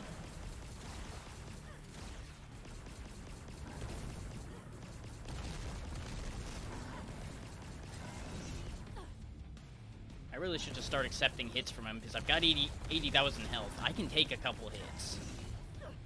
Especially since I keep having a shield up anyway.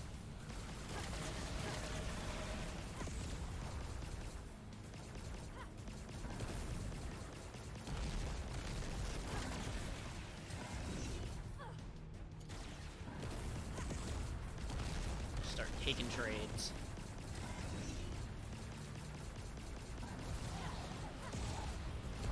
Can't trade with that, though. That's a bad deal.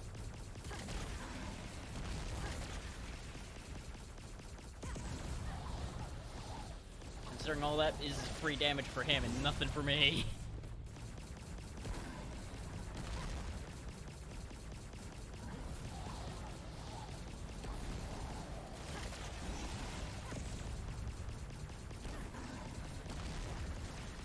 I overshot my mark, but it worked out anyway.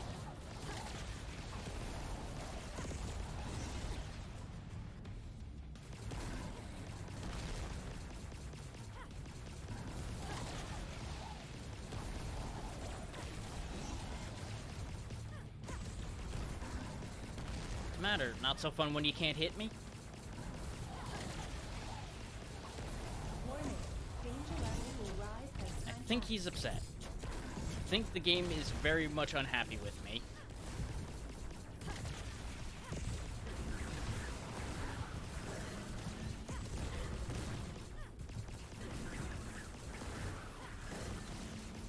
I want to know what that gun is. No, not what I want. Stopping to read that gun may have been a terrible choice, because now he's on his last health bar and he is mad as hell.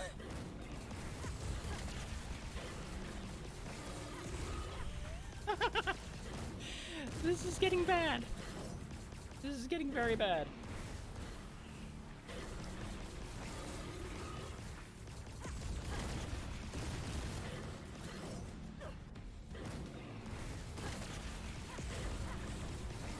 Especially when he traps me in with him. Oh, I'm so slow. Use his own barrier against him.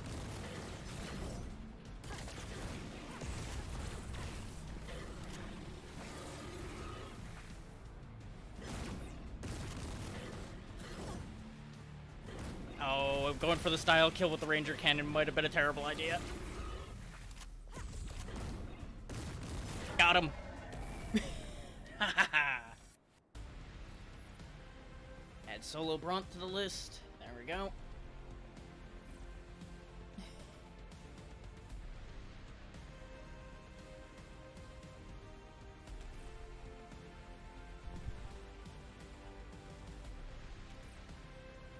I feel like by rights I probably should have lost that, because I got super greedy there.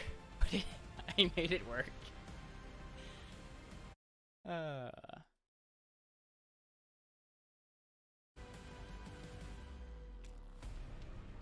I also can't say it's uncommon for me to get that greedy, though.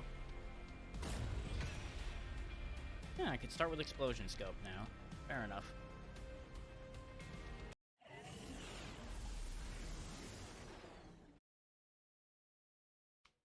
Welcome back, Master.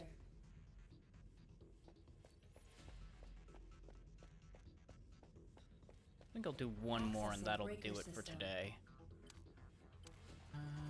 What do I want to do? Guillotine lightning, guillotine lightning, guillotine lightning, lightning. Synchronization with new breaker complete.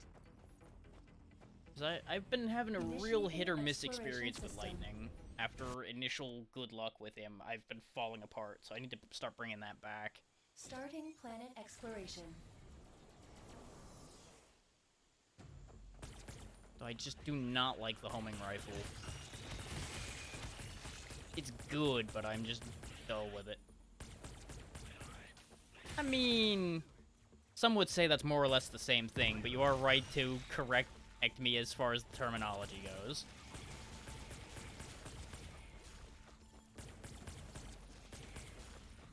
Also, interesting choice of first time chat there.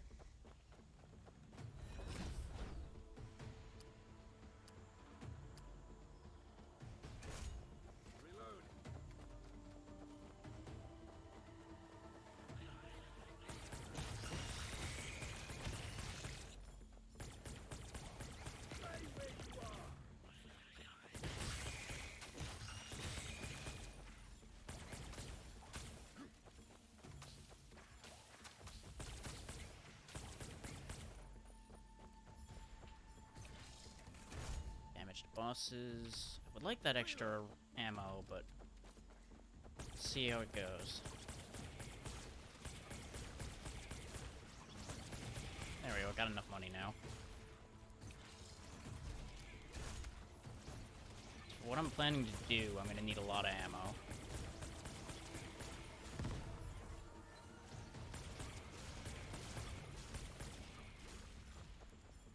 Don't want a plumber shotgun for this.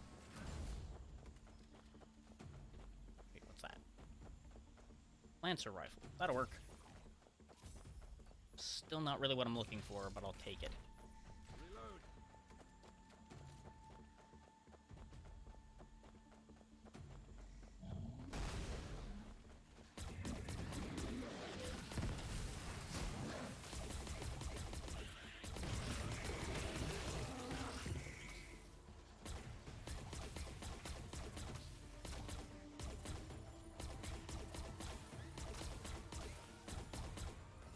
See, the Lancer rifle has most of the advantages of a shotgun without the disadvantage of having to be next to the thing you're killing. Yes, I want that.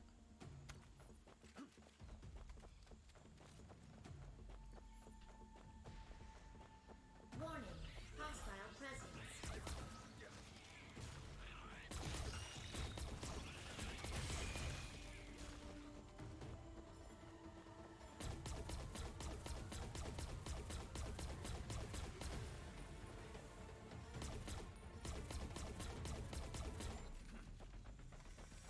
And that's another planet done and dusted. Yes, give me the weapon power increase. Now, in the end, this is going to end up very similar to how Liner was working. It's just a lot more fiddly Starting planet to pull exploration. off.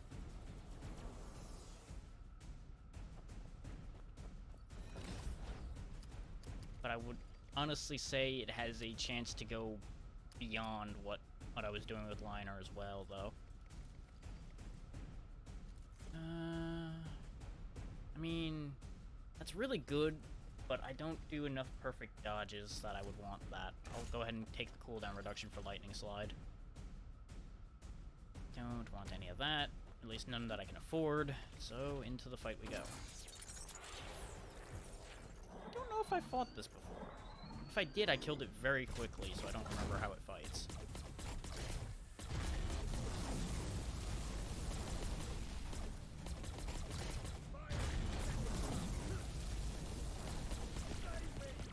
Oh, this is upsetting at this range. God's followers have tracked you down. Yeah, the key with lightning is you need to trigger your lightning dash when something's about to hurt you. Is you're invincible while lightning dashing. That's what I've always been getting wrong with that character. You need to use that as a life-saving move, as well as an attack.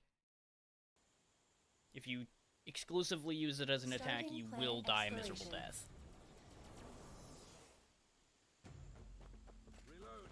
But that is exactly why I think Lightning might be able to pull better things off than Liner can, depending on the situation.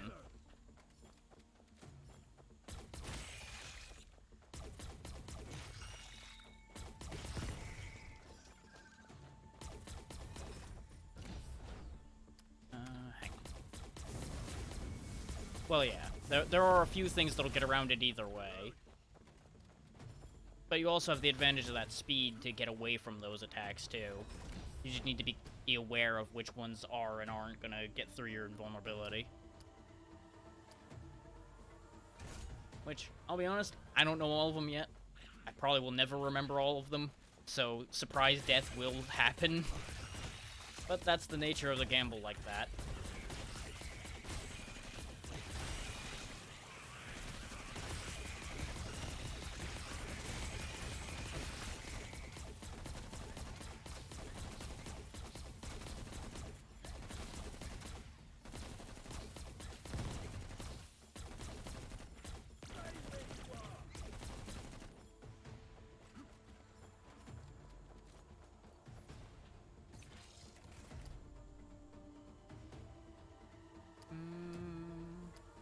I'm tempted by the turret greaves, but I'm not gonna put myself in that position.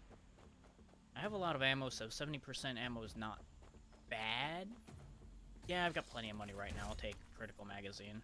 It won't kill me to take that. Considering it's 30 rounds of Lancer fire before it runs out of the bonus.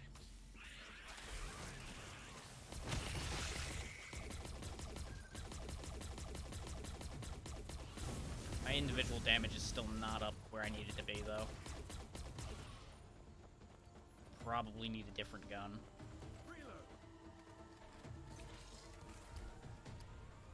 Ammo regen's never a bad thing to have. At the rate I'm going, I'll take some range damage reduction because I'm getting hit by lots of shots because I'm being an idiot.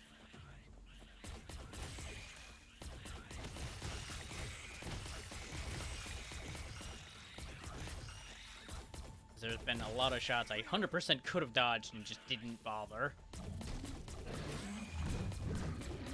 So I'm most likely going to chip myself to death before the enemies have a chance to.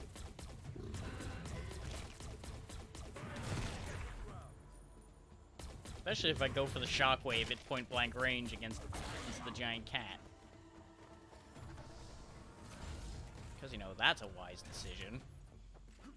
100% increases my life expectancy.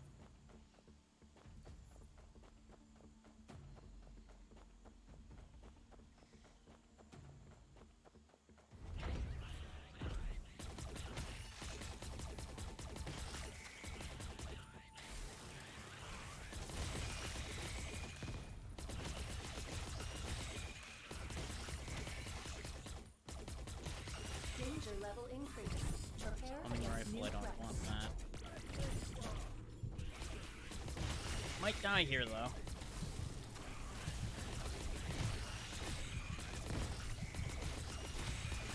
Nope. That was the worst time to have them get that buff.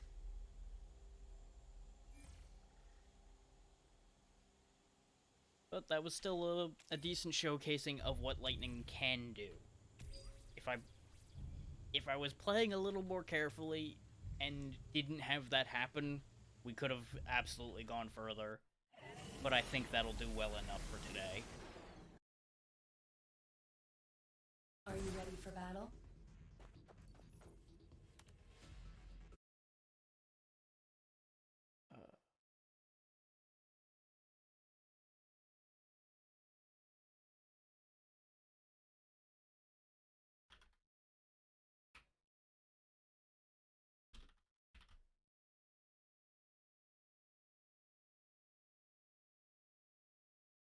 But yeah, as far as final thoughts go, don't really have that many today, so thank you all for coming by. I enjoyed the conversations we were able to have. Everyone just have a good night. Or day, or whatever your time zone happens to be for that.